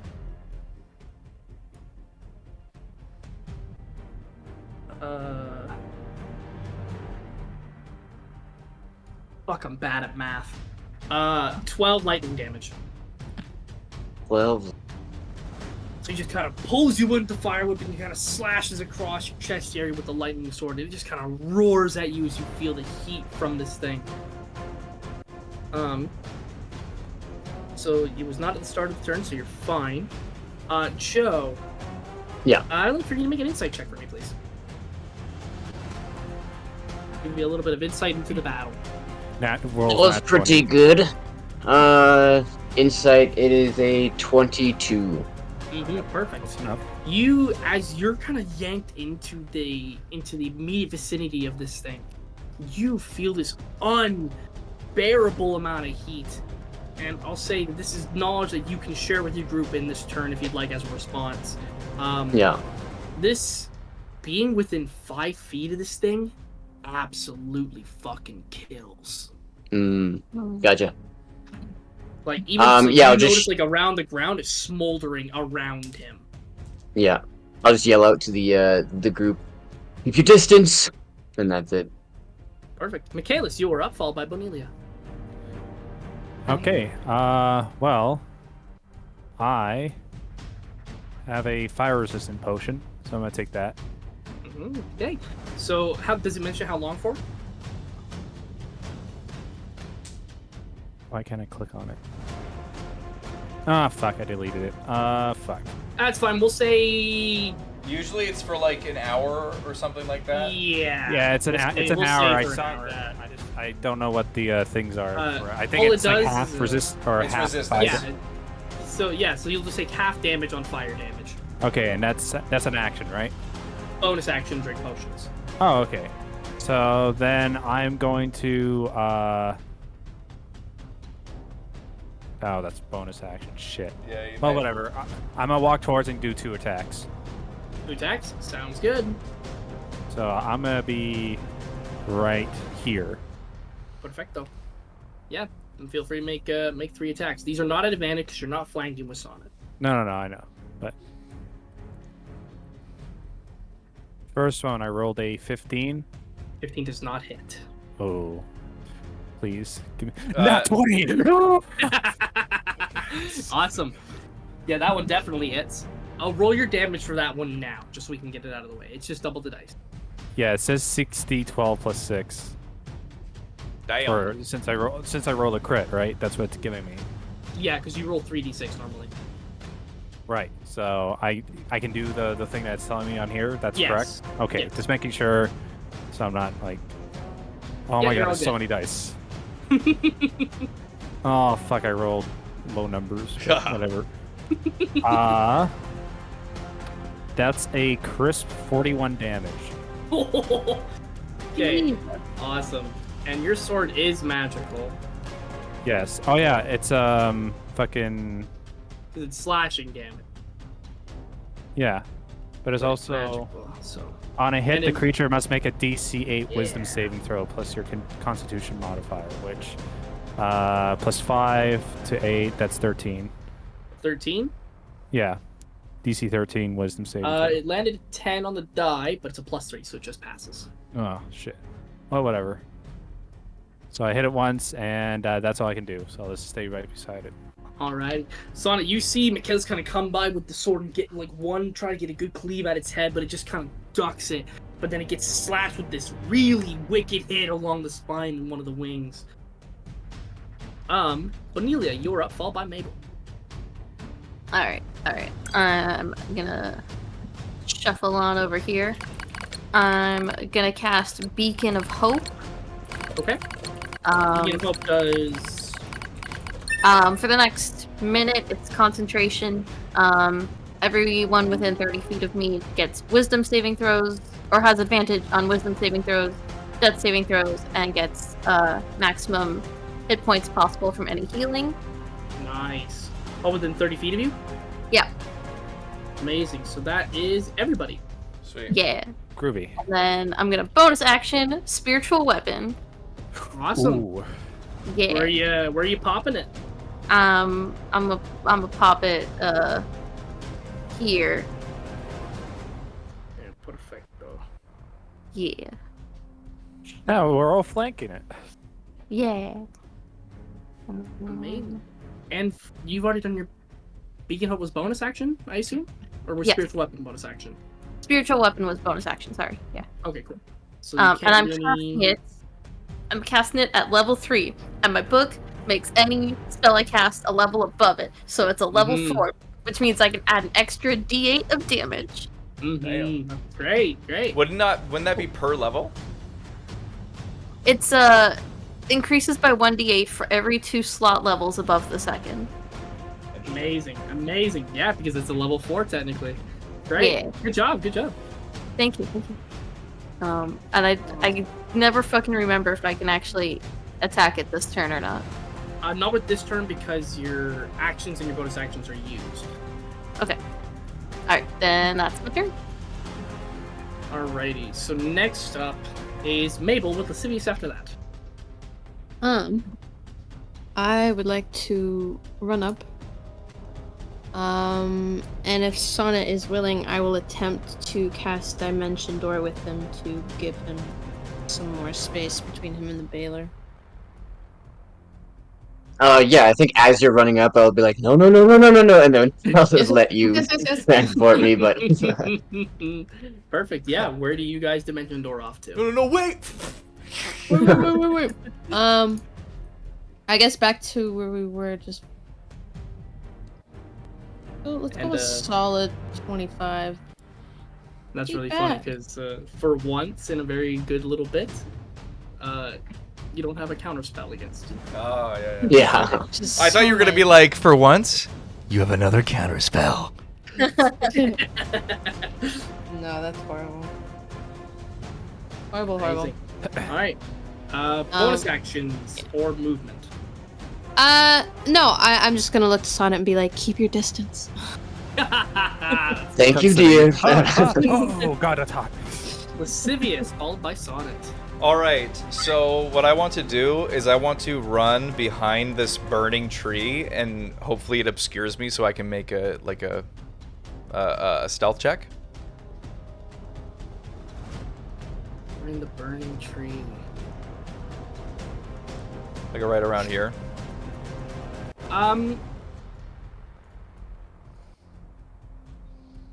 You have 30 feet of movement, or Yeah, 30 feet of movement. I'll say you can hide if you get over here. Okay, cool. So I'll go over there. Do my high. Make a stealth roll, which I believe you have a very high minimum. So that's a 16 on the die, which means plus 12 equals a 28. 30 or 28. 28. 28. Holy shit. And it has It's disadvantage. Oh wait, no, I haven't put on my hood, so it doesn't have disadvantage in seeing me. Surprisingly, its passive perception doesn't see you, so I have to roll. Yeah. You have to crit. Wisdom. Doesn't have to actually. Dang. It doesn't have to, but it has to roll really fucking high. Yeah. And it's at disadvantage, right? Yep. No, because I don't have my hood on right now.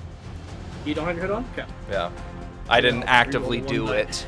You're lucky because I rolled an 18 and a 5, but I'm choosing to re-roll that 18. So. Sure. It's gonna be a 10, so 21 does not see you. You are hit. And I'm gonna cast Tasha's Mind Whip, and it's gonna roll at disadvantage. It has to beat a 14 Intelligence saving throw, or take 3d6 damage. And Intelligence, you say? yeah, And how much? it has to beat a 14 at disadvantage. Ooh, it just fucking fails. Just fails. Cool. So it's gonna take 3d6 damage, psychic damage specifically. That's Awesome. 10 damage. Awesome. And then on its next turn, it can only take either a reaction. It can't take reactions until its next turn, and on its next turn, it must choose whether it gets a movement, action, or bonus action. It cannot have all three. Only one. Gotcha. Okay. Okay. So essentially, I just like sneak over to the thing, and almost like a long, like thin, like whip, almost that has like almost like a green sort of black flame, or a red and black flame. Sorry, just whips out and like slashes at his head, and I kind of like yank something out, and basically Awesome. just yanking its brain. Cool. Amazing. Yank on my brain till I blast. Sorry. Netheries on my own. Sonnet followed by the Baylor. Yeah. Okay. I'm going to.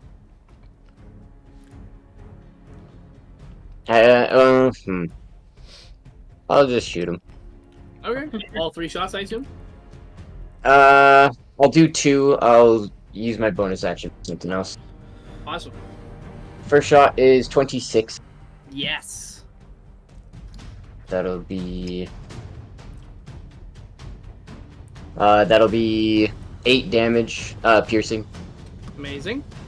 Second shot is a 23, Yes, that hits. and that is 8 plus 6. So 14 damage, piercing. And then my bonus action, I'm going to cast Healing Word Amazing. What on level and myself. I think I'm the only one that's been damaged, right? Yeah. who? Yes. Yeah. Then I'll cast it on myself. I'll do it at 2nd level, and I get full healing from it. Yeah, you Yep. get the full Is it- amount.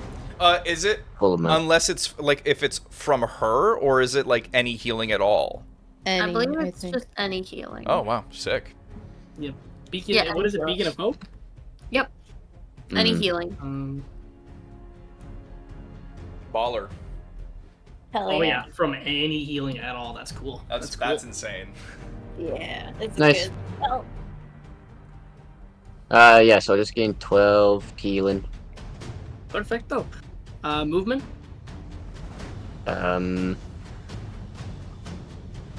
Nope. Okay, cool. The Baylor's turn. Ian, I would like for you to make a dexterity saving throw, please. Oh dang it! I Actually, should have no. bonus Sorry, action you Hunter's don't. Mark. Sorry, you don't actually take.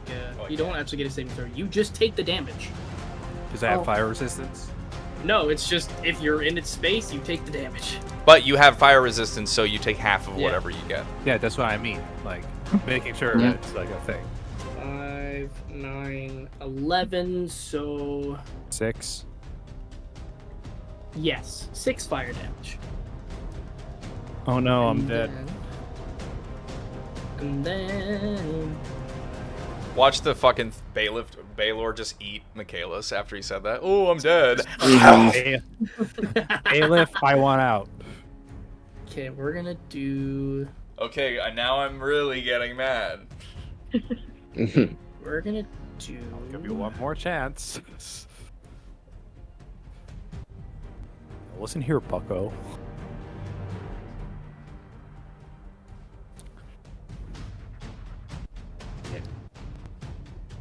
Baylor's gonna use the whip crack. Chow. boy. Oh no. Damn, where's that coming? Damn! Damn! What the fuck? Put that Dorito back. No. Man, that's some hot sweet. There's sweet no chili way Doritos. it has that much of a range. What the It fuck? is 90 feet. oh So my it's God. full on yanking Gandalf as he was hanging off of the fucking bridge. Straight Unless up. The make it Baylor- fail. Unless Well, did this you is a already roll? Everybody needs a saving throw. Right. Everybody Wow. Baylor. Is it everybody a within the whip? cone, within the Mind cone. you, Give me- just so give you me a know, second, everybody. This is all it can Give me a do. second. The Baylor kind of whips the whip around and it kind of goes and extends upwards to 90 feet and kind of gets everybody within that cone. Everybody who's within it needs to make a Constitution saving throw, please. Are you sure you don't want to make it wisdom? It has to be Me Constitution. and Mike are just like looking at each other, just like Uh, saying like, "Oh, they're fucked." I'm kind of like not that intimidated because I would take half damage if it's fire. So Well, hey, I'm kind of in my twinsies. element, despite not being welcome or natural here. I'm kind of in my element. Oh! What's up, Joe? Nat 20. Hell yeah, baby! Mabel dies. Mabel. Fuck! Oh, yeah, like a nice 11. Oh my Amelia? god. I got 17. Mabel and Bonelia fail. Fuck. No, Okay. Beacon of Hope. Sonnet, with a nat 20, I'll say you can have the half damage as well. half of the half. So you're gonna take Half a and a third half. of it instead. Oh, that means this is gonna be a lot. Walker's confident in the damage. Does this break my concentration spell? It If, might. you'll have to Depending roll for depending it. on what it rolls. Okay. 'Cause you'll have to make a concentration save, which is Hey, at least this is the only thing it can do, right? Yeah. So your your saving throw to maintain concentration is going to be, the DC is going to be a, can't remember, is it wisdom? It's Constitution? Constitution. Yeah. I feel So like it's it would be like a Constitution- dexterity thing. No, because What, it's concentration. For It's concentration? Oh, for concentration. Yeah, that's For- Constitution. Okay, so for it, Danica, for what you'll have to do is you'll have to make a Constitution saving throw at either 10 or half of the damage that you took, whichever is higher. So we'll see what you got to do here. It does 9 damage. I'm gonna get the total and then we'll see what everybody gets. Alright.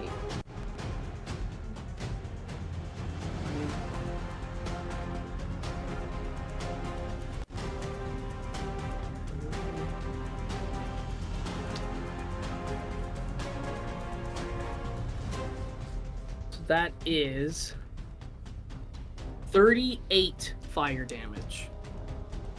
Mamma So for mia. Joe, Here we go again. 38 divided by 2 is 19. Divided by 2, you're going to take 10 fire damage, Joe. Oh.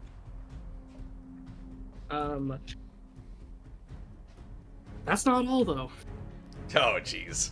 Because you also take the same amount as lightning damage. Ah. But it re-rolls the dice. And Joe, I'm going to keep your saving throw. You don't need to make nobody makes an additional saving throw. It's a vicious attack. It gets 1 a day. Michael, just this, huh? He just does this?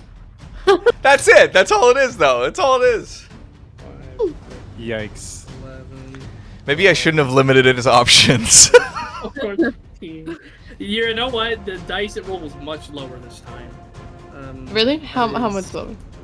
13, 15, 17, 21,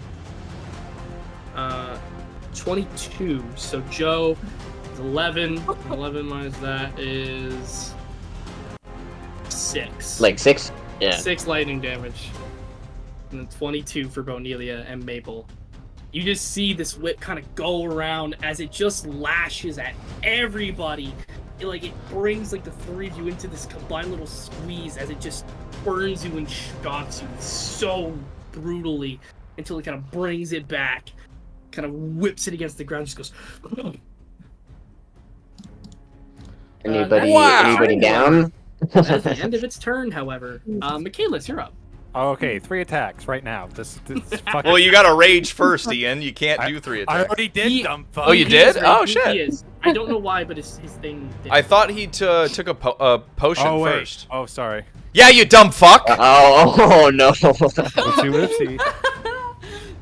That's what I fucking I thought. I assume you bonus action rage, Yes, and then 2 attacks. and then 2 attacks. That's really funny. That's really funny. 19. 19 just hits. Okay. Please. Ah, fuck. 8. 8 damage?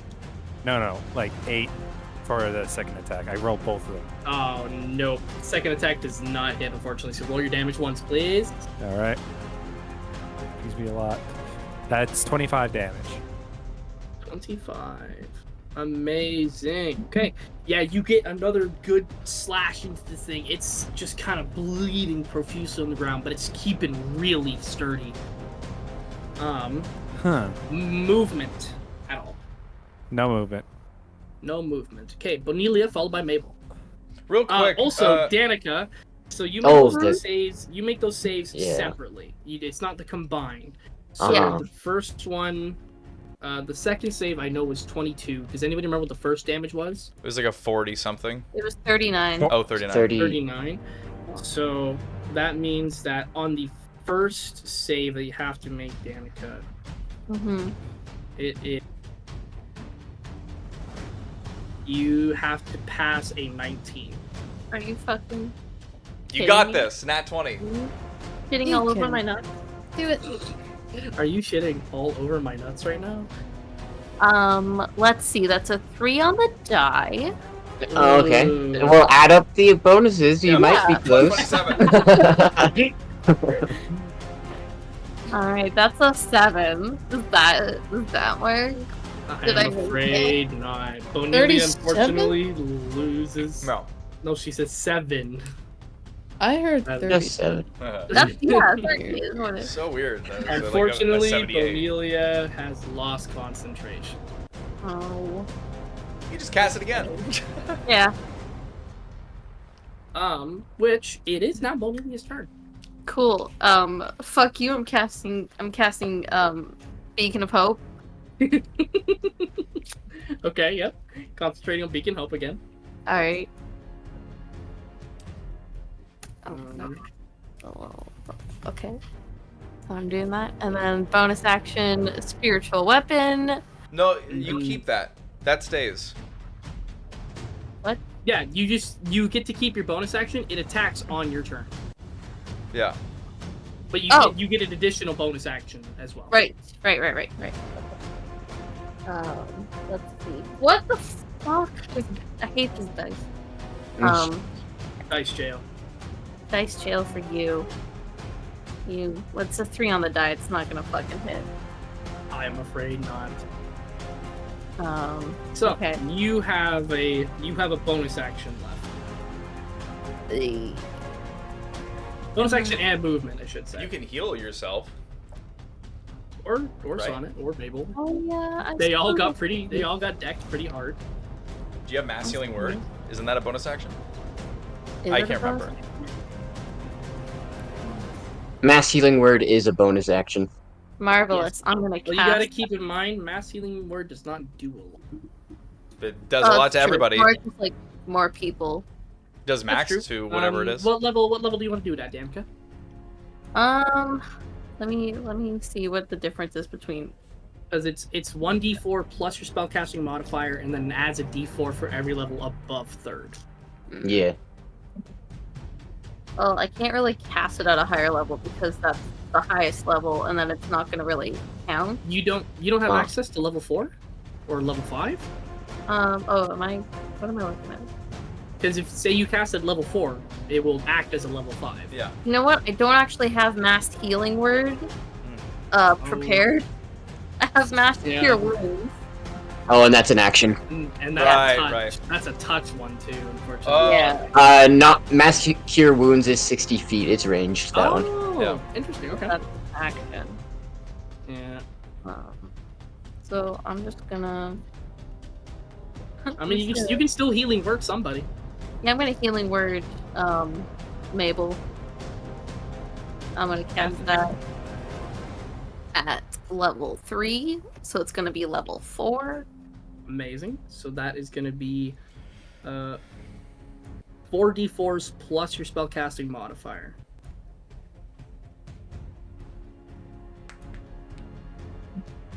And it gets the max, actually, because you're still concentrating on Beacon of Hope. Yeah, she just cast. Oh yeah. So she gets the max. Oh yeah. 8, 12. Plus my spell casting modifier. That's 21. Nice. You get 21 health back, Mabel. Solid chunk. Thank you. No problem. Thank I know it's you. not a lot, but it's something. Any movement? Nah. All right. Mabel, followed by the Sidious. Mabel about to nuke this bitch. We'll No. see. Mabel is not. Mabel is doing something else. Oh. Mabel is going to pull out the big guns. I am going to cast a globe of invulnerability. Ooh. But first, I'm gonna move up, and within 10 feet from me, people be invulnerable. Oh. Like a shimmering orangey yellow globe goes over everyone that's around me, and it's concentration, and it lasts up to 1 minute. And let me read this for you real quick. Oh my god, thanks, Mabel. Any spell of 5th level or lower cast from outside cannot affect creatures or objects within it, even if the spell is cast using a higher level spell slot. It can target people, but it has no effect. Okay. But the creature Does doesn't it know do that. anything about like weapon damage at all? Is it just spell effects and stuff like that? It might just be spell effects. It might just be spell. Yeah. All right, cool. No spell effects from level what now? Ever. Like any. Right. I think. Right. Well, it says 5th level or lower cast from outside cannot affect anyone inside, even if it is used Awesome. as a higher. Right, Awesome, then you have good to to know. cast it at higher level. Good to know. Awesome. Bonus actions or movement? Any Nah. other movement, I should say. Nah. Okay. Lascivious, followed by Sonic. Cool. So, is this like fire like in front of me? Like if I walked through it, I would take some fire damage. Mm-hmm. I'm gonna walk through it. I don't want to go around. Well, yeah, I don't want to go around it. So, 5, 10, 15, 20. So And you're resistant to fire damage, right? Yeah, so I take half. So you're gonna take 1. Cool. 1. Walk through the embers, reborn. Oh shoot. What? I wanted to hide first. So I have it. Well, I actually have advantage. Never mind, because we're. Yeah. So I'm gonna bonus action cast Hunter's Mark on him. So it's concentration. Okay. And then I'm going to, with my shadow daggers from 10 feet away. Is it a save or anything for Hunter's Mark, or is it just? Nope, it's just the thing I put on them. Cool. And then I'm going to roll the hit with advantage. There's so many of these little things on everybody. 19 on the die, so. 19 on the die, yeah. So that is going to be.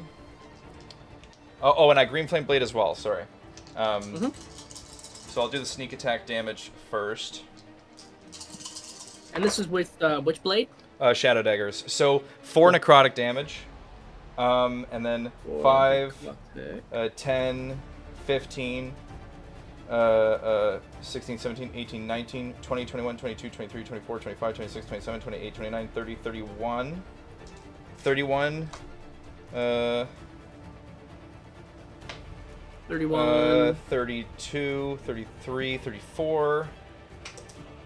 35, 36, 37, 38. So 38 total damage, and then the green flame blade. What type is it, though? Necrotic and piercing. The piercing, it's 4 necrotic, it's... and then another 4, so 8 necrotic total. Okay. And then, yikes, only 3 fire damage, so it's gonna take like 1. Or 2 if you round up. And then that is... Oh, and then plus an additional 5 piercing damage. Cool. Okay. Did you get all that? Was it fine? Yes, I've got it. As well, I'll say, just so everybody sees it, you see the fire damage that hits the Baylor, nothing happens. Yeah, I figured, but I just thought I'd toss it in anyways, because why not? Like, not even like it twinges in a little bit of pain, like it just doesn't react. Yeah, that's fine. But the rest, it reacts, I hope. Yes, yes. Oh, I didn't roll my Hunter's Mark. Oh, yes. Yes, I did. Okay. I'm going to say I rolled the Hunter's Mark damage. Okay. I want to say that's it for you, unless you want. I still have movement. What is Well, I moved 20 feet, so I still have 10 feet. I'll just move behind the thing here. Amazing. Okay. Cool. Sonnet and then the Balor. Yeah, with this like dome placed over us kind of thing, I'm like, Mabel, you genius, we're thinking the same thing. I'm like, we're gonna be good as new, and I'm gonna cast Mass Cure Wounds on. And that's within I'm 60 doing it, feet, right? Yeah, like I can pick a point within 60 feet, and then I can like from that point, it can capture around 30 feet. Oh, However, because of this dome, I don't think it would be able to affect us if I put it outside of the dome. So I won't be able, like, I'm not placing it outside, I'm putting it directly on us, because if I don't think we're going to actually get any healing. That's right. That reaches all of us. Yeah, it not only does it reach all of you, but Beacon of Hope is still active as well. Yeah, so cool. I heal 1 hit point! Too. That was nice. Are you bragging about that, Michael? I heal so much. No, I'm not bragging. Walker, I'm not bragging. Is that a brag I hear, Michael? No, I'm not bragging. So everyone's going to heal 24. Jeez. Awesome. Jesus Christ. I don't need Thank you. It's not even my turn anymore. I was gonna be like, what's it looking like? I'm curious to see how it's doing. If this is like a boss for the ages at the moment. Or... I feel like it's fine right now. I feel like... Currently, yeah, it's looking pretty sturdy. It's looking pretty sturdy. Yeah. All right. To cleave it a bit more. Yeah, and as my bonus action, I'm going to look over to Michaelis and I'm gonna be like, hey, do it again, just this time a little harder, and then I'm gonna give him bardic inspiration, so he gets an extra D10. Damn. To any attack roll, ability check, or saving throw. But once. He gets, yeah, once you get to use it and then it goes away, kind of thing. Okay. And I'll you can definitely use it like, yeah, use it before the outcome is determined, but you can choose what you use it on. Okay, I'm definitely gonna use it for one of my attacks. Okay, awesome. Like, Yeah, and you can like Yeah. see if it's a low roll, and then you can choose to add it, just so long as it's not determined to be, Yeah. Movement miss. jump. No, I'm gonna stay in the dome. Alrighty, the Balor is up. Wait, next. where is the dome? Is it centered around It's Nat? 10 feet 10 around feet. me. Yeah, Oh, You may that's enter. a You may big- enter. That is a. Oh, Oh, I yeah. should have gone in. I didn't have the speed, but Which it's a big one. to help make it a bit easier, we'll just do that. Yeah, I was like, not like No, 10 feet. I was like, oh, but it's like, oh, like 2 squares out. Yeah, there we go. Damn, that's a fucking Nice. dome and a half. Enter Holy- my dome. Enter my door. My no. My. Never mind. yeah, well, we are, Weez was. Alrighty. It's not who I think I are. It gets its whole thing this time around. Yes. It will. I should have just Tasha mind whipped it again. Just. Watch it whip. Watch it nay nay.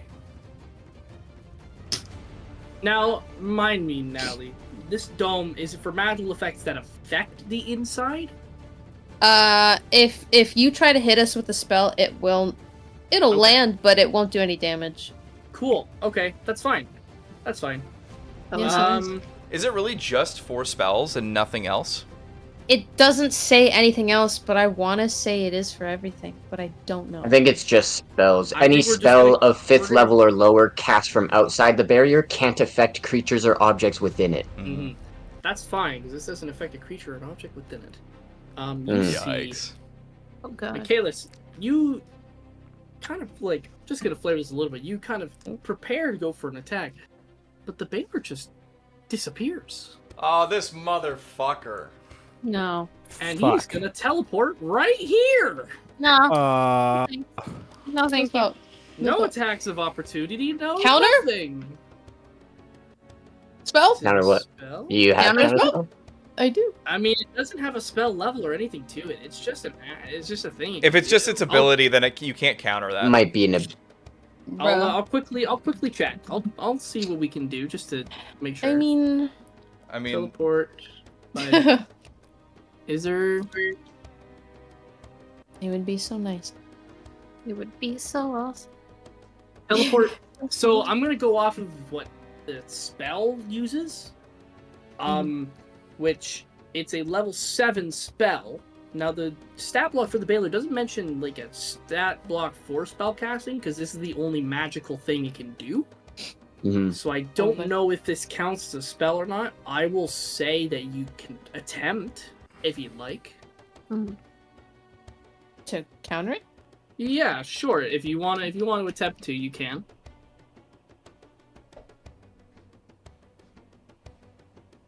So it's just a D20 plus your spellcasting modifier. You have to beat a 17. Oh, I thought that was a 1. That was not a 1. I'm just under it. Just under. Okay, so the teleport goes through. Alrighty. Oopsies. Yeah, I'm not. They don't have like a good little a good thing to explain that, so we're just gonna work with that. so it's obviously a full action, right? That was obviously a full action. That was an action, bonus action, reaction at the same time. That was weird. Crazy how that was. No, that's crazy, Michael.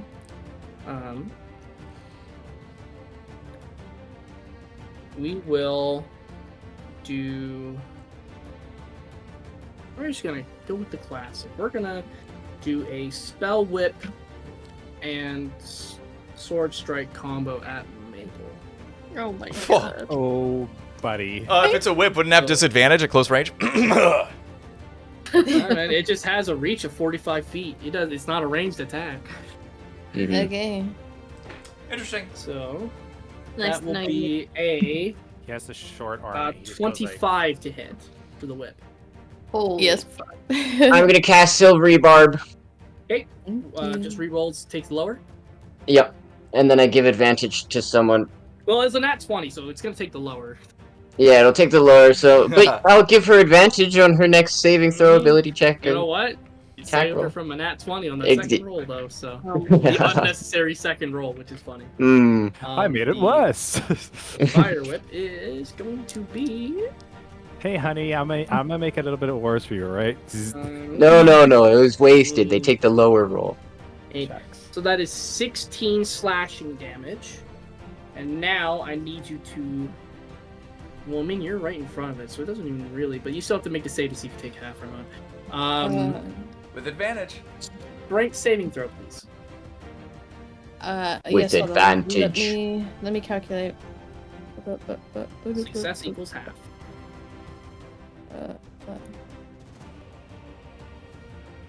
Hold on. Okay, so my health is this. And then, sorry, saving throw Right. with advantage.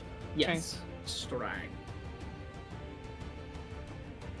Okay, let me find my strength. Let me find my strength. Sounds potentially positive. It's a 6. Oh, yeah. With no. advantage? I got a 5 and a 4. Jesus Oh, Christ! I'm so Yikes. sorry. I couldn't help her if I wanted to.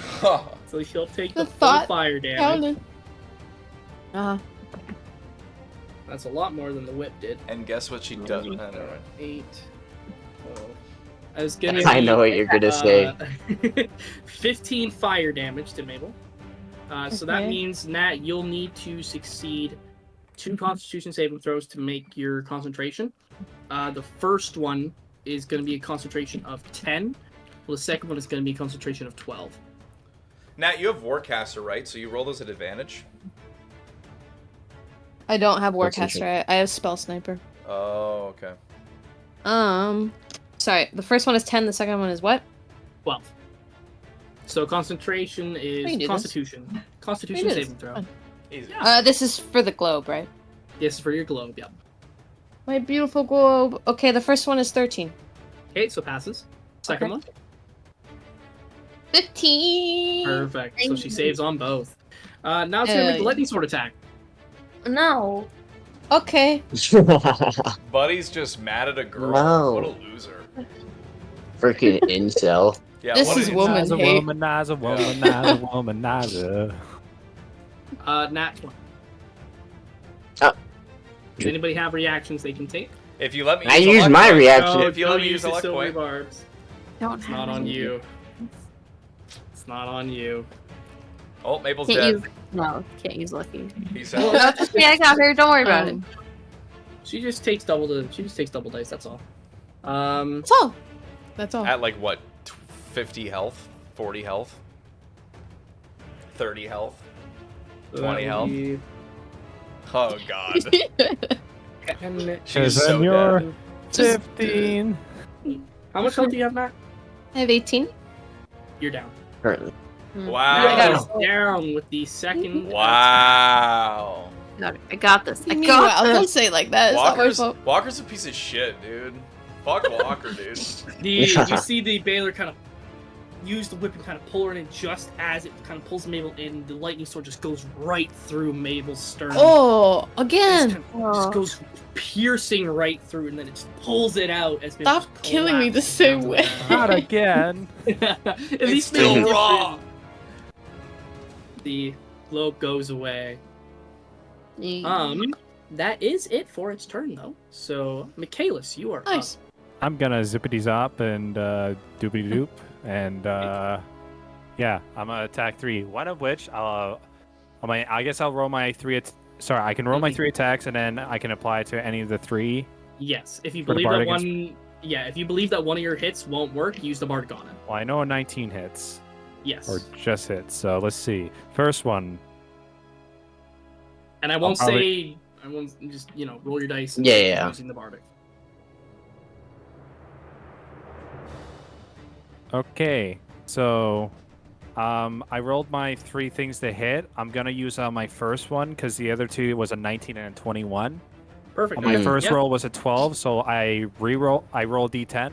Yes, Yep. roll a d10 and add it to your total. Added a 12. Okay, give me a D10. Roll. That's an 18. So no, it does not. Darn. Fuck. Well, I So tried. 2 hits. 2 hits. Yeah. Michael, does he? oh yeah, I need does to he roll get the damage. extra damage from Hunter's Mark as well, or is it just you? No, it's just me. Okay. Yeah. Okay, first attack. that's 26 probably the- damage. Also, Ian, I'm so remember sorry, you I'll gotta be be right you gotta be adding 2 damage per attack because of your rage. Oh, I'm raging. Yeah. So that's 28 total? 28, and 20 damage. 28 and 20, perfect. Yeah, you get some good meaty swings to this thing. It's looking a little damaged now. It's looking a little damaged. It's got Oh, a thank little bit of God. a little bit of a slump to its arm now. No. That's Alrighty. it? Yeah, that's it. It's still standing sturdy on its feet, but its arm is a little gashy. I can't do anything else. I was gonna say I'm gonna help me. Oh. Who is up next? Is Go. Bonelia. Yeah. Alright, you fucking ready, motherfuckers? I'm fucking ready. I'm gonna cast Heal at 6th level on Mabel. Just And she- heal? Just Heal. She gets Okay. 70 hit points. Sorry, I get what? 70. You get 70. 70. 70. Wow. Yeah. Yeah. I'm like, I don't think it's a spell. I think it's a cleric ability, Just right? like- No, it's No, a 6th no. level evocation that Oh. clerics and druids get. Yeah. Damn. What do you say as you give this rejuvenation to Mabel? life back. I say, not today, bitch. Amazing, Mabel. You feel this magical, warm feeling just kind of come about you as you kind of be stabbed. Bonelia just says these words, and you kind of look down, and that hole in your sternum is completely patched. No She's like, scar, no I'm up. nothing. Oh, wait, what do I need to do? Alrighty, that's phenomenal. Yeah, awesome. Yeah. So you have bonus actions and movement. Yeah, I'm gonna bonus action this guy over 20 feet. Awesome. Well, he just moves freely. It's not a bonus action run to move. It's a bonus action to make him move. Oh, well, thank you for Yeah. being honest. Yeah, I mean, yeah, it's for free action. Sweats is like, well, we're in hell. We can lie. I'm just gonna back the fuck up a couple feet. There we go. Absolutely. However, it will use an attack of opportunity. I'm not even close. Alright, fine. Well, it has a 10-foot reach on the sword, so. It's 45 feet reach on the whip, so. Yeah, but she doesn't leave the range of the whip. She's left the range of the sword. Alright. Yeah. Alright. The sword is, well, that's a 19 on the die, so. Yeah, that hits. For funsies, do you want to hear what the total was? Sure. Yeah. 33. Jesus fucking Christ. So, Mabel, can I take some of those health points back? So, Danica, you will be taking, that is 7, that is 11 lightning damage, and I need you to make a Constitution saving throw, please. Okay. On a fail, you'll take the full frontal force of the lightning damage. On a success, you'll take half. So 7? 7 does not pass, unfortunately. All of my rolls, like the past 4 rolls, have been 3s. And it's gonna be... Right. Not you. Come on. Give me the fucking dice I need. There you go. Okay, cool. Okay. 9, 14, 16 additional lightning damage, Danica. Marvelous. Hmm.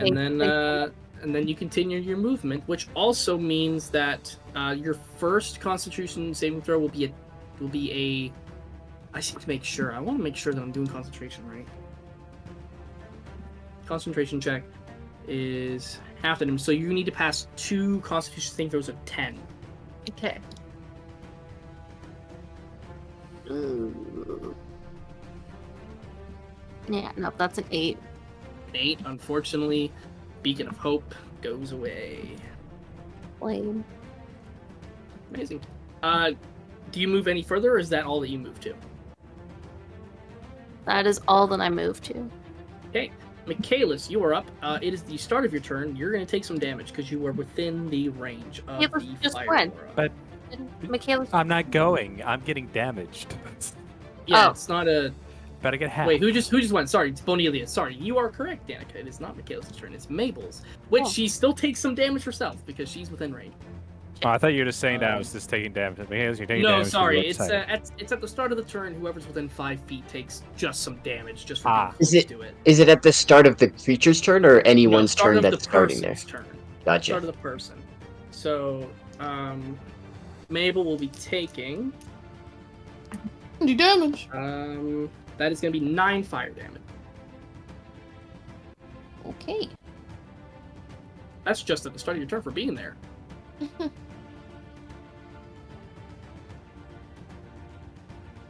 You're not down. Question. Oh, got She a got 70. healed 70 points. Right, I forgot about 70 that. health back. Forgot about that magnificent moment. Yeah. Insane. I have a question. Yes. Am I still able to cast any of my banishment spells? You Call can of try. Banished Paces? You can try. I can try. Would that be like Okay. a full action? Ooh, it would be tempting to cast, yeah. Yeah, you know what? I'm gonna try. I'm gonna do. Which one was it? Walker's just waiting. I'm gonna do Pacey's Banished Grounds. Okay. Strength save. He fails and he's paralyzed. Has to beat a You- 16. You all see the ground beneath the Baylor kind of begin to glow with this white bit as hands begin to go up, but they don't get very far until they go back down and it's snapped. My You. powers. Okay.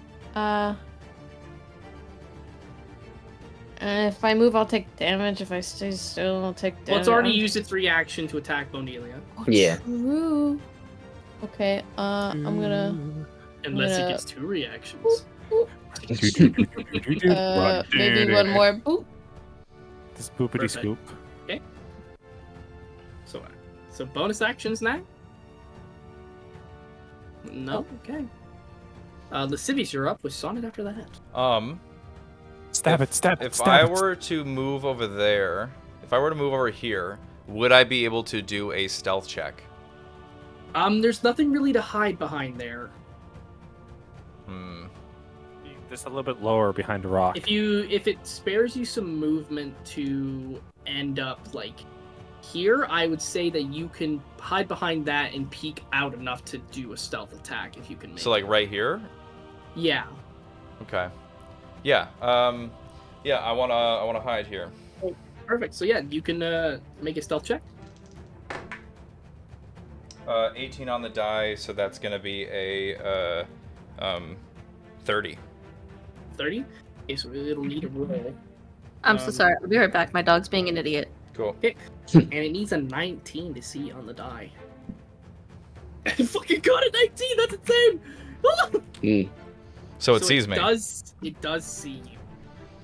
Well, I'm gonna try it anyway. Tasha's Mind Whip Okay. has speed of 14 intelligence. 14 intelligence, you say? And is that disadvantage? Nope, because I'm not hiding from it. That's right. Well, so it gets advantage. So it gets advantage. What? It gets advantage? Yeah, it has a magical resistance. Interesting. It's advantage on saving throws against magical effects. Man, it's kind of really a good what- thing we killed everybody except this thing, because this fight is... We? Sorry, I don't remember us killing them all. I remember Lascivious doing it. I was present. What's your DC? 14. It passes. Yeah. Yeah, 16 on the die. That's all I can do. Okay. Does it still take damage at all? Like half damage? Oh, it does take half damage, so... Don't neglect your damage. 6. Wow, that was really good damage rolls. So 14 plus 6 equals 20. 20, so Yep. it takes 10 damage. Perfecto. Okay. Yeah, you just kind of wrap it around, but it doesn't stay very sturdily on there. Sonnet, followed by the Baylor. Oh, I think Hunter's Mark, it just takes another D6 damage by default? Or like from... Yeah. Yeah, because I have him marked. Yeah. Is you it? haven't lost Is it? concentration on it, so. Just make sure it's not just weapon attacks. It's with but... a weapon attack. Okay, so- yeah. Mm-hmm. So I can't do that. All right. So I'm going to pull out my Rakdos dagger, and then I'm gonna Rakdos like, right knife. oh yeah, and I'm just gonna kind of say to Michaelis, we can't handle the heat. We have to get this guy off of us. I'll drive it back. You charge him, and then I'm going to use a blade flourish with my dagger and strike him, and try to. I'll use the mobile flourish to push him. Okay, awesome. Also, Joe, just for starting within his thing, you take 12 fire damage. Right. 12? 12. Oh my god. I'm down. Just kidding. That'd be so funny. I'm joking. I'm just be looking there. It's like you tell me that. It's like sounds good. Exactly. As he's just like burning away. Okay, so this is what we... That'd be so good. Yeah, but I'll roll for the attack. Oh, Zeta's trying to that read is the book. a 21. 21 hits. Nice. I'll do this guy. Oh, Zeta, you're so nice. Oh. Okay, so he's gonna move 5. Okay, Sorry, how so much damage was it? first. It's 11 plus. And this is a magical weapon, so. Oh, nice. Yeah. So this is 11 plus. This is 18 damage. 18 damage. Perfect. Okay. Nice. And it will be pushed 5 feet plus what I rolled on the D10, which was a 10, so 15 feet back. Awesome. So from Ooh. here, we'll go back to there. Awesome. Okay. We love that. And then, as a reaction for my mobile flourish, I can move up into its space from where I pushed it. Awesome. Okay. So, I'm also. yeah. Moving into gonna- space, right? Yeah, I think I'm gonna do that. I'm gonna attack it and then use my extra attack to hit it again. Oh. would Sounds do that. good. Sounds good. How much more damage does he take? Well, I have to roll to hit first, Mhm. because Aren't it's you another moving attack. back into his radius after pushing out of him? Yes, It but he has to only be at the takes- he start of only my takes the turn. damage at the start. Oh, I see. Yeah. Yeah. When you run and so into that's- it, you don't take it. Hmm. Dagger is different. That is 27. 26. Yeah, that hits. So that'll be 7, 8, 9, 10, 11 damage, magical. 11. Perfect. And then bonus action. Oh yeah, how's he looking? He's looking kind of hurt, man. He's looking pretty hurt. He's looking I'll a little tell you hurt. guys that there. you're say it. Yeah, I can say that you're halfway there. You're halfway. Uh-huh. All right, time for me to bust out my big guns. I am the big gun. I got Yeah, a big Michaela gun. if Michaela could start hitting all 3 hits in a row, this would be going by way faster. Let's just hope I crit Michaela's- next time. That's just all I'll say. Sorry, Mom. I can't do everything right. And then I'll bonus action. I'm going to I can do that as well. This guy has to have How- like 300 or something. How's everyone looking? I'm Oh, max. I'm I max. need. I'm peachy. I'm maximum. Yeah. Michaela could use Okay. some help. I need some help. Yeah. I will mass, like, I can just mass healing word. That's pretty much all I can do. Okay. That'll help multiple people. Yeah, And then I'll everyone do it find at. 30 Shut the fuck up. I gotta. You're good. It happens. This guy's being If she- particularly mean to 2 targets. And I'm He's a doing it woman, at. Okay. Sorry, 'cause I just need to do my turn. I'm gonna do it at 4th level. Okay. And so I'm just adding an extra D4, and I'm gonna target like everyone around me. Awesome, sounds good. Unfortunately, no beacon of hope this time. Yeah. 4, 5, 7. So that would be 11 healing for everyone. Amazing. We'll if Danica doesn't hear, we'll remind her when she comes back. Gotcha. The Baylor is up next, and it is going to. It's gonna make its. Did it not get pushed back further again? No. I pushed it back and ran up to him. But I didn't do like I can't use a Oh. flourish multiple times. I see. It's going to. Oh, attempt speaking of to which, I need to whip mark that. Not Michaelis. It's going to attempt to whip Lascivious. Okay. Lascivious, that is going to be a 24. Yeah, shield wouldn't even do anything. I'm gonna uncanny dodge. Okay, so you'll just take half damage? Yeah. Awesome. You will take half of half because it is fire damage. Sick. No surprise lightning damage. It's a We'll whip, see. not the- We'll not see if the it pulls you sword. closer or not. Yeah. That is going to be 6 damage, which is half to 3, which is half to 2. And then I need you to make a DC strength saving throw. I don't know why I keep saying DC. You want me to make a strength saving throw, Walker? Yeah, boy. Michael, let me ask you something. Can you roll a 19? Can you get a 19 as a total without a nat 20? If I roll a nat 20. Hey. You better roll a you nat never 20. know. Come on, baby. That's fucking bonked as shit. Went into my dice. It rolled on a nat 20, then went to a fucking 2. Oh, Yeah. No. By the way, Danica, you got some healing. What? oh, thank you. How much healing? 11. Thank you. I'm still uncanny dodging though, so. Yes. While you're on that's a just whip, being pulled being to dragged, you. is this like you you're take going? you take 2 fire damage from the half of the half. Also, DC concentration check of 10 for Constitution. I'm at a luck point. I'm not doing a nat 1. Okay. That's a fucking 2. What are these dice? What's your well plus your Constitution? I Oh, doubt it's sorry. an 8. So a 3 or 4. Oh. Okay. Get rid of that Hunter's Mark bullshit. unfortunately ends. So does your concentration. With you being close, it's gonna make the lightning sword attack. Oh, cool. Which is gonna.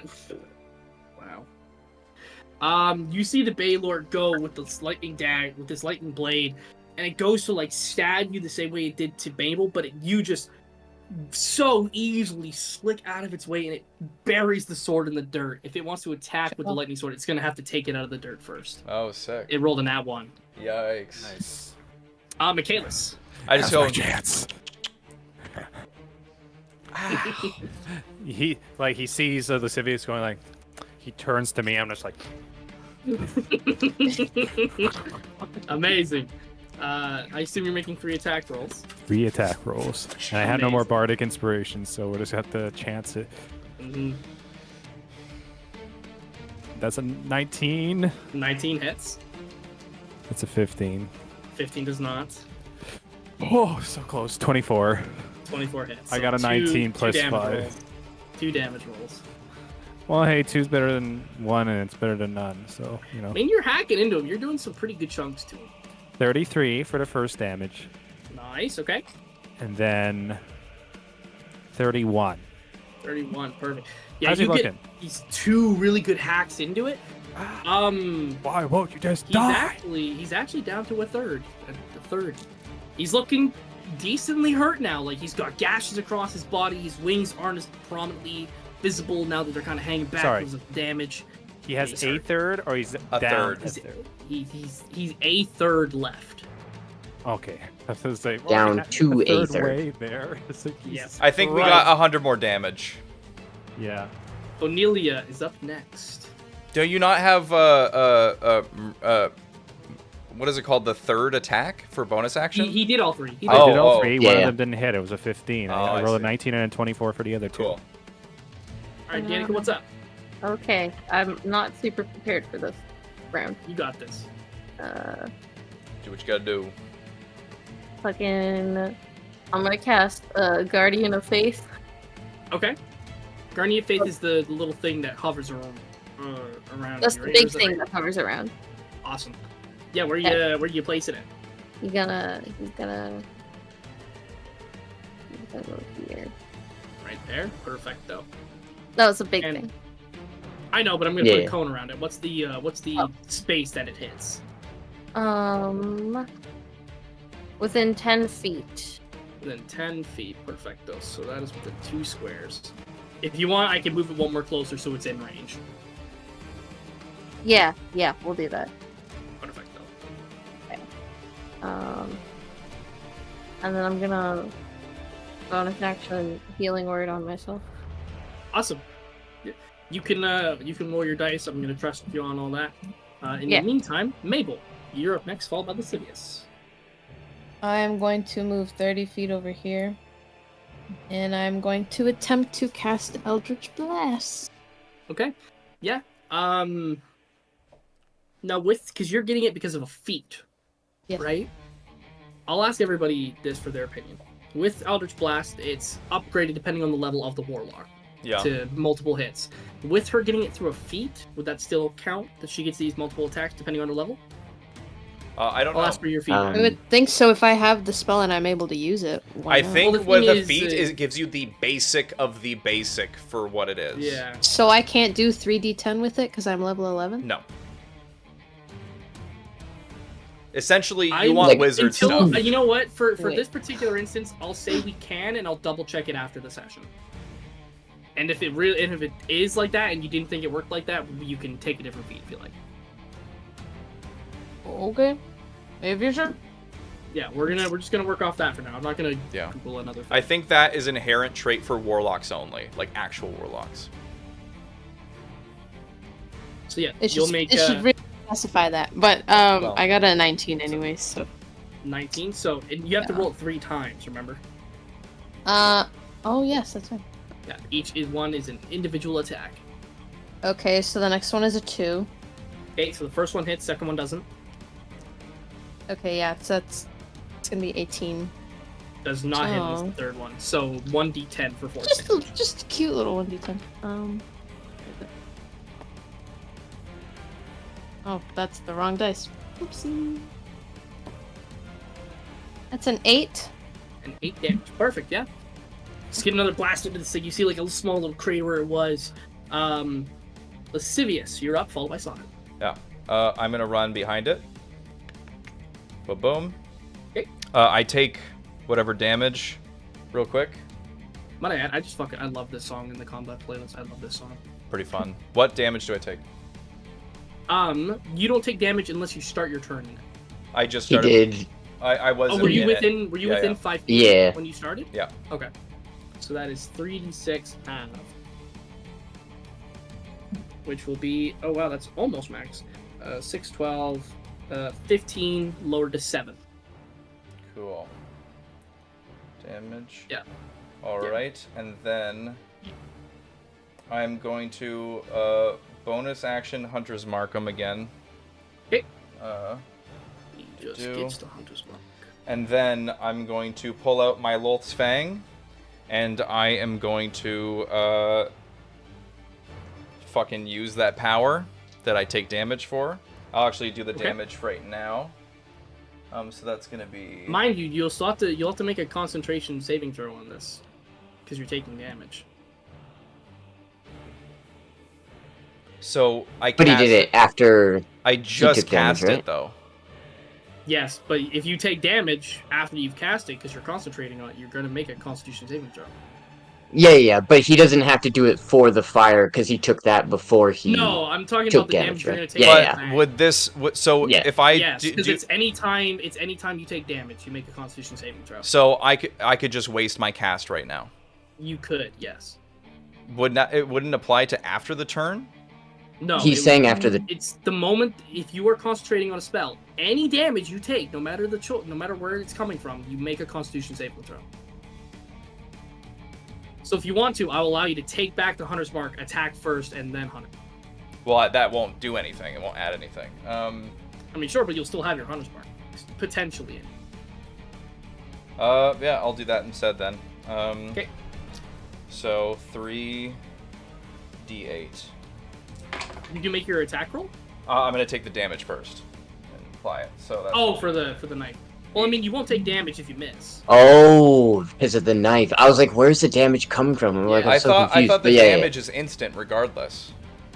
Well, I'll say if you miss, you don't take it. Okay, well, that's. I think that should be okay. 8 plus 5 equals 13. To hit. No, that's for my damage, but I'm gonna keep it there, so 13. So to Okay. hit, 13 and a 10, but I'm going to use a luck point to Yes. add another another one, just in case I get a nat 20. Mhm. Nat 20. And so Fucking way. that is going to be no green flame blade, no hunter's mark. So that's just going to be these two. You're fucking nuts. And You're fucking. 1, 2, 3, 4. How many d6 extra is it? 5 d6. 1, 2. So 3, please 4. go damage one by one with me, and what type? So it's all going to be piercing damage. Okay, Also, but it is magical because it is magical. He's going to have to make a saving throw against being poisoned magically. So he needs to make a which saving throw? Against my spell save, so a 14. Should be for what type, sorry? Constitution if it's poison. It Should be con, yeah, Constitution. Yeah, Constitution. Okay. It fails. Okay, so it is poisoned magically for 1 minute, so it cannot magically remove this poison. Awesome. And then it is going to take. I'm going to do the sneak attack damage first. So 1, 2, 3, 4, 5, 6. 1, 2, 3, So 4, 5. for everybody as well, that means that any attacks on it roll at advantage. Yeah, and I think it Nice. has disadvantage on attack rolls. Mm-hmm. Oh, I don't We have like my this. screen up yet. So I take 13 damage. So I'm gonna. Or sorry. Awesome. Yeah. 8 plus 5, 13 damage. Poison 5e. Disadvantage. Disadvantage on attack rolls and ability checks. Yep. Yep. Okay, that's so true. 1, 2, 3, 4, 5, 6, 7. 1, 2, 3, 4, 5, 6, 7, 8, 9, 10, 11, 12, 13, 14, 15, 16, 17, 18, 19, 20, 21, 22, 23, 24, 25, 26, 27, 31, 32, 33, 34, 35, 36, 37, 38. 38 plus 12 equals Oh. 50. Plus This is all piercing? all piercing. Okay. Plus another 8, so 58 damage. Awesome. You plunge this dagger right into the chest of this thing, and you see these black and white veins just spread out instantly just throughout it. Ow! And you see this thing just absolutely fucking screams into the air in pain. Mm-hmm. Oh yeah, this thing is fucking hurting. And then, honestly, instead of Hunter's... how much damage have I taken? 52? I'm going to actually Misty Step out of there. Awesome, sounds good. So- Attack of opportunity? No, nothing. So I'm going to go 5, 10, 15, 20, 25, 30. I'm going to go here and hopefully get cover from being like, Oh yeah, that behind this area little thing. you have full cover because that's Sweet. taller than you would be. So Sounds good. Next up is Sonic, who takes his 3d6 fire damage for being within range. Oh So yeah. that will be 11 fire damage. Oh yeah. And now take your turn, my man. All right. Okay. So, and just clarifying, poisoned. It's only he has disadvantage on attack rolls and saving throws. We don't get advantage for Yes, poison. I had to search that up, but yes. Okay, gotcha. All right, I'm going to move. It's something else Here. that gives it permanent advantage. I can't remember what it is. Yeah, it's one of the Crusher abilities too. If you score a crit or Mhm. something. But anyways, I'm going to move over there. And then I'm going to use my dagger to attack it once. Okay, sounds good. Oh, that was close to a nat 20. 14 plus 8, 20. What is that? 20. Why can't I 22, do I math? 22. Yeah, 22. Yes, that hits. And then. Oh, that I feel like damage. as a DM, the most common phrases you say are make a perception check, and yes, that hits. True. Honestly. So that's 10 magical damage. Awesome. Yep. And then I'm going to use my extra attack to hit it again. Awesome. Sounds good.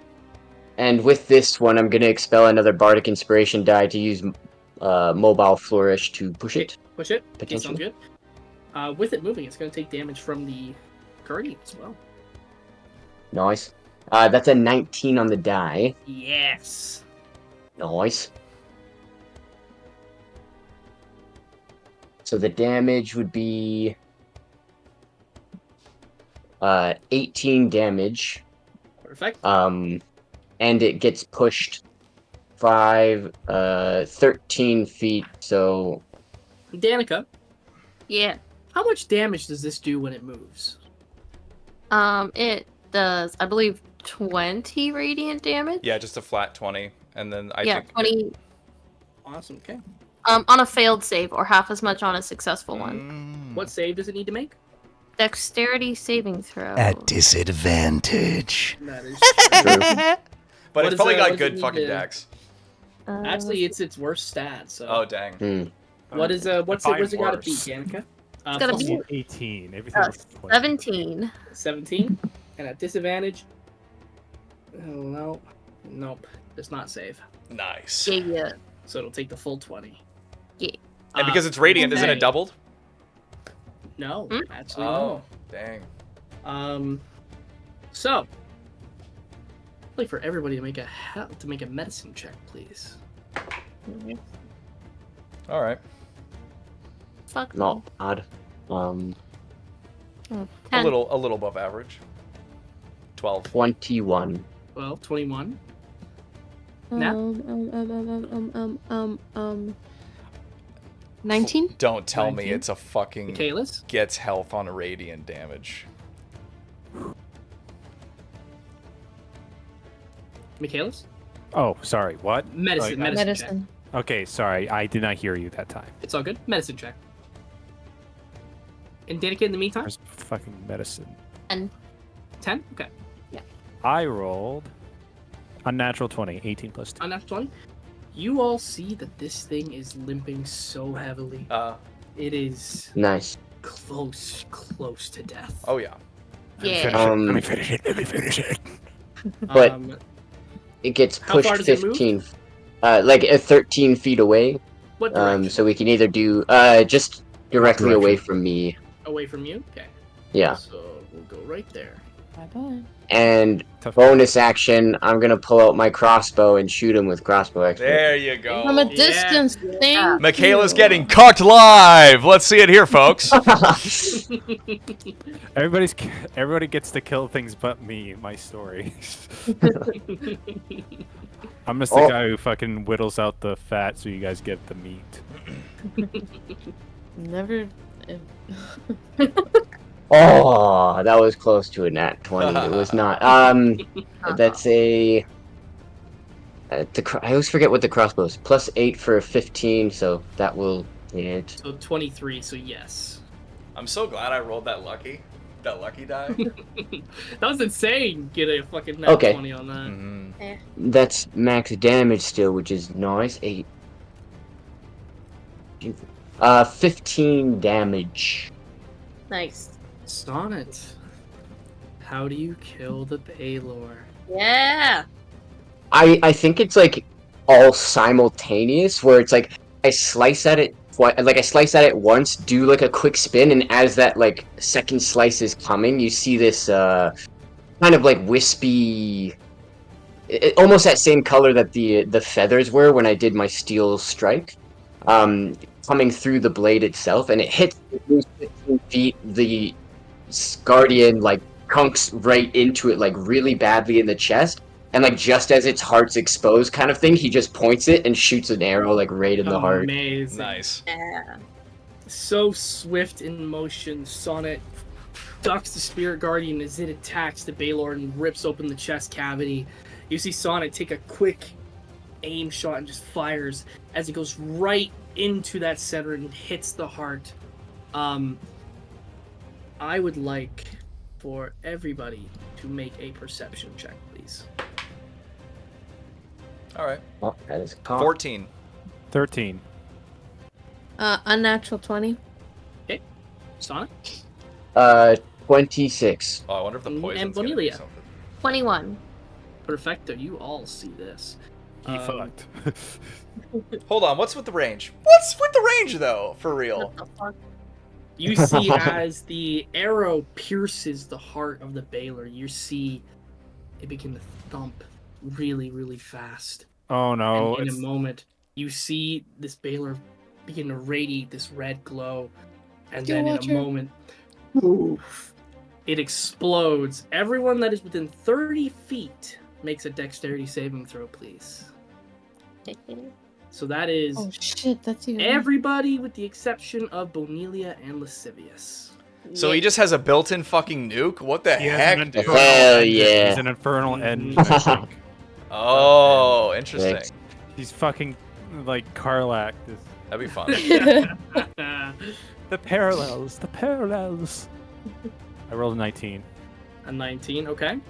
Sonnet, 26. 26. Mabel, A 9. a 9. Mabel takes Nice. full damage, everybody else takes half. Oh. And it's fire. Is it fire damage? Actually, sorry, Michaelis, yours was which? Mine was 19. 19k, you saved, and Sonnet, yours was above 20, right? 26, yeah. 19 was the pass, by the way. Oh god. And Do I take half? You indeed take half because it is indeed fire damage. Okay. Bear with me here. I need every d6 I have. Oh my god. Are Mabel's you about like to get fully killing Mabel right now? Well, I have how- a- Nuke, what does how- that nuke, even mean? nuke. Can I like Excuse me? No. can I as a reaction with my chain daggers just like wrap around her legs and pull her back or something? Natalie, Yeah, don't you follow stab into her like Scorpion. No. How much health? I have 61. Oh, she's gonna be fine. Oh, okay, chill. Fine. Okay. All right, chill, Probably. fam, chill. Probably. Yeah, she let's might just go see down. Walker say, I'm gonna get the bucket, and it's just a hail. Then you're fine. This is bad because all I have to do is just scan my dice to see if I can find a d6. I can roll some for you.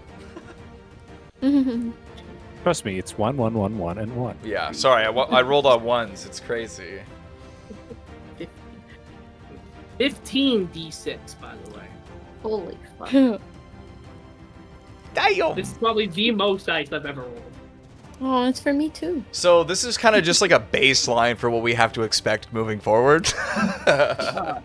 Just Right, everything you know what? explodes. You guys actually lucked out. There's a lot of ones in here. Yay.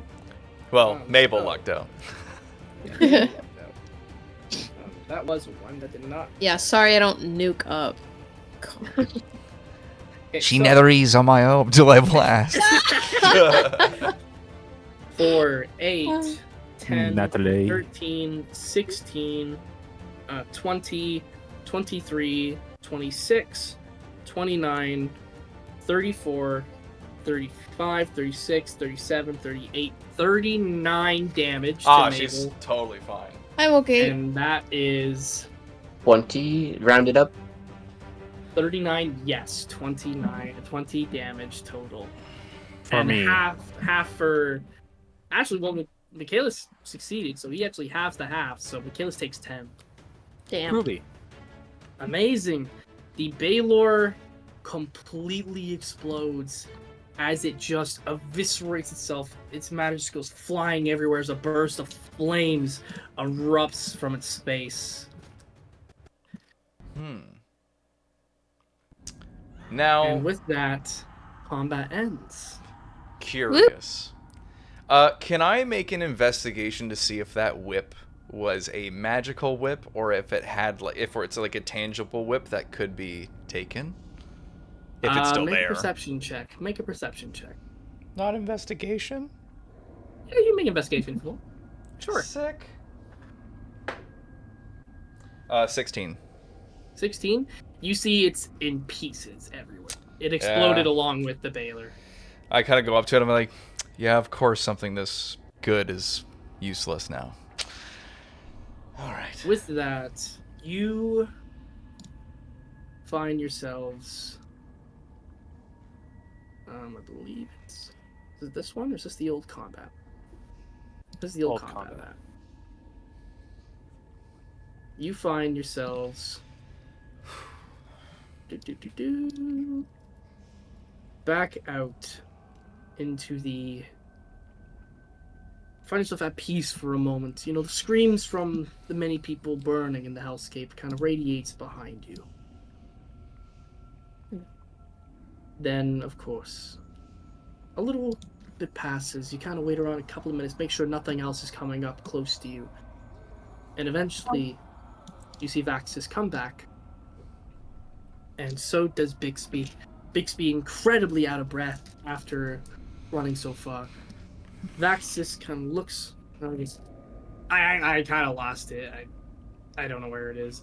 And Bixby kind of just goes, "Oh, everyone this way, out of breath."